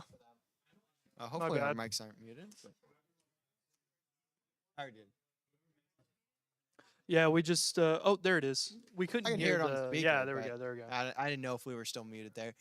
I mean, I don't know how long we were muted, but well, I think we were muted the whole time. That's fine. We were just yapping. So if you didn't hear it while we were commentating the game crashing, it was LSU 3, Syracuse 0. That's a big time win, and it looks like I got the map scores too. 250-191, 6-4, 250-194. So very close games the entire time. But still, a 3-0 is a 3-0 if you're Syracuse. Or sorry, if you're LSU. Oh no, for sure, for sure. I'm wondering what we got going on. Okay, it looks like they're picking maps and everything right now. Yeah, so I think we just had to reset the lobby and all that because the way or the PC crashed, so we had or not the PC, the game crashed, so we had to go reset the lobby. And this game takes 10 minutes to open. You get a menu, and then you get another menu, and then you get another menu, and then maybe you can consider playing the game. So we'll have to get through all that. But I do see all the players in the lobby, so we should be good to start in any moment now. And it looks like we are now loading into maps. So rewind, search, and destroy. Let's get to it. Hopefully it's not another 3-0. We've seen what or if this would be a 3-0, we've seen 3 3-0s and a 3-1. So Yeah. I would love yeah. to see a game 5 somewhere. Yeah, no, I hear you. I don't think this is going to be our game 5. No, I can't say. I can't say I think it will be either. I mean, I don't know much about Nicholls State, so we'll have to see how they come out in this search and destroy. Maybe they're a better search team than they are a hardpoint team, but it is also on rewind, so it's a little different of a map. Now, I mean, all of these search maps are a little different than what you would normally see in Call of Duty, as it's going to be UT Chat grabbing bomb first. That is Red Chase looking to slam out the door, bait for his teammates. Also has the bomb, so he has to be careful. Almost gets caught, but Nino will catch Corona. It's 2 trades, though, so man advantage will still be in the favor of UT Chat. It's going to be down to C-Mac and Nino to bring this one back for Nicholls State. Yeah, it's going to be a pretty tall task there, seeing as how Yokai is one of the ones up with Red Chase. We got a bomb down, and so it's definitely going to be difficult to move through this defense and get that bomb defused. Yeah, and especially the time starting to dwindle down. Although it is on the B bomb site, which is not necessarily normal. We've seen a lot of A plants this event, but we do at least get another one. That's a good nade, though, and that's a huge that's a pick for fantastic Nino. Now pick. a 1v2, a 1v1, but Yokai has the advantage here, knows exactly what he needs to do. We'll see if he ends up playing this one and gets shot in the back. He should have stuck it. I thought he was going to stick it, but decided not to. UT Chat going to grab round number 1. When in doubt, stick it out. It's an easy rule to follow. Yeah, I mean, it's just a good break, too, from UT Chat. Nicholls State did get the initial blood, but after that, it was all UT Chat getting the bomb down and finding 2 kills. Opened up the round, and that allowed Shinobi to start running around the map, playing the time, making the best decisions he can. No, for sure. And as we open up here on this initial push, you're going to see Nicholls State making an aggressive play to try and get that center map control. And it looks like we're going to have a couple people duking it out here in the video store as they fight for that bomb site. A little bit of a sneaky snake here for Corona moving through those hallways. Yeah, and now Corona is going to spot at least one, gets stunned up, backs away. That's not going to get chowed out that quickly, so he's able to escape with his life, doing a little dance with death if he can. Although the setup from chat is pretty strong here. See what information Nicholls State is able to grab. There's just really not a whole lot of movement going on, so this is going to be a very tough break for either side to really get anything going.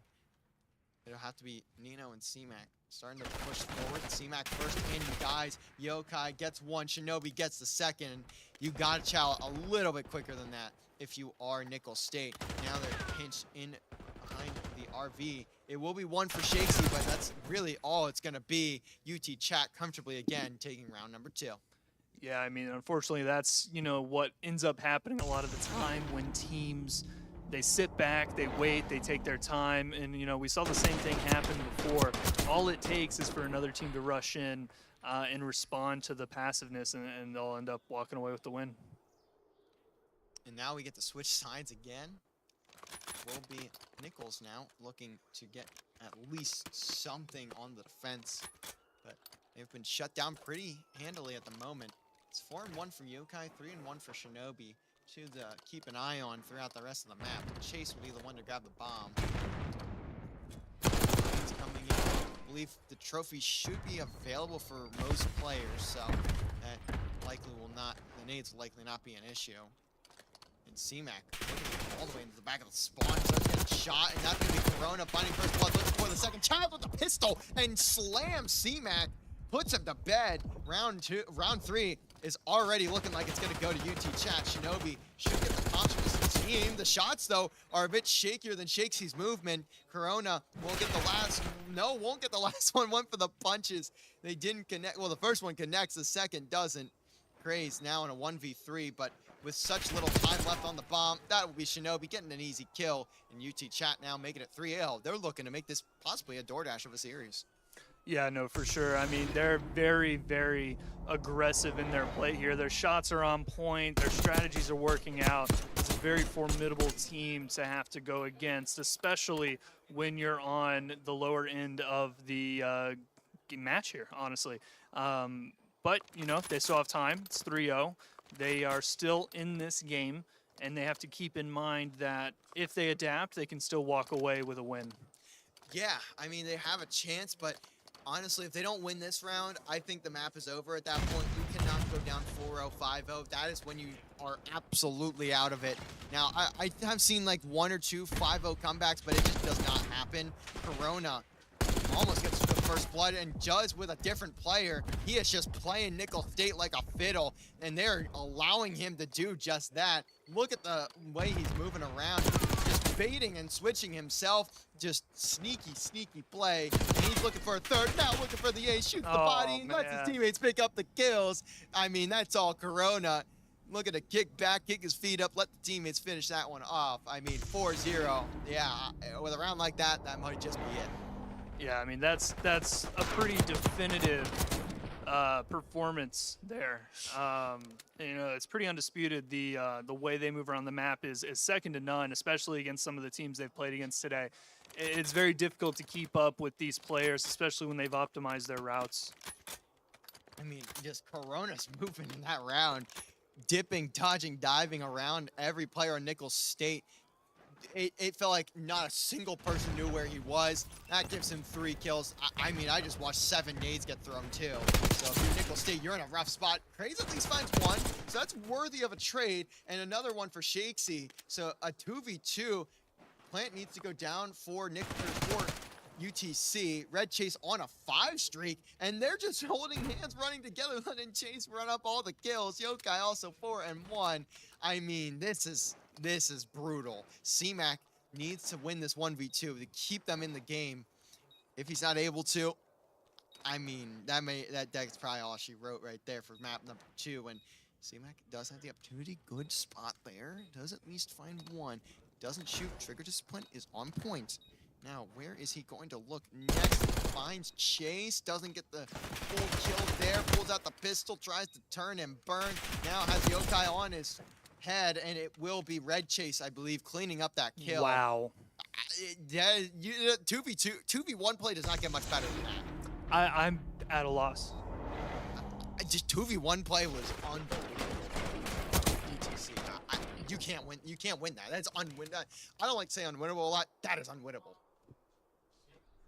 No, absolutely. It is a very tough position to be in. And I know that, these players on Nickel State, they're feeling it right now. That first map, yes, there was a big gap in the score, but they still kept it even for a good amount of time. And so I feel like they're just letting it get to them. This is definitely not the Nickel State that I heard about. Yeah, and Corona just running it down. 2 kills early, and I mean, finally dies, but it might not matter at this point in time. Nino gonna die to the RCXD. That's how you know it's a bad time.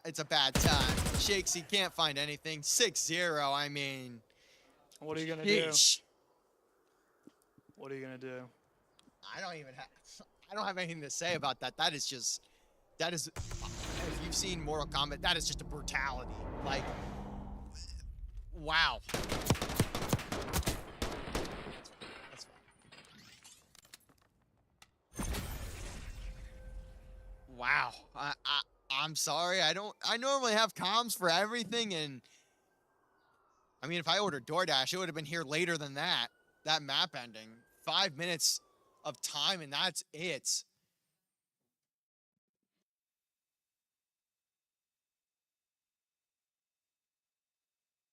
All right, we're going to have a straight into map 3. We are running it down on this timer for today.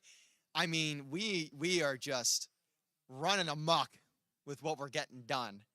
And I see we've got a friendly face joining on the desk. Hello and welcome. Your mic is currently muted. I'll get it fixed eventually.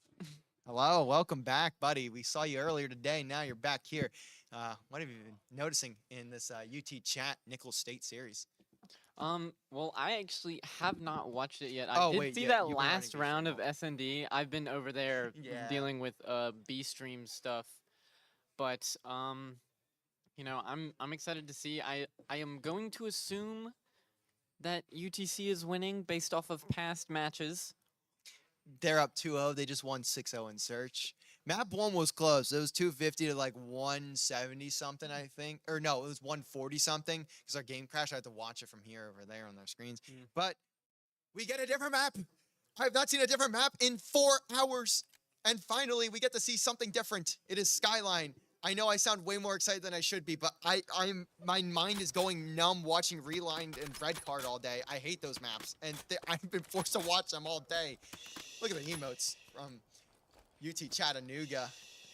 I believe that's UT Chat. I could be wrong. I mean, half the lobby has this skin, and our game crashed. I love that skin, by the way. And it looks like we may need to remake the lobby, so... Yeah, you can stop it on main. And it looks like our our game has crashed, so we will look to hopefully restart. If not, we will just maybe have to play this one out. And it looks like there we go. We are now getting the restart we were hoping for. This is what we get when we Apologies for all of these delays to both the viewers and also the players. I know they were so ready to get into that one, but just a tiny bit longer. We'll be getting into it though. Don't you worry.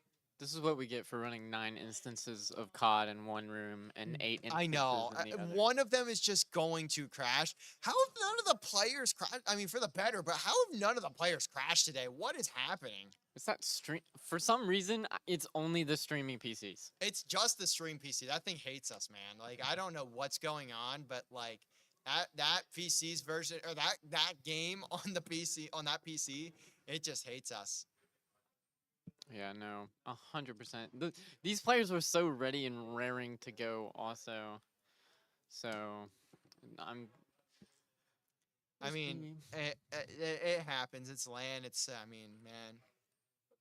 You know what? While we have the downtime again, I know they're not in the room at the moment, but huge shout outs over to the U.S. Army for sponsoring not only our Call of Duty team but also the event. I mean, they have been incredible, and I guess we get to see my account now on the main stage. So if you are a viewer and you wanted to see what Call of Duty looks like when we're not just sitting in a spectator, you can see it right there.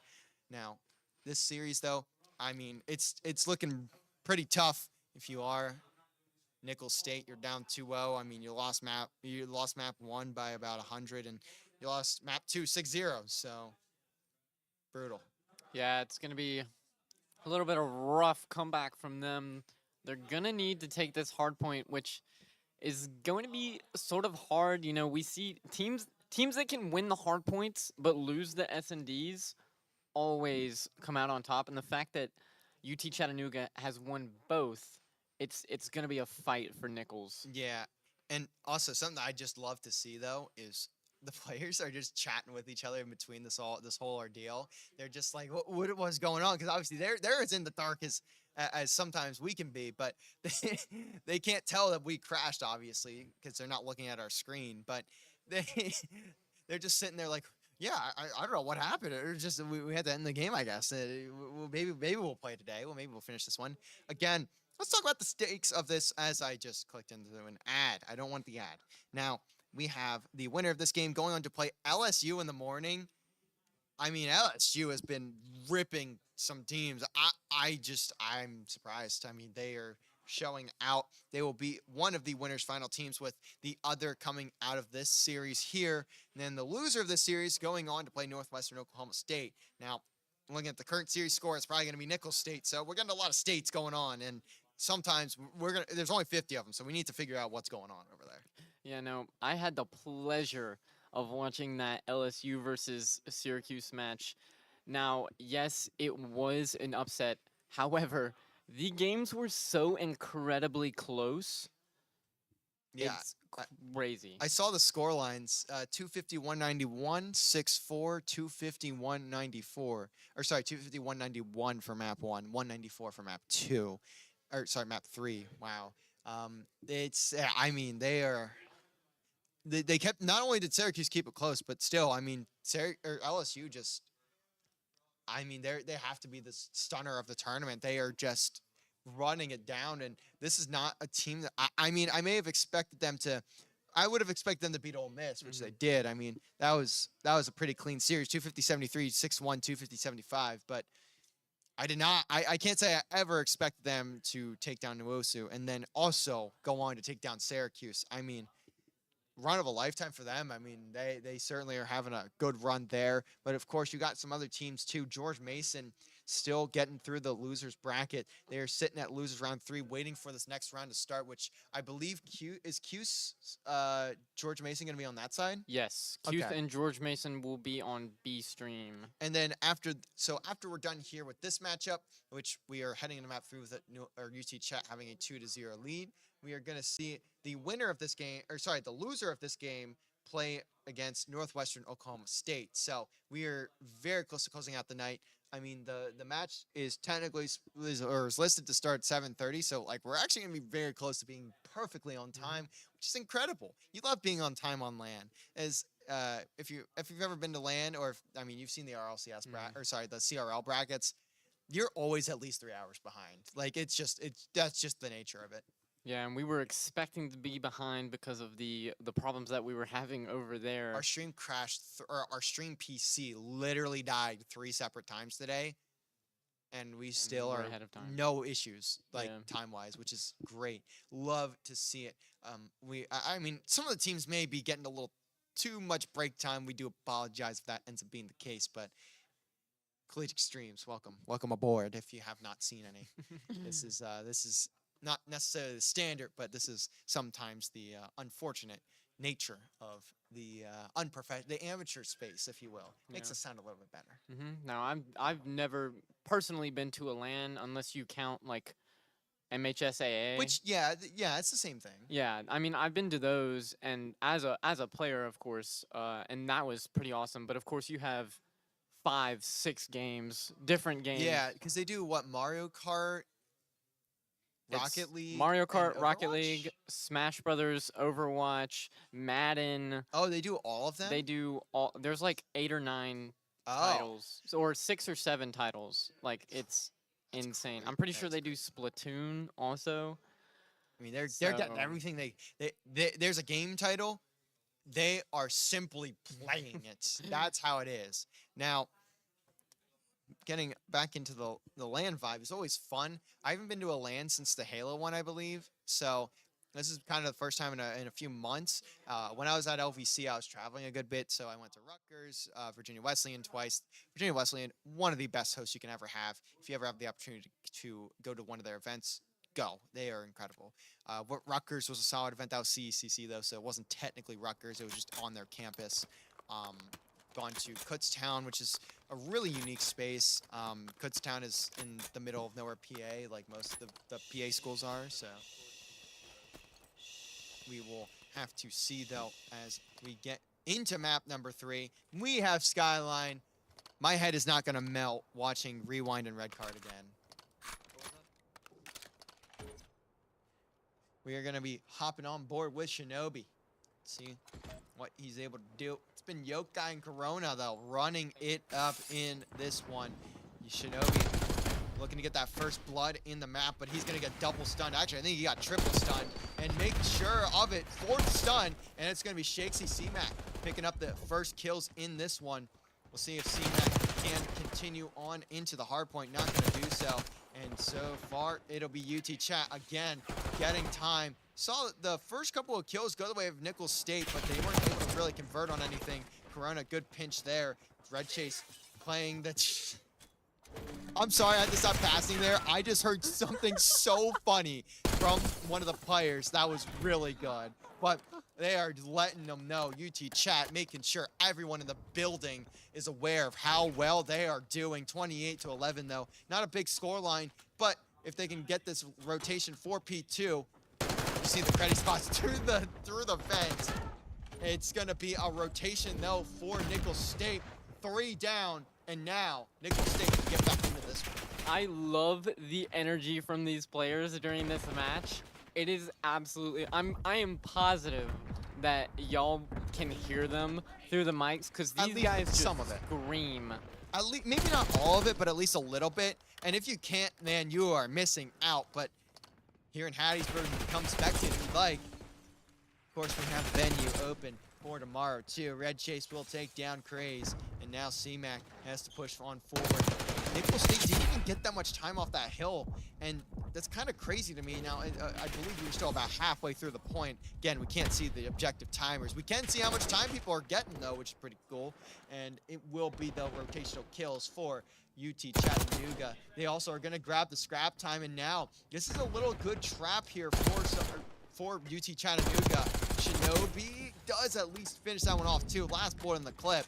So he's going to also have his teammates ready to go for him. C-Mac going to need to make a play here for Nickel State. He's really the only one in a position to do so, and he ends up falling. Now we head to the kitchen. That's the Mixie hardpoint Craze. He's going to have to watch the players dive and dip and dodge and weave around as we head into another hardpoint. 70-34, the lead is slowly being built. Nade will get the kill. Shinobi finds another. Shakes, he goes down. C-Mac goes down. Craze now it's just getting put into the blender for here on Skyline. UT Chat looking to make this one a statement victory again and send Nickel State down to the losers bracket and playing one more match on the night. Yeah, UTC playing this beautifully. They have held Nichols at 34, and they are still rising. It looks as if they are trying to rotate this next point. Nichols is gonna have to take this point if they want a chance. They are 70 points down. I need to commend these Nickel State players, by the way. I know they are down, but they are so lively no matter the case. They are screaming after every kill. The scoreboard does not mean a thing to them. The only thing that matters is that they're getting kills and they are attempting to play their best, but their best is not nearly enough right now. You are down by 70, gonna be about 80 by the time this hill is done and dusted. And UTC have a great setup again. You have a the bathtub too. They are getting a little washing before they head into the rotation. Dread Chase has 3 players around him. There's so many people just chasing him down. C-Mac tries to turn and burn. Won't get anything but a paper cut. Does at least get the lighter to click there, but finally cut down after a little bit of a spree. Now we head on over to P4. And what will chat look for in this rotation? It looks like it's going to be Nickel State possibly getting the first players there. The bodies are looking to be in their favor. And also, I apologize, it is P1, by the way, not P4, because that was what we just saw. Yokai on a 4 streak, absolutely Wait, you see the shooting right now. mini-map? Number 3 and wait, is number 3 not in the hill? Oh, he jumped, okay. I was so confused. Number 8 was just laying in hill, and number 3, like, walked right over his arrow. And I was like, what is going on? But looks like he jumped over the top. As Yokai, though, making a difference, takes both players out of hill, so he must have read my mind. Yeah, he's now on a 6th street. He's absolutely rolling in their spawn right now, or spawn's flips. You'll see C-Max already looking to get that next hill, but ends up getting shot out. Nichols does have the hill, slowly closing that gap, but they scrapped it. They're going next. They need this next hill. Yokai, however, still running through them. Finally, his streak of 8 has ended, and it looks as if Nichols is going to take this next hill. Yeah, and they at least have the rotation, but for how long? It's UT Chat. I mean, we've seen this time and time again. They can just break hill after hill. Nino, though, may have gotten the drop. No, the spots were there. The eyes were clean. The eyes were glued to the screen. Yokai slides out, almost does a 180 to take down C-Mac, but C-Mac's shots are too good for that. And Red Chase still grabbing 1. Trophy is still in hill for UT Chat. Likely gonna look to maybe hit this once, maybe twice more, and then head on out over towards the bathroom. And it will be Yokai. Finding 1, looks for another. That's gonna be Shakesy head glitching on the office table. We'll see if they're able to have a little confidence about who's going to win this fight, and it will be Red Chase answering the cell. Now we head on over towards P3, or sorry, P4. What are they? Or P3, yeah, on Kitchen. I keep forgetting Kitchen Hill exists. And it will be number 4 who's on that at the start. They do end up falling, so Nickel State again with a good rotation. They are still down by 70, though. They need to start racking up some points, and that's not going to help when Corona's in your backline. Same with Red Chase. He is just running down every player. He just got a 3-piece, almost had a 4th, but the teammates were the ones to clean it on up. And again, we are seeing UT Chat extend their lead, and this is just how UT Chat is. They are just looking dominant this tournament, 190 to 109. They are trying to just shut the door on this one. The apartment keys may be locked for Nickel State. They're going to need a new code to get in the gate. Yes, they definitely will. UT Chat is absolutely shredding, especially Yokai is 23 and 14 right now, just sitting, or literally just running through the spawn, getting as many kills as he can. You'll see him take down Nino right there. Looking to wait for this point to spawn. He's gonna look his back, takes out Shakesy, and there's another one rotating out. You'll see Nino pulling up, trying to get the kill, and almost a camera break, but it didn't matter. Yokai gets it again at a 3-piece, and it is looking ever so great for UTC. I mean, it feels like, I don't know what it is exactly, but it almost, they make it look like they haven't been challenged at all today. I mean, they have 3-0'd every series they've played in. They have been dominant in these series too. It's just simply, they are putting on a show, and we are all the audience. Yokai on a 5, Yokai gets the 6. His teammate's gonna clean up the rest, and they're gonna just sit in hill, get these last few seconds, and win the game right here, win the series right then and there, as it will be Nickel State heading on down to the losers bracket, 250-116. Now, we see Nickel State will get one more chance on stage. They will take on Northwestern Oklahoma State. What a dominant performance from UTC, and we'll see players bumping fists. All love after the match, no matter what was said. At the end of the day, it's just a game. All love from the players. Played beautifully, both teams. And we'll look at the stats here. 30 and 15 from Yokai. You've got to be kidding me. 58 seconds too. I mean, he's just having a day right now. and that's actually going to end his day. Even better, as now they get to move on to Championship Sunday. UT Chat will meet LSU in our winners final. That'll take place as the second match on stream tomorrow. We'll see how that one turns on out. That's actually the first match on stream tomorrow, I think. So that will take place in the morning. But we are going to have to go for a quick little interview with UT Chat. Then when we get that done, we'll head into our last series of the night when we see Nuosu take on Nicholls State. Yep. Catch you in just a second.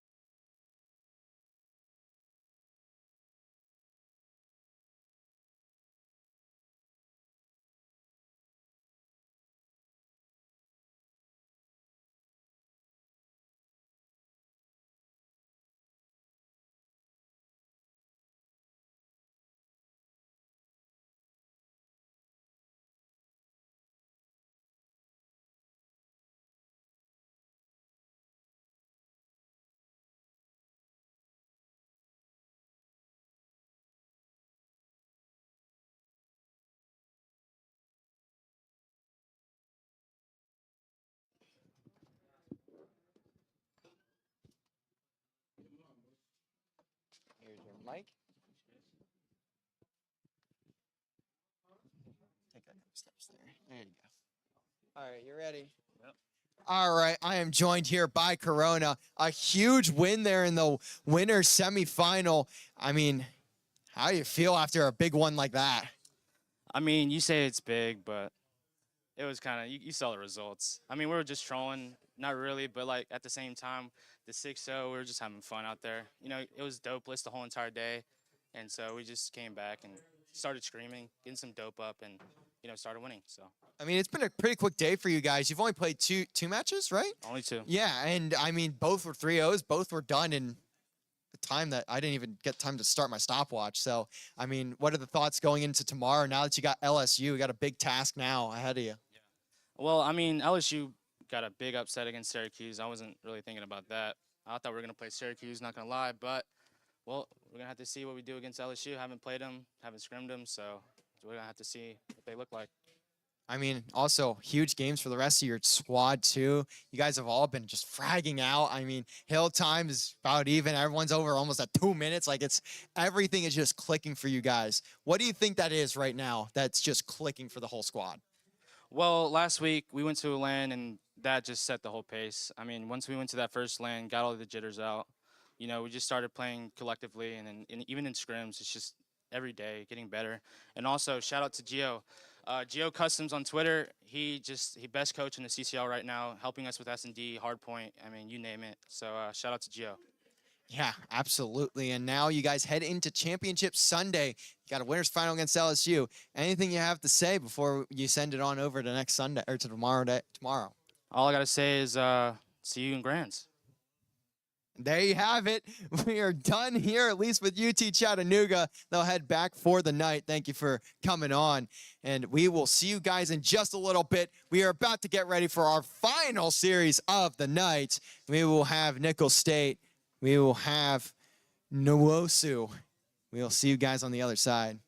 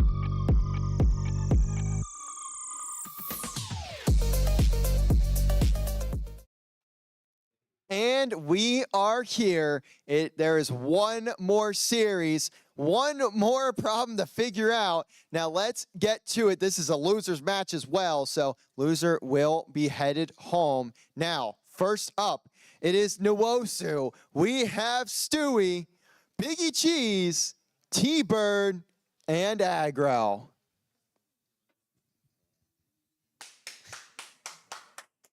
And their opponents, it is going to be Nickel State. You have Shakesy, Craze, C-Mac, and Nino.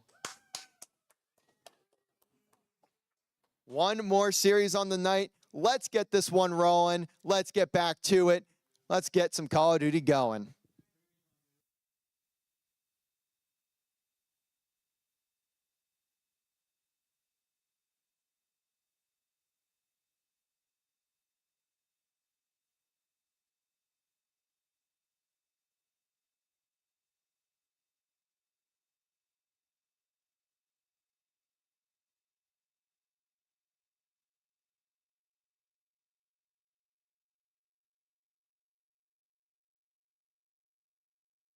Unmute button.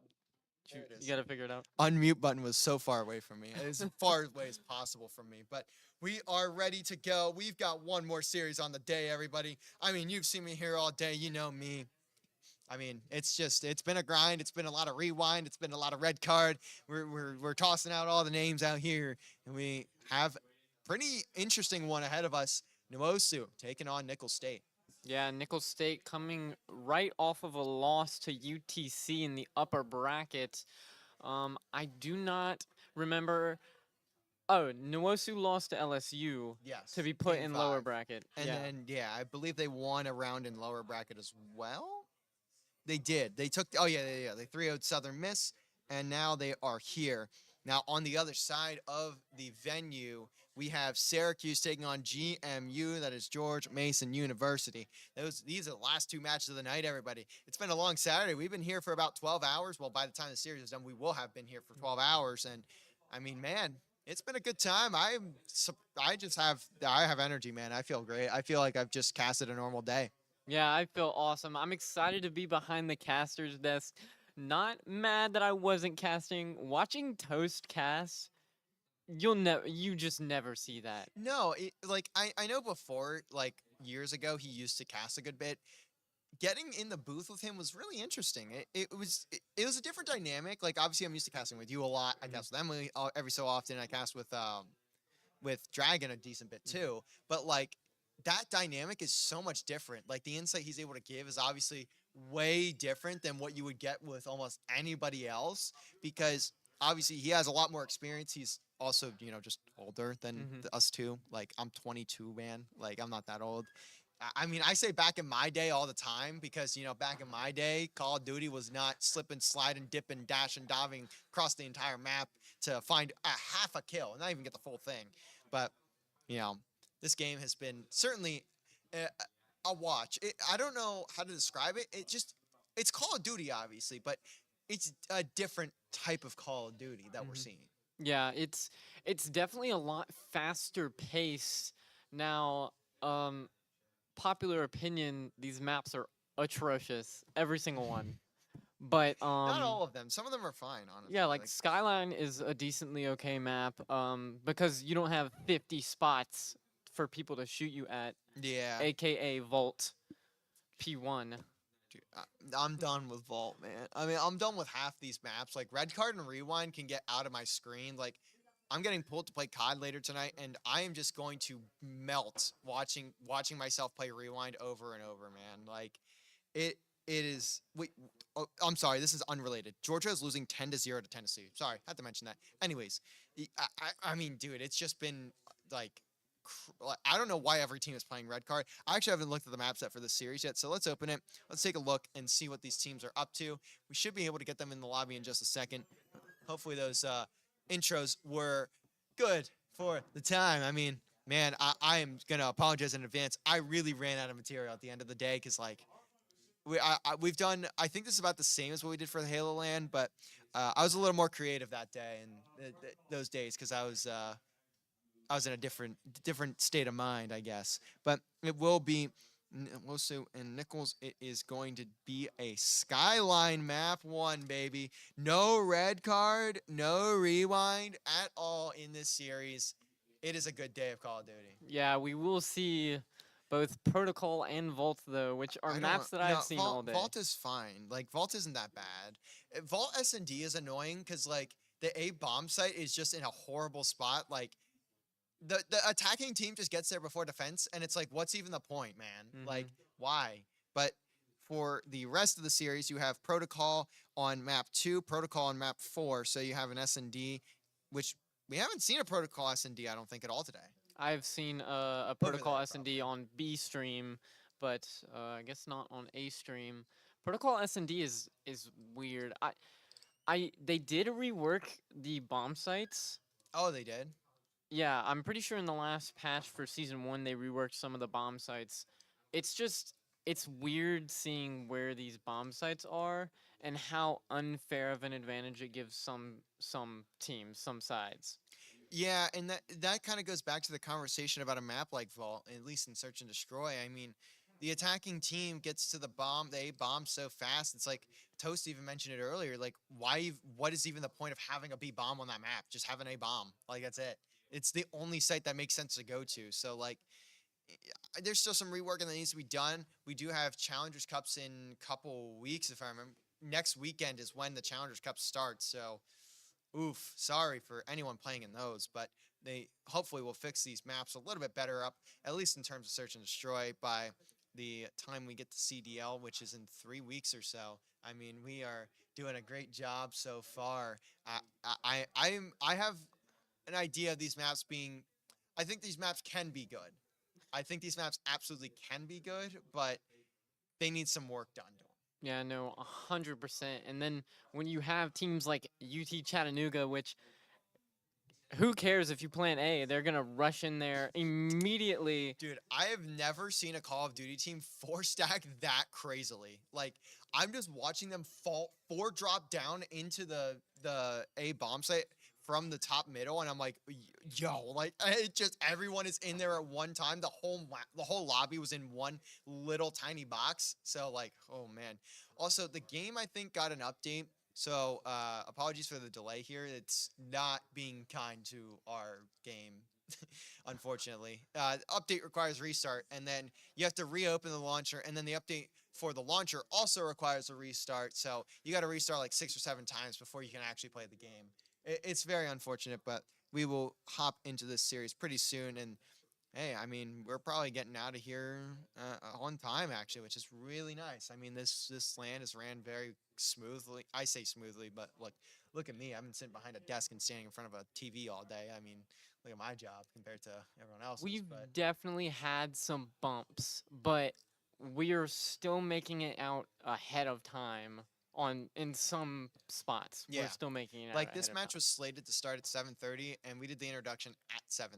So like, you can't ask for much better than that. The only better you could ask for is being ahead of time, which also we have seen all 3-0s and singular 3-1 today on this stream.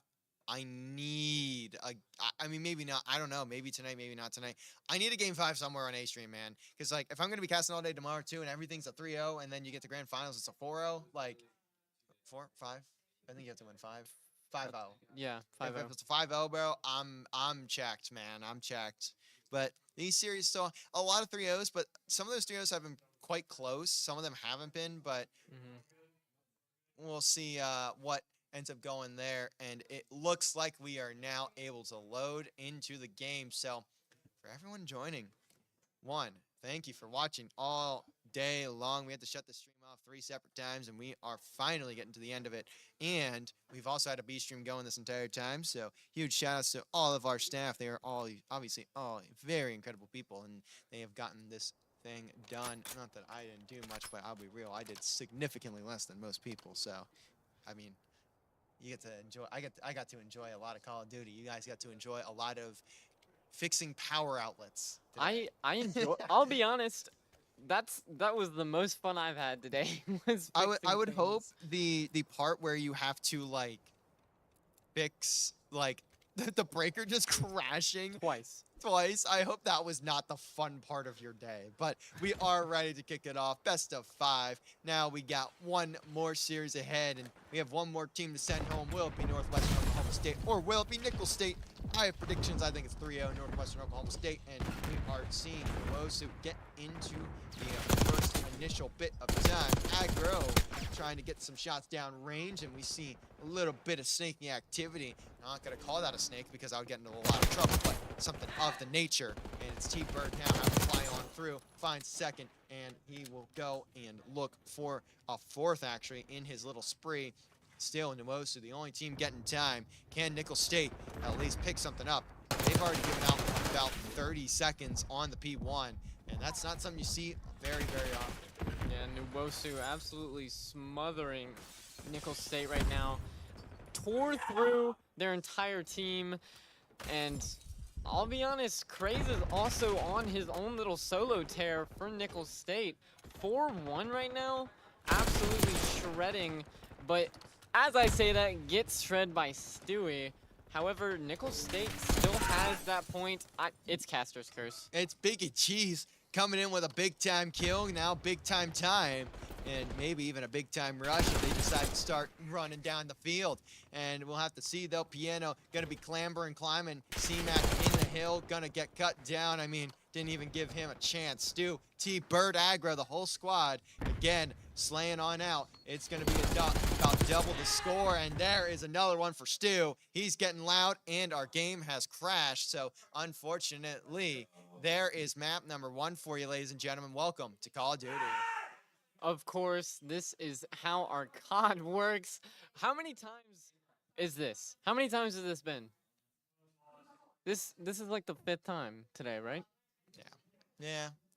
They don't want us to start the series, apparently. That is very, very unfortunate, but it was Nwosu that was taking the head in the lead. Of course, unfortunately, though, I do see they're still playing it out. They are not real. Okay, Nwosu knows, but Nicholls State is still just dialed in.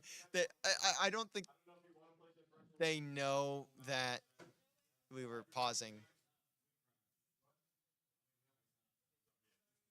So we'll see if we get a full restart. So this is where the rules get a little different.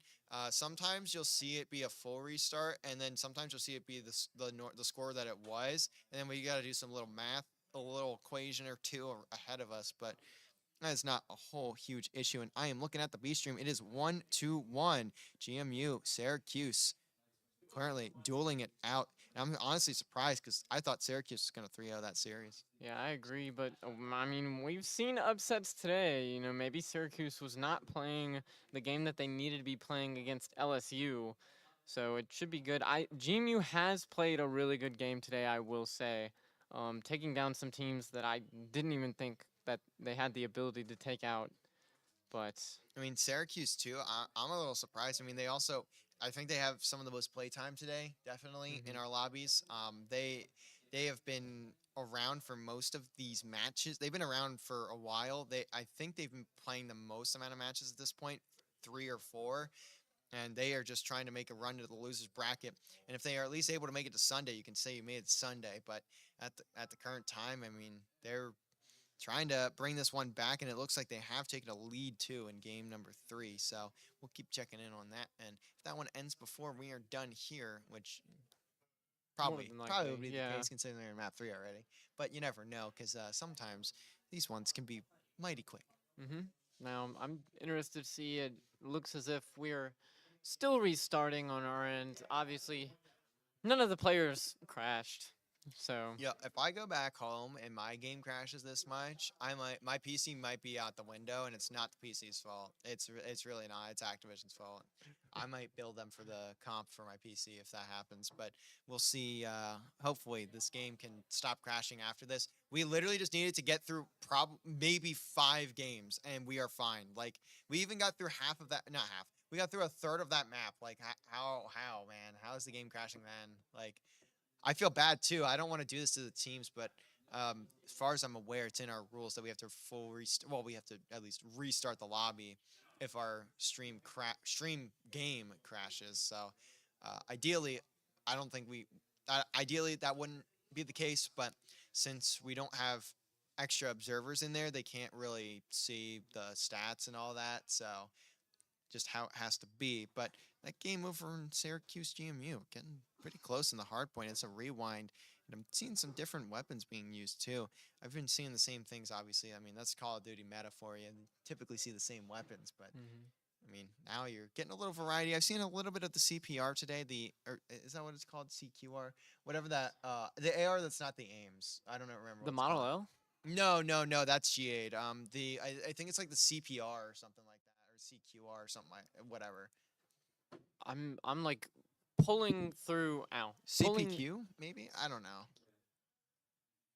I have no idea. I thought that was an SMG. No, I don't know if any of these players are running it. I don't think any of them are. It was usually like the Ole Misses and like I think GMU had a player that was using it. The CQP maybe, I don't remember. It's a weird name. It's literally 3 letters that starts with a C, but after that it's kind of foggy in my head. But we are back after the restart. Apologies. I'm assuming it's a full restart. I don't think it's based on the points, so we're gonna just pop in as if the game that you saw did not happen. Sorry, I need to flash you guys with the forget machine, but it will be aggro grabbing first blood for Northwestern Oklahoma State. Now gonna head on over to Shakesy. Doesn't spot the guy sitting tucked away in kitchen, and that's gonna be a doozy if you are that player. Now you're gonna see these players of Nuosu look to just fly out, get to the spawn to P2, and if they're able to do that, then they can at least rack up some time on P1 and get ready for that setup on P2, which can be a money hill if you know how to hold it correctly. Yeah, and it looks so far they're definitely holding it. All of Nickel State had gotten attacked. You'll see Aggro is getting aggroed on by Craze, managed to get taken out. Nino also jumped on Aggro, taken out by Stewie, and now Stewie with the pistol. I mean, he is just flying right there off the rip. 4-0 for T-Bird, just watching over his teammates with an SMG, mind you. He has an RCXD. Can he make it go boom, boom into someone's sternum? And he finds a fit. That's a 4-wipe. Everyone for Nichols on the respawn screen. And this is the scariest situation you can imagine if you are Nuosu. It seems like they haven't been rattled at all. In fact, they may have gotten better since they have gone through the restart. Craze, though, getting a big double. That could at least give them some space, give them an opportunity to push at least near this hill. T-Bird, though, continuing to go off 6-0. He's running out of bullets in his Jackal. He has 1 left. He needs to start picking up the weapons of other players just to continue competing, unless he wants to cross-map people with that Strider. But, I mean, Nickel State didn't even get anywhere near that hill. It is just dominance right now, 74-6. I think Nuosu wants to end this night quickly. Yeah, no, 100%. And T-Bird had a 7 streak before he just died right there to C-Mac. But, I mean, every single player for Nuosu is absolutely shredding right now. Shakesy is 0-9 right now. Not a good start. Not a good start at all. Does get his first kill on the board, so will not have a donut, thankfully. Now, will we get a Zuma award? We'll have to find out. Stu, the turn all around, knows the spawn, reads it beautifully, and that's going to be another blood. And man, everyone from Nuosu just slamming the doors shut. They are nearly at 100 points. Now we're going to start rotating on over to P4. That's going to be over in the bathroom. Biggie Cheese just looking to lock down some spacing. Has 1 player ahead of him. That's Nino. Great movement. And that's going to be another for C-Mac. And so Nickel State at least have some life here. T-Bird, though, the one in Hill, the teammates of T-Bird, going to start supporting too. That should, no, it's not a kill. Biggie Cheese barely getting there in time. That's a Deus Ex Machina if I've ever seen one. 5-3 though for Craze. Make that 6. Does get that player in Hill. C-Mac, though, will get taken down by his own teammates. So Stewie has the opportunity to start pushing forward. Aggro also going on the pinch. Nuwosu just look like they're on a different level right now. Nickel State has no way to respond. No, not at all. Also, talk about naming. Aggro has run through their spawns, absolutely shredding them. You can hear him sort of screaming in the back, him and Stewie, who are absolutely top fragging right now. But holy, what dominance it is. They are about to make it a 100-point lead. I mean, absolutely. They are just shredding it down. This hill has changed now to back to P1. That's going to be C-Mac in first, finds the kill, so he will be able to grab some time for Nickel State. This is what they needed. I mean, they cannot let it snowball this hard, especially if Nuwosu is able to jump in hill and grab maybe 20, 30 seconds. That could really start putting you in an area where you're going to be out of reach. Nickel State, though, are starting to get together, bringing it forward for Nickel State, although they're going to have to start really racking up time. They're going to need a big hold here on P2, and if they can continue contesting P1, that's going to be even better for them. But they need to start racking up kills, and that's what they're starting to do. You see Craze on a 3 streak, not much now, but he's 18 and 11, having a solid game. It's just all down really to Shakesy, what he's able to start doing. He's currently at 7 and 18, not having the greatest of times, but he is looking like he's heating up. I believe he started 0 and 9 and even had like a 1 and 10 stat line, so certainly much better. Yeah, no, 100%. He's holding the point down. Unfortunately, cannot do anything as 2 of Nuwosu's players jump right on top of him. And unfortunately, Nichols has bad spawns. But we will see Nuwosu holding this point with their life. They're getting the spawns, so they're right back there. The trades don't even really matter. Wait, they broke. Nickel State was holding that hill. I don't understand how they've broken it that easily. Nuwosu just making it look like a simple task, and I mean, Shakesy gonna fall there again, and look at Nuwosu just fragging out. It will be some scrap time over towards Nickel State, but scrap time is not going to help you win this game. Look at the deficit. It's over 100, and it's not that much better, especially when Stewie is sitting at 20 and 14, handling your business like that. Yeah, it's amazing seeing these guys work. It's 162 to 81, and Stewie absolutely shredding. You know, Nichols a little bit afraid to move forward. You'll have Nino jumping behind, finally sweeping out that hill and taking it for themselves. They have a lot of ground to make up here, but Aggro just running through their lines, absolutely shredding. You'll see Stewie taking out Nino. C-Mac able to get 2, Biggie Cheese on Shakesy, and Nichols is holding this hill down with their lives, but you'll see Nuwosu is just on top of it. I mean, you're just seeing a skill diff right now. I'm gonna be real with you, Chief. I mean, it's 22 and 13 for T-Bird, 23 and 16 for Stu, 25 and 16 for Aggro.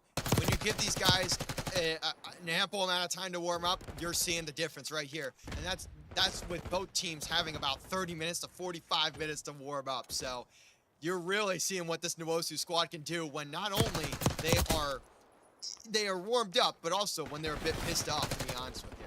Yeah, no, 100%. I would hate being put in loser's bracket and having to work my way up. They did lose to UTC, I'm pretty sure in like the first round, so they've been rolling through lower brackets. And we can see that they are a top team contender right now. It is 209 to 98 and counting for Nuwosu. And I mean, it just looks like a pub. It just looks like a pub. They are just having a grand old time. I can hear them chirping about. Biggie Cheese even getting some extra sliding through. And Shakesy is down. And Stewie is just letting Shakesy know every little detail. And that's a big kill for Stu on the C-Mac. And yeah, this one's out of hand. These guys are going to be on their feet after. You only need 12 seconds left. At least Nickel State has gotten out of the 100-point club again, but Stu is just tearing into them. 24 and 16 for T-Bird, 29 and 18 for Aggro too. Craze has the Hellstorm, so he's at least going to be able to drop a streak onto this hill, but it might just be too little too late. Your streak ain't gonna do a whole lot when you're killing your own teammates too. C-Mac has fallen, Biggie Cheese just slides into his lap, but the rest of the time is being collected by Nuosu, and that is it for map 1, 250, what was that, 111. My goodness. Out of sight, out of mind for that game, and Noosu was definitely out of their mind. It's absolutely insane. What a game played. Look at Aggro getting the final board, the top play of the game. And that will be a Nuosu game 1. 30 and 18 from Aggro. I think a player crashed or like lagged out. Not lagged out, definitely not lagged out, but they crashed out of the game, unfortunately. Now, I think it was at the end, so it wasn't, I don't think we're gonna do anything about that. But, I mean, if that scoreboard wasn't enough to tell you, I think they're all right. Yeah, I mean, what do you say? Dude, 3 players on Nuosu just ran down like they were in a pub. I'm sorry, I just don't really know what else to say. I believe it's protocol, search, and destroy after this. And it is protocol, search, and destroy. We'll see what we can get out of this Nickel State squad. They currently down now 1-0. And remember, loser is sent home. Winner gets in that championship Sunday and has a grand old time. Maybe even a road to the grand finals will be opened on up, and maybe even the yellow brick road showing its head here in Hattiesburg. Of course, though, you got a lot more gameplay left before you can hit that category. No, 100%. It's gonna be interesting. I'm so curious to see how Nickel State changes up their play style. Of course, not now, because we are going into an S&D that is a completely different game, obviously. But I'm curious to see how they play, how this S&D goes. We'll see. Yeah, if map 1 was any indication, though, we can see another 6-0. Did you see that UT chat 6-0? I think you mentioned it earlier, that UT, the last series we had on. I mean, if Nuosu is looking like UT chat in any way with that S&D play, it may just be over for Nickel State. Yeah, we're gonna have to find out. That sounded like it rhymed more in my head. It really doesn't. it's we will be starting here. It's hard to tell. Usually you can tell what team's who by the color. They're both red. No, I'm looking at it and I'm like, oh my man, I can barely tell who is who because they're like the same color. And like even I look at the top of the scoreboard, I'm like, oh, I can't even see who's who by that either. I have to look at like the logos, and otherwise I just cannot tell which team is which. But I mean, we are getting right into it. It's gonna be Shakesy getting the first blood. Pinch out by Biggie Cheese. Also stays alive. Stu has bomb. 3v3, and the stairs are a little bit of a treacherous place to traverse, but it won't matter as the bomb is maybe gonna get planted. Nino just trying to get a kill there. He actually did get a kill on the Stewie. I didn't even notice that there were 2 people there for Northwestern Oklahoma State, but now they're gonna have to go for a retake. And it is Biggie Cheese again on the board. He will end up falling to Craze. Bomb has been picked up by Aggro, and now it's going to come down to a 1v2. That's not a good position for Aggro, I will be completely honest, but neither of them are looking at him, and he picks up Craze. Look at how far away they were playing. That is just a recipe for disaster, no matter what. Now it's going to be down to Shakesy to clutch this one out in the 1v1. The bomb will go down. That's going to be Aggro getting the plant onto A. Shakesy now has to go through and peek the absolute worst spot on this map outside of maybe top mid. But he forces him out, and that's a great kill from Shakesy. Great regain, too. He was having a brutal map 1. Finds 2 in the first tier in Search and Destroy, and that's exactly what you need if you're Nickel State. Yeah, no, and they come out with an early win. It is looking good for them.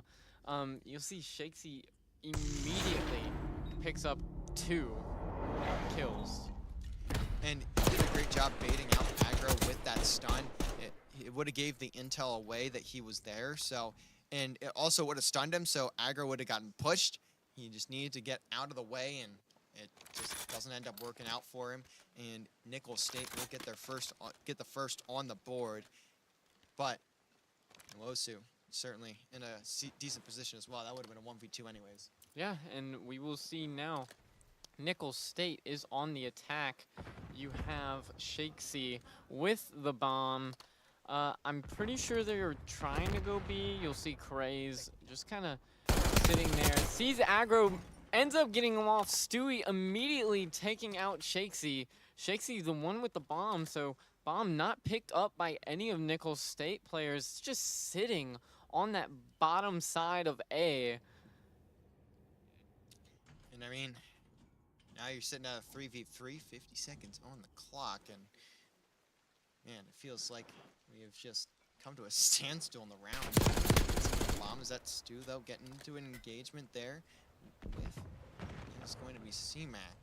But how long range this is, there's so much cover for both sides, and there's not really much that's going to go out of it. Bomb will be picked up by Nino, and is he able to find much of anything? Players are going to start looking to get into engagements. T-Bird finds one. Nino will stay up, and T-Bird pinches around, finds a second. Now it's all down to Craze. 1v3 gets one.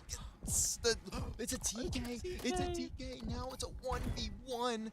Craze has the chance for the 1v3. Where is Stu? Killed. Stu gonna pull it off. So Nwosu avoid a little bit of an imminent disaster there. Gets a bit sketchy. They do still manage to take the round though. Yeah, what a play by Stewie. Lined up Nicholls State players to where he took out the guy in the back while the guy in the back took out his player. A bit of a weird little triangle. And from that angle too, it was such a awkward interaction for all parties involved. Like, if I'm seeing that on the kill feed, I'm like, what just happened? Like, what did I just see? But now it'll be Aggro grabbing the bomb. Defense for Nicholls State. And look at this, they're just gonna sprint straight onto A for Nwosu. Big Cheese coming out with the first blood. Bomb will go down, and now it's gonna be up to the 3 left of Nicholls State to go for the retake. Shakesy sitting at 2 and 1. Craze also 3 and 2, so these two certainly need to get through this one. But Stu wisely finding Shakesy, and I believe that's purely just a good angle. And I do like the setup if you are Nwosu, and Biggie Cheese just slides out, looks for the last, but will not grab the kill. Either way, it's a 1v3, and there's only 15 seconds left, so there's not really much of a chance to win that round if you are, I think it was Craze or Shakesy. It will be another round on the board for Nwosu. They're going to be up 2 to 1 in this map, and that was blinding. Wow. Is that Semtex? The camera was Why did right the on Semtex top look of like a the flashbang? explosion. That Semtex looked like a flashbang. That hurt my eyes a little bit. Yes, but it's interesting to see how, you know, in Modern Warfare 3 we're not used to rush plants at all. You know, some teams take their time. Nwosu's just like, and going, just let's gunning it. And Stu, by the way, on a 3 streak, looking to at least grab that RCXDs. I mean, you can see the score, the kill streaks. It looks like he has it, but he doesn't. That will get him just that. Big Cheese takes down C-Mac 2. Now a 2v4 for Nino Shakesy. Where are they gonna be? Nino at least grabs 1, makes it a 1v3 again. It feels like 3 straight rounds. We've seen 1v3s for Nicholls State. It's now gonna be a 3-1 lead if you are Nwosu. Yeah, Nwosu looking amazing right now. Shakesy just caught off guard. I'm aggro in the right position. Shakesy's caught off guard, unable to do anything as he was looking to the players in front of him, but sadly not able to pick off anything. Now, C-Mac is 0-4. It's kind of surprising. I did not expect him to have a tough game here. I feel like he's been around the search scene for a decent bit of time, but maybe thinking of another player that or just a rough game. Very, very good. Nino, though, ripping a double off spawn. It's just a bang out in mid, and it will be Nicholls State. Actually, well, I was going to say Nicholls State comes out on top, but Stu manages to find find another. Shakesy, though, will make it a 1v2. That's going to be Stu, last alive on a 5. So he needs to find something, but good shots there. So Nickel State keeping this within shooting distance, 3-2. They're at least trying to keep this close. Yeah, now it's interesting because we saw Shakesy miss an entire mag while gunning at Biggie Cheese, and then ends up picking 2 kills up. What a change regain. of pace, I know. Great regain there from Shakesy. Now we will head into our 6th round of the game.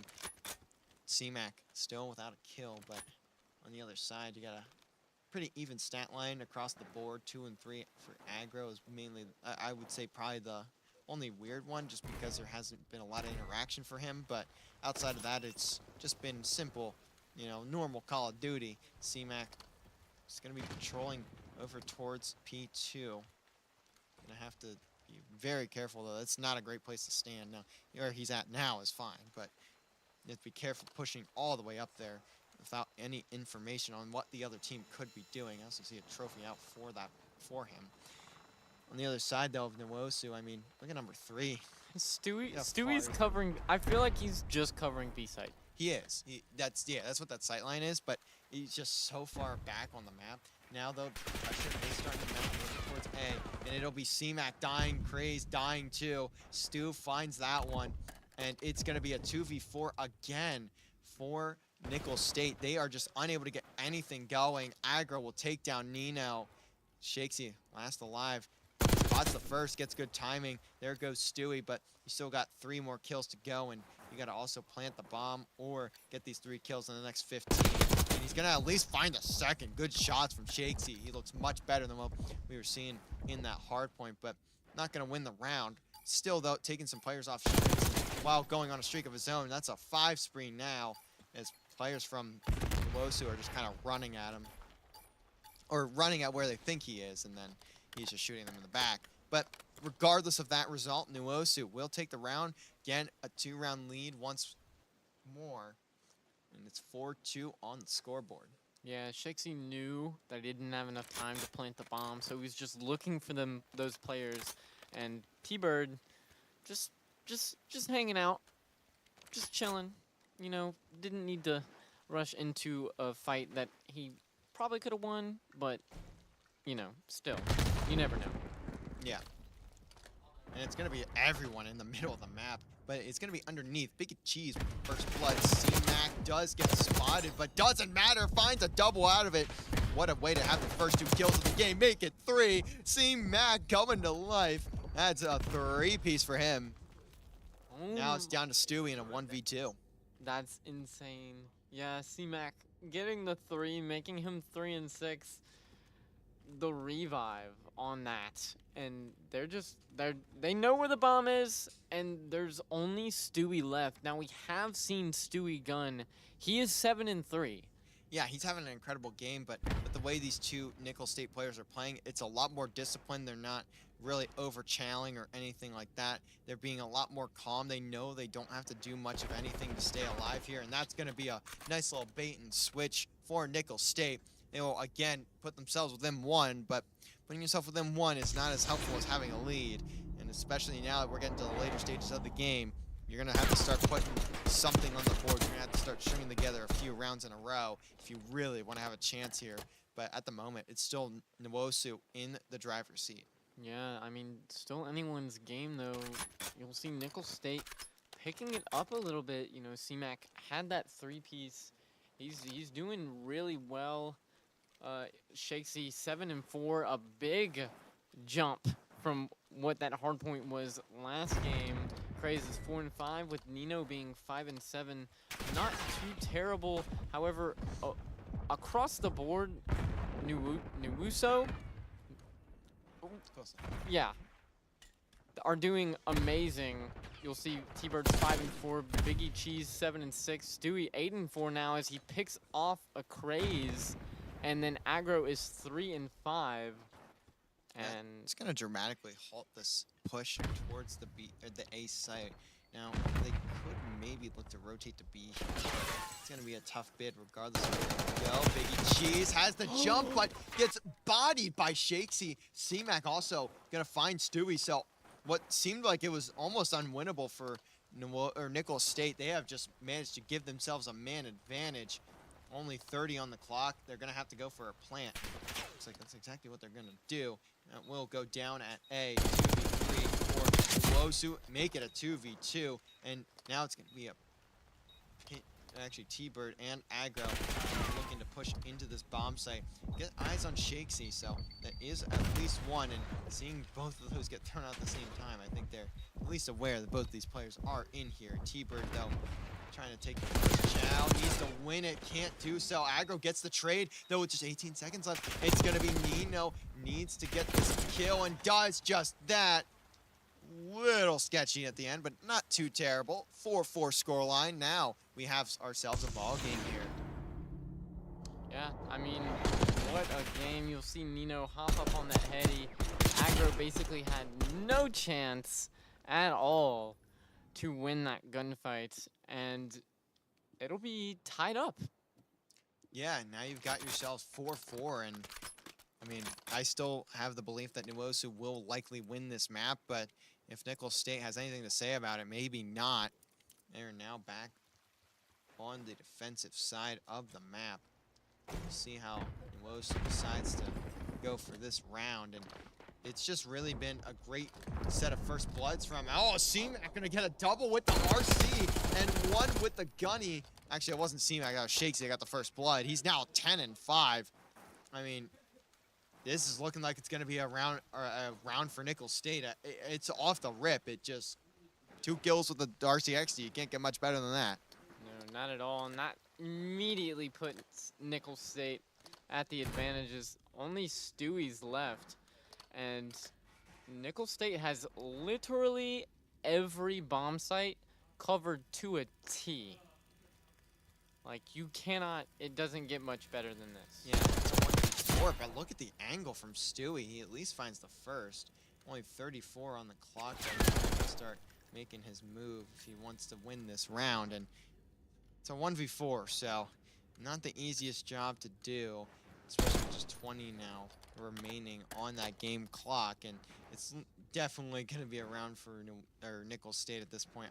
I don't know if Stewie really get through, and the shots are shaking from both players. Let's at least find another, but he's gonna have to immediately go for a bomb plant, and he's not going to, so that's going to be the round over to Nickel State. They will have match point here in this round.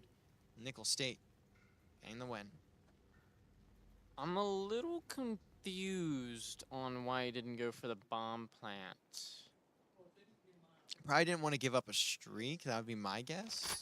He's on a 3, and I don't know what anyone else was on over on the side of Nickel State, so probably something to do with that. Just didn't want to feed them because they don't. Because I mean, to be fair, you'd be going into a round 11 anyways, so it's not like you would have any streaks really on either side. So that's a great question, and I can't say I have an answer for it, but it will be now flop sides once more. 4-5 for Nickel State, and we have ourselves a first blood for Shakesy again. I don't know what it's been in the second half of this search and destroy, but something in Nickel State has awoken. They look so much better. They look like they are finally able to compete here with Nuosu, but I say that pretty early into a round with a clear defined winner. And look at that timing. Craze is just trying to get into the window, ends up finding nothing but a dead body, which is himself. Trades are going through. T-Bird now in a 1v2, though. Has to win this one. The bomb is just 20 seconds from blowing up, and it's going to be a 6-4 map. Nickel State going to keep themselves alive in the series, in the tournament. Now we're going to head to a map 3, and we've guaranteed ourselves a map 4. Wow, what a turn of events. Shakesy is 13-6, almost hitting 1,700 damage.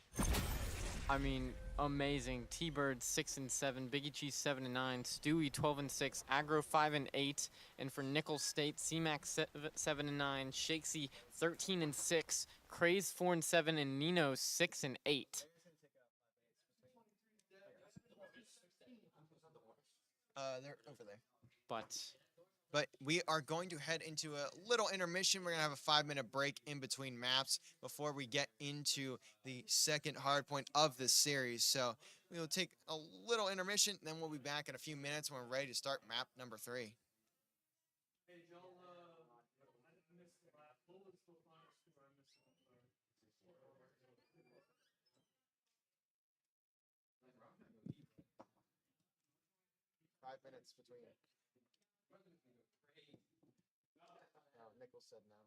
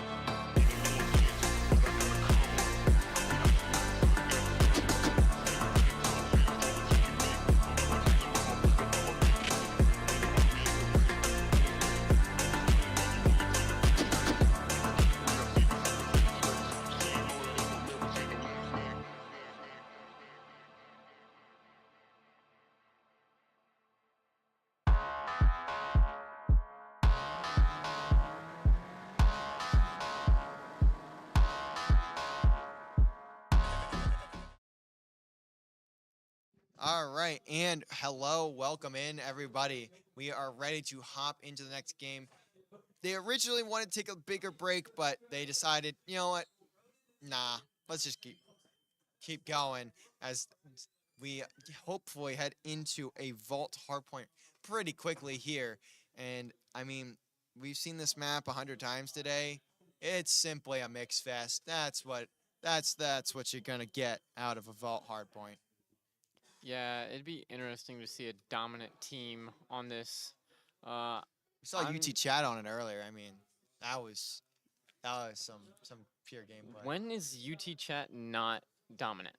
Well, that's a good point. When they play like Fisher or Northwood, that's like Yeah, because and like when they play like a Mars Hill, even like they're also Mars Hill's also incredible. Shout out to you, Jamie. Sorry we couldn't bring you in today or to this event this weekend, but we have the map ready to go, making sure all the players are locked in and ready to hit start game.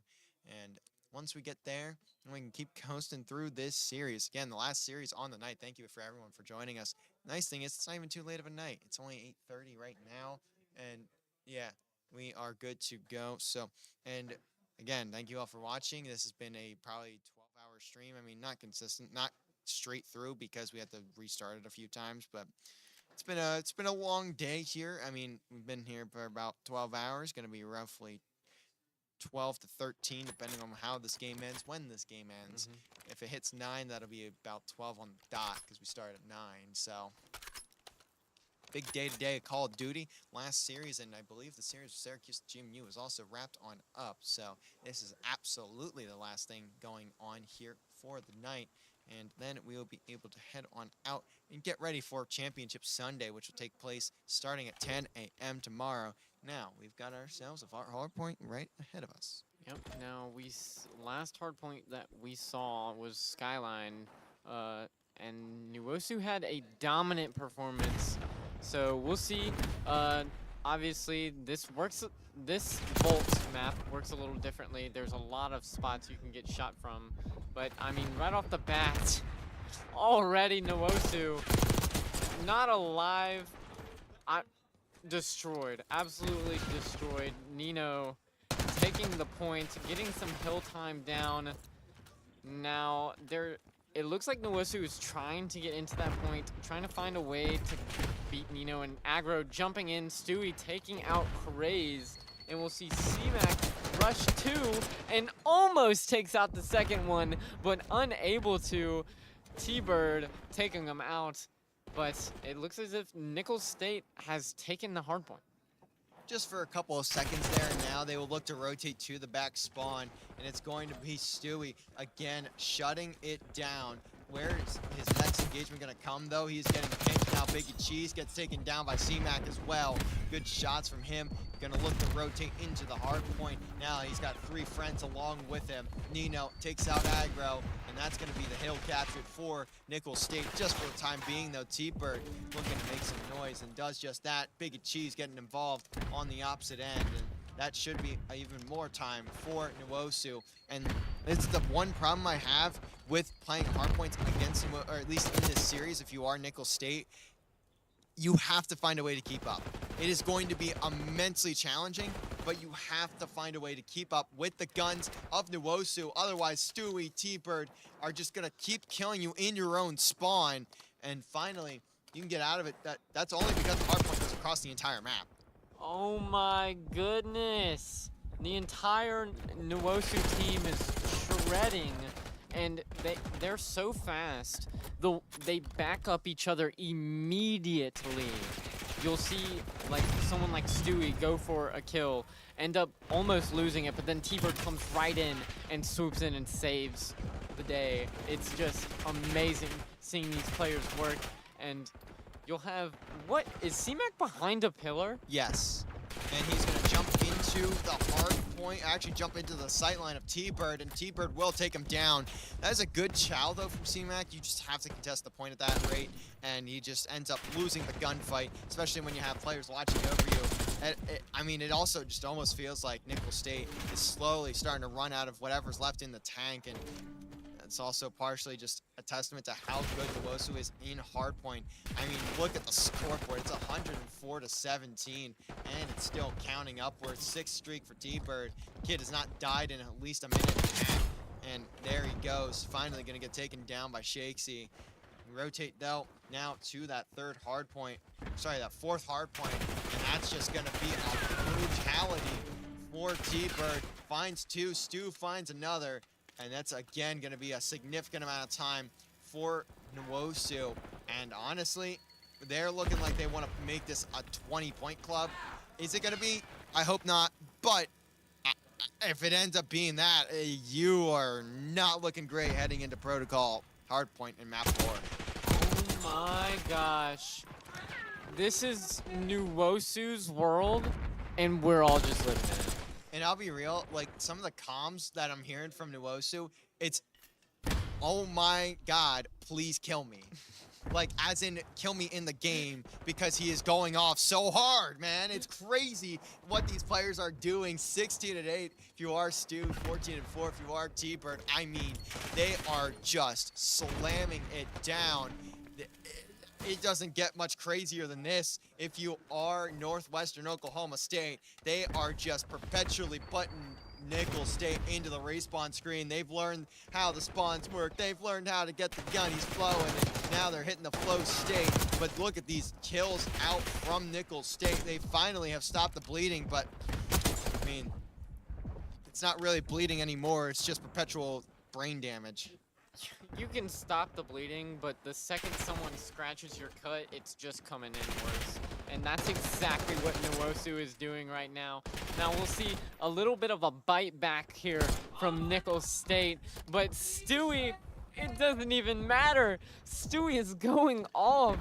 18 and 10, T-Bird's 15 and 6. Why does Stewie sound mad to be here? Why does he sound like he doesn't want to play in this series anymore? He just wants to be done. Stewie will fall to Nino, but T-Bird is there immediately for the trade, and there's aggro. Shots, though, are not connecting. He will get some help by Biggie Cheese, and it's going to be 200 to 31. I mean, it's not looking good if you're Nickel State, and you got to play another hard point after this. They're still attempting to fight back, but I mean, we said it earlier. We saw how Mike Tyson fought at 58. That's what we're seeing here right now. I mean, 213 to 31. You might win by 220 points if you're Nwosu. Oh no, you can't even compare. That Mike Tyson fight was way closer than what this is. I mean, at least Tyson threw punches. Yeah, no, exactly. 230 to 31. They might be able to win it here. I can't like actually tell you if they can or not, but the pre-fire from Craze just shooting ghosts. That might be Sam Darnold out there. He's seeing everything, but I mean, when you've been playing for this long, for this much of a day, I understand, man. I'd be shooting ghosts too. I'd be hearing stuff that I think I'm hearing. I hear voices in my head thinking I'm Randy Orton, and I'm not. Stewie, though, 21 and 14, and he is just leading the charge. Can't say that Biggie Cheese isn't, though, either. 15 and 8. This is just a stomping 250-39. We've got another map, bro.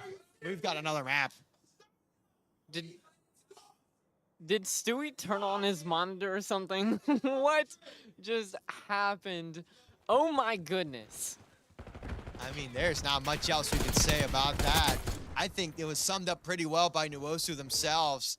Words I will not repeat for sake of keeping my job. But yeah, man. and Nino got play of the game. Wait, Nino? Nino got play of the game with the Strider. 23 and 14 from Stu. I mean, he's having a time of his life up there. 15 and 8 for Biggie Cheese, 18 and 11 for D-Bird, and 13-9 for Aggro. Everyone getting some good bits of time, too. I mean, man, what else is there to say? It's just been, that's a tough one. That's a dominant performance. I mean, there's no, you can't sugarcoat something that's sour. It's just. Look, I don't want to be the guy to say it. I don't like calling a series before it's actually over. I'm the one who talks shit when I'm losing by 72, but like, Nwosu may have this one. They may in fact be taking this game.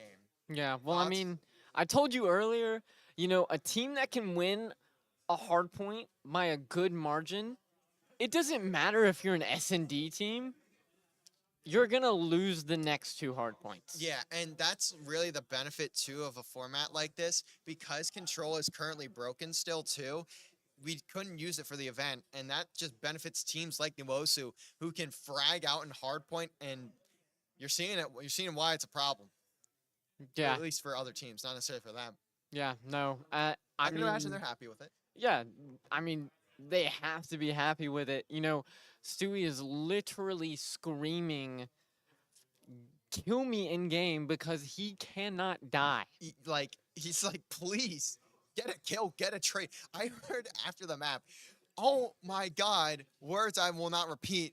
Please get a trade, someone. Like, when you have to beg the other team to get a trade, there is a problem.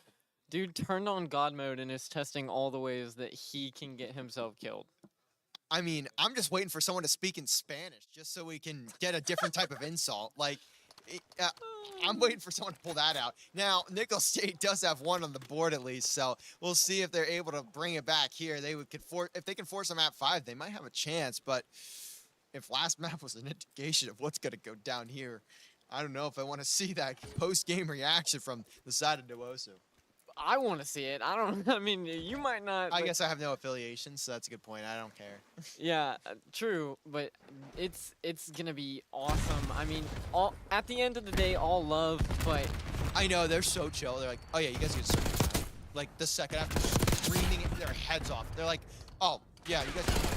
And Shakesy, or not Shakesy, sorry, Stewie, looking to just put the stamp on the envelope.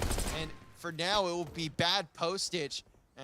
And Nicholls State just trying to keep themselves in this one while they can, because later in the game, that may become a problem. Stu, again, just sprinting down range. It is, though, very minimal time for both squads. And T-Bird going to be the one teed up on the artillery weapon. He doesn't even need to really have his services required. He's just trying to find someone to shoot, and there's no one home. The door is blocked. The building is empty. The house might be on fire if you're Nicholls State. You've got very little time to continue making this one up. 24-7, and that scoreboard's just going to keep ticking on for Nuosu. Yeah, and it is, as you see, Craze does take one out, and T-Bird is getting stunned after stunned, but it doesn't matter. You'll see Biggie Cheese and manages to take him out, and T-Bird caught an unfortunate reload. It doesn't even matter. Biggie Cheese, I mean, trade after trade here. I'm literally trade after trade. That's the middle of this map. P2 kind of allows for it because you can see it through this angle here, and you're going to see Aggro get a kill from that. But finally, Nicholls State has managed to claim the time. But it should be a rotation. Look at where number 7 has spawned, by the way. They spawned all the way on the outside of the map, and 8 is also now going to force the rest of his team to be in a really awkward position. I don't know what's happening with the spawns. I'm pretty good at rating them normally, but this has been a little awkward. Aggro will take down Craze, so the rotation for the next hard point will be in favor of Nuosu. And, I mean, 1, who could have guessed, but 2, where are these players from Nicholls State going to push from? So it looks like they're just trying to get through the middle of the map, and you have Aggro looking at your Scullion. Can you hold off? And it looks like no for Nicholls State. 5 streak for Aggro, just making sure that all the angles are covered. Finally, though, Nicholls State again able to at least make something happen. Aggro finds one before being traded out. Stewie pops in from the back. Craze will at least get a kill, though Biggie Cheese was able to slide in, get a bullet or 2 in, and that's going to be beautiful work from him. 71-27. This one isn't out of hand quite yet, but Nuosu threatening to try and put it into that territory. They just get so much scrap time too. That needs to be noted. They are not only grabbing a majority of the time when the hill starts, they are also making sure they grab that scrap time, not allowing the opposing team to get anything, even just little bits over time. And that's why you're seeing them get so many big leads. 86-32. Big Cheese gonna have to slide on in. Does he find another? No, C-Mac will shut it down. But C-Mac gonna start having something to say. Finds 2, 11-6. Needs to get his squad going. They are down by 50, and they are on elimination point. So different dodging, weaving, bobbing, all the above on the hard point here. It's just such a mixy place. We've seen it on the bomb site. It's just the same on hard point, but even worse. And it's a 30-point lead for Nicholls State as they reach the Yeah. Oh my gosh, Stewie taking 2 outs. C-Mac can't find a way to his shots. Finally, he found it. His teammate with smoke grenade, or not smoke grenade, sorry, a flashbang, or stun grenade, that's what it is. I'll get it right eventually. And so finally, we're seeing some life, though, from Nicholls State. Again, if they can force 5, there may be a chance. Aggro slamming Craze down, and now we head back to P1. It's going to be Shakesy trying to do something, not going to be able to. And C-Mac really coming to life here. He's 15-7. He's doing his best to will his team to a victory, but it is going to be so hard for him alone to do, and you need the rest of the team here in this map. And right now, you don't really have it. I mean, the closest you've got is Craze, who's 10-10. Outside of that, it's just been a brutal map for the rest of the team. Stewie is going to follow to Shakesy now. The rest of them are waking on up. It's going to be a lot closer than what we saw in the previous map, and I'm very thankful for just that. Yeah, I mean, it seems as if Nicholls State has finally woken up. Can they keep this momentum? They are hyped out of their minds. Shakesy and C-Mac both absolutely shooting. Yeah, and this is the Nickel State we were hoping to see all day, and now we're finally getting to experience it. But Shakesy, tough team kill. Nino running in front of him, and now it's going to give the full rotation over to Nwosu. Not what you wanted to see, but with how Nickel State has bounced back, they may have an opportunity here for a break. And they're going to look for it. C-Mac, a huge double, and now you're going to continue to get the time. C-Mac doing it all right now for Nickel State. Biggie Cheese at least finds one, but he's gonna get spun around and it's just gonna be trade to bound. No significant time either way. Aggro just trying to keep himself alive in the hard point. Craze does find the kill. Nino also finding one on the Stewie. Now it's much, much more even. Yeah, no, 100%. C-Mac able to hold that point for as long as he did. Pushed Nickel State up. Craze, an unfortunate TK right there while shooting at Aggro. Literally jumped, Nino jumped right into his line of fire. And you'll see, it looks like Nwosu is absolutely shredding right now. You'll see Craze pick up Stewie for the trade. And Biggie Cheese also just running, gunning. Craze taking another one out. It's looking a very close game. Yeah, and I can hear the Nickel State players. They got one kill and they are freaking out. It is insanity right now in the venue. They still have the energy after all this, and I can see why. C-Mac is 23 and 13, and this game is actually close. Shakesy doing what he can, just trying to hold off for the rest of the reinforcements to come through.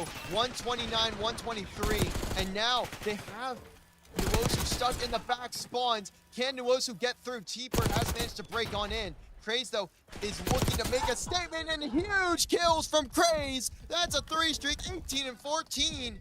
134, 127. Nwosu still holding a lead, but barely. And now this next hill is going to be dangerous for everyone involved. Oh my gosh! Look at all the trades coming off from everyone, and Nickel State ends up winning that altercation. You'll see they're just trying to hold every angle they can to keep Nwosu off of it. They have ended up taking the lead. It is now 142 to 134, and I mean, oh my goodness, the way they are reading these corners on where these Nwosu players are is absolutely crazy. And every single one of their team is absolutely shooting now. I can't believe the turnaround I've just seen. They looked deflated after map 3, and even at the start of this map, they were looking pretty rough off as well. They're trying to force this comeback, and if they can, that game 5 is going to be a heated one. Now T-Bird is going to get taken down. Shakesy almost with the second. I don't know what switch has been flipped, but they have come to life not only in the gun skill, not only in the gameplay, but also in the comms. I am just hearing so much life come out of these guys, but will it all be for nothing if Nwosu can bring it back? They are now down by 20. It feels like this is the first time. Oh, Biggie T's not going to finish the kill onto the player on hill. That's a huge one. Now Nickel State can start rolling again. And everyone from Nwosu, it just seemingly have forgotten how to shoot their gun. Nickel State has decided they needed to turn the brightness up on their monitors because they weren't seeing straight. And clearly Nwosu right now needs to do the same. It is now 179 to 151. This is the most exciting series I think we've seen today. We could very well go to our first game 5 if Nickel State keeps playing the way that they're playing. Yeah, but Stewie is looking to make it not be the case, and we will see if they are able to shut the door on this series. Shakesy, though, does get taken down by T-Bird, but still, you're gonna have to rotate if you are Nickel State. They're trying to get into the new hill, and they are just now able to do so. And we're seeing Nickel State just run it down. Finally, they have a whole lot of life in this series. Nwosu look like they just are so lost after having that big lead. Yeah, I mean, they need to put a map on their screen or something because they're looking for treasure that ain't there, running into the hands of Nickel State and getting shredded by players like C-Mac and Shakesy, and even Craze absolutely destroying this team, you'll see Nickel State has even time across the board, not even just their kills. So they're playing genuinely the greatest hardpoint that I think we've seen today. I don't know where it came from, but this is what they've needed this entire time. And of course, the losers bracket is gonna do certain things to people that you just don't know what's gonna happen. And Nino hitting only 26 to 30, but still managing to rack it up. Now you're gonna see Nickel State just need a little more time, 15 seconds, and they will take game 4, and they will send us to 5. And look at the stats, everyone is nearly even. Big and Cheese, though, managing to find 2, and it doesn't matter. Shakesy gonna look to shut down the map, and that should be just it. And that will do it. Map 5, and they are on their feet. What a game! I did not expect this after game 3. Holy crap! I mean, closest ever. You can probably hear Nickel State is livid right now. They are loving this so much. You can't script that any better. I mean, I'm pretty sure Nuosu had a near 100-point lead in that map, too. I mean, bringing it back like that, unbelievable. And the stats aren't even that crazy. The only one I really want to point out here is C-Mac. He was the one just going off the entire game, and he just showed it out. 33 and 23 at the end of the day. 22 non-traded kills. Someone needs to get a trade, and I'm not sure who. I don't know, but it doesn't matter because we're done with Hardpoint. Screw Hardpoint. We're out of it. It is now on to S&D for our Game 5, the first Game 5 we will be seeing today. Well, on A stream. On A stream. And then on B stream, there was one earlier in the day, of course, with LSU. But here on A stream, this is going to be the first one you guys get to see. It is going to be a Skyline Search and Destroy. If you've ever wanted to see people run it down, you're about to see people run it down. Skyline is such a great search and destroy map. I'd argue one of the best S&D maps to where everything is almost perfectly balanced. As all things should be. And I think we're just gunning. I'm pretty sure they're just gonna gun straight into the map. I mean, they are certainly ready to go. And whoever wins is going to be on their feet. There's going to be fingers pointed, and then good game, guys. Good game. Good game. Then right after. GG's. I mean, this might be the biggest match we have today, at least in terms of the hype, in terms of the star power. It's just a great series all around. I mean, by all means, I thought Nickel State was dead in the water after losing 250 to 39. You have the other team telling you to get a trade. Well, they're not only getting a trade, they're getting a victory. And now the search and destroy, which you lost earlier in this series, you got to be thinking it's going to be a tough time to take this if you are Nuosu. Yeah, think of it this way, though. I mean, lower bracket, whoever loses this goes home. Yeah. So they are fighting tooth and nail to make it to Championship Sunday tomorrow. And what a fight that is being had. I mean, it's like you put two schoolgirls together and one of them said their hair looked ugly. Holy. I mean, that causes a full-on brawl. Exactly. And I mean, yeah, that's what we've seen just now.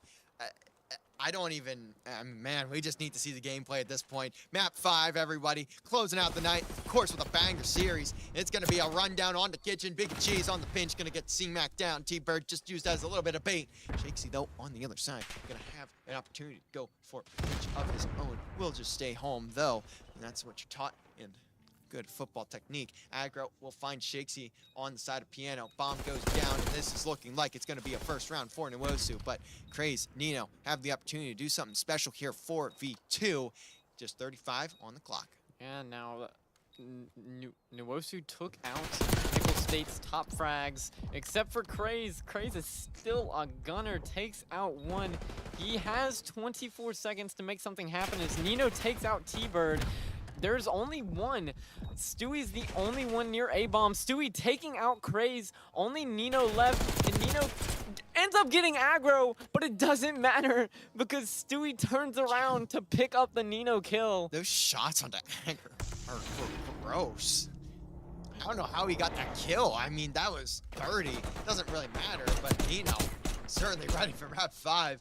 It will be round 1 though to Nwosu, and I didn't hear a single beep out of them. I mean, they might not talk a single word after this. I know earlier they were pretty mad, and you're probably gonna see them pretty mad here again. So this might be a team that they feel is inferior to them, and hey, that confidence is what's gonna could one either bite you in the back, but also could ultimately lead to your victories. Stu has to back away, gets put to 57, and Big Cheese again finding C-Mac for the first blood, second round in a row. That's been the case for both the shooter and the death. Now Nino though does at least get a trade, and so does T-Bird. So are in a man advantage for Nwosu. It's gonna be 2v3. Nickel State has Shakesy and Craze left to go. Where are they able to go?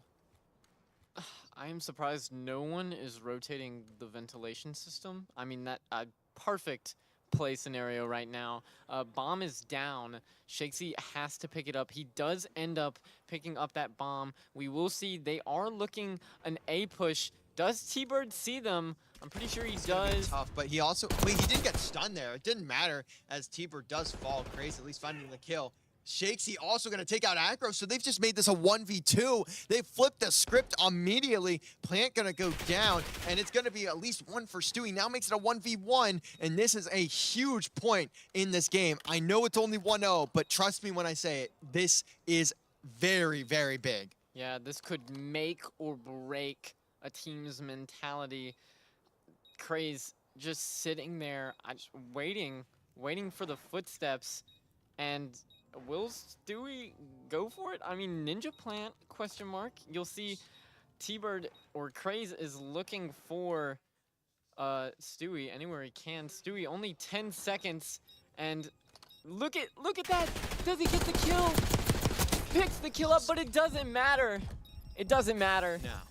And Stewie just taking a significant amount of time there. Never checked the piano side of the map, and that's going to cost him there. He was very thorough on looking over towards bathroom, but he just did not spot anything over in that piano side, and that's going to cause an issue in that round. But of course, it will now be a 1-1 scoreline for this map 5, and honestly, couldn't get much better. Yeah, no, 100%. Now, Stewie is 4-0. He did pick up that RCXD from playing his life right there, and he has a chance at the Hellstorm if he keeps playing the way he's playing. However, as we just saw, Craze picked up the early kill on Aggro. We'll see T-Bird planting this bomb early as we have Nino and C-Mac rotating the flanks. Is C-Mac gonna see Stewie? Stewie, I mean, right there, picked up the kill on Nino, but Stewie did not see C-Mac, as Shakesy also picks up Biggie Cheese, and T-Bird going down, and that is another quick round to Nichols, making it 2-1. Just a great retake from Nickel State, not giving Nwosu an opportunity to really look at their setup. And I mean, you just win your individual gunfights. You can just see who's hot right now. It's going to be Nickel State. It's going to be Craze. 4-2, having a good one so far. T-Bird not gonna be able to do much in that position. And man, what a resurgence Nickel State has had here. Now they're really bringing it to Nwosu, who a lot of us thought was going to be an incredible team in this event, and now they're looking at down the barrel of maybe not even making Championship Sunday. Stewie, though, has some words for that raising there. Gonna send out the RCXD, though. We'll see where he decides to bring this one to. And it's gonna be blown up immediately. It doesn't look like it got any damage dealt. C-Mac again, though, finding a first blood. Him and Biggie Cheese have been going at it in those first engagements, and this time C-Mac will get the better of Biggie Cheese, and it will go down to Stu. As it's a 2v4 now, T-Bird and Stewie. Last one's up for Nwosu, and there's just no answers for Nwosu, or from Nwosu. Nickel State just look incredible right now. One, though, for Stewie, He's got a lot of work ahead of him, though, and this is going to be a brutal one if he's able to pull it off. And it's just, he's stuck in the back of spawn. Not really much he can do here. Just 25 on the clock. He's likely just going to have no way of winning this round. May just look to see if he can get a pick or two. Yeah, I mean, 20 seconds left. He might be able to take one off, but at this point, it is impossible for him to get it. You'll see him, C-Mac has him in his line of sight, but unable to get any sort of substantial kill. And will he just play like keep his one kill streak? And it looks like he will do just that. So Nickel State take that round. It is now 3-1. And is there a light at the end of the tunnel here for Nuwosu? There definitely is, but it's really going to come down to those first bloods. I mean, you've lost the past 3 straight first engagements. That's not acceptable. You cannot win S&D games by losing your first blood. I mean, you can. We've seen teams do it before, but it's insanely rare, and it doesn't help you at all. Obviously, aggro gonna be the one to take first blood, and maybe I was wrong. Maybe it doesn't matter. Shakesy has grabbed a double, but that was also a 3-stack up towards that top bridge, and that's gonna cause a lot of issues when you're sending multiple people there. Stewie also gonna fall down to aggro, and I mean, it's not even like we're seeing close rounds. These rounds have just not been close at all. Like, Nickel State is just putting the pressure on Nuwosu, and Nuwosu needs to find a way to slow things down, calm the storm that is currently heading towards them. It has just been a snowball of unbelievable proportions. They've built a whole snowman at this point in time, and you gotta be careful. Nickel State get another round on the board, and I mean, Northwestern Oklahoma State, have they ran out of energy? Seems like it. I mean, they went from 250 to 39 and kind of slowly lost it. Now, still life, obviously. We have seen them play amazing, and they have the ability. Both these teams are basically 50-50, like back and forth.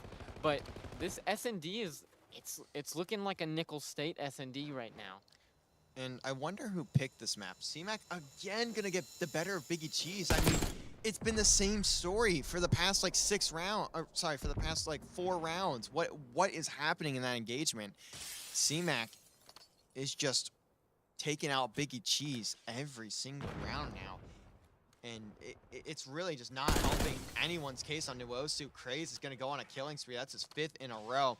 Streaks will just about be available. And man, Nickel State are doing what we didn't know if it was possible, especially midway through the series. Craze. And it looks like we do have a player that crashed out of the lobby, you can see there. So we're going to let this round play out because I believe that player was dead anyways. So it's going to be a 5-1 scoreline for the restart. We'll have to see if they will restart the lobby.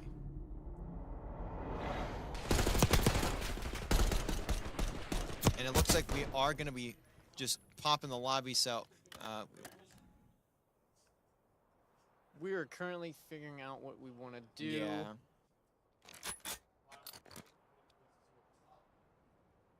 Yeah, and it looks like it will be a restart at 5-1, so one more round for Nickel State, and they will be dealt with, or they will have dealt with Nuwosu, and I'd imagine some of the bigger teams in this bracket, or in these brackets, are going to be looking at this one and being like, wow, let's go. That's a huge win there. I mean, not that, I mean, Nickel State has done everything they can to prove who they are, and I mean, they've done an incredible job of just that. It's just unbelievable what they've been able to do in this turnaround. I mean, I'm still at a loss for words. You lose 250 to 39, like, and you come back, and you were down by 100 or so in that map 4. You come back and win that. You come back here in the S&D, and you not only are winning, you are just destroying your opponent, and especially a talented one like Nuwosu. They got so hyped during that hard point that a fuse blew in their head. And so now, hope maybe now that they have this much needed break, they can kind of maybe reset the fuse like we've been having to do today, and let's see if we can get a little bit of a comeback. Yeah, I mean, they certainly need it. I just 5-1. I mean, you've got to almost full sail this series, and it's not an easy thing to do. I mean, you at least got one less round to just win straight through, but you still got to put 5 in a row together. We are loading into the map, so we will have the rest of our game, hopefully, as long as no one crashes, which hey, that was also the first time it wasn't production crashing. That was a player crashing, so that's quite impressive. Yep, and so we are playing differential. So the map score is still 5-1, Nickel State. So if Nickel State wins this, it's game over regardless of what you see on the screen. So if they win, yeah, and if Nickel State wins a round before Nuosu wins 5, then we have our game, set, match. And of course the other way around for Nuosu. Now this is pretty tough though, and now we will see who comes out on top. Those first bloods for CMAC have been impeccable. He's been taking down Biggie Cheese every single time since that first round of the map. Nino knows how much this means. Of course, just being very patient. Nuosu have to be even more so patient. They don't have any rounds to give.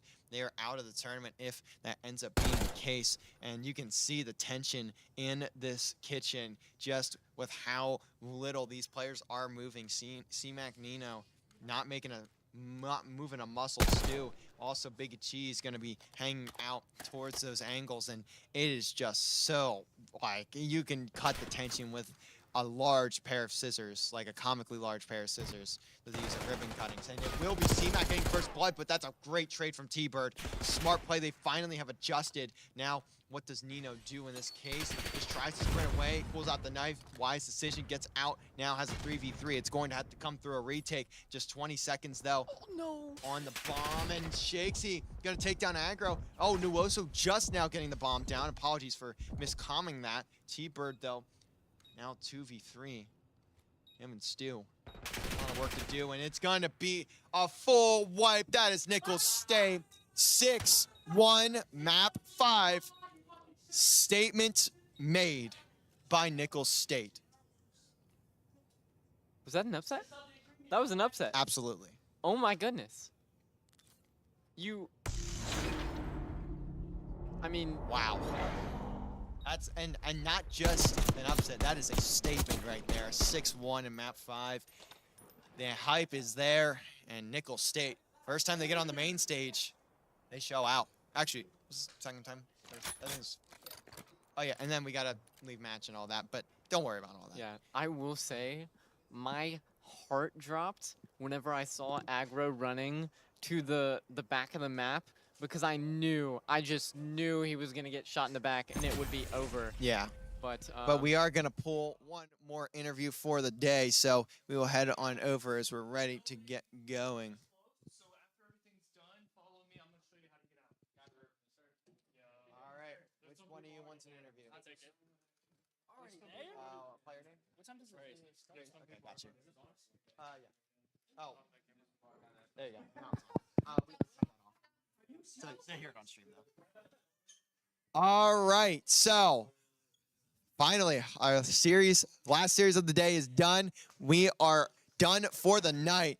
Craze, I mean, what a series there. How are you feeling after that big one? It was a grueler. It was a grueler. After that vault got a little scary. C-Mac decided he wasn't gonna be old and started yelling. I know those lungs can't handle it no more. But after that protocol, it was over. I mean, yeah. So what was the conversation after map 3? You lost 250 to 39. That is very hard to come back from. And then you start map 4 down by what, 50 to 100 points? What are the conversations happening there? We got a strong mental. We knew vault was our best map, so I mean that didn't really bother us. I mean, I would hope you take your best map. We haven't played it for a while, so it's whatever. I mean, we don't get checked. C-Mac started winning some gunnies, things started going our way, and once we get going, we're hard to stop. So. Yeah. Well, you have made it to Championship Sunday. You now have a chance to fight for the grand finals fight for the title of champion here at the Southern Miss U.S. Army Invitational. Have any last words to say before we kick it off on to Sunday? See y'all tomorrow. That's it.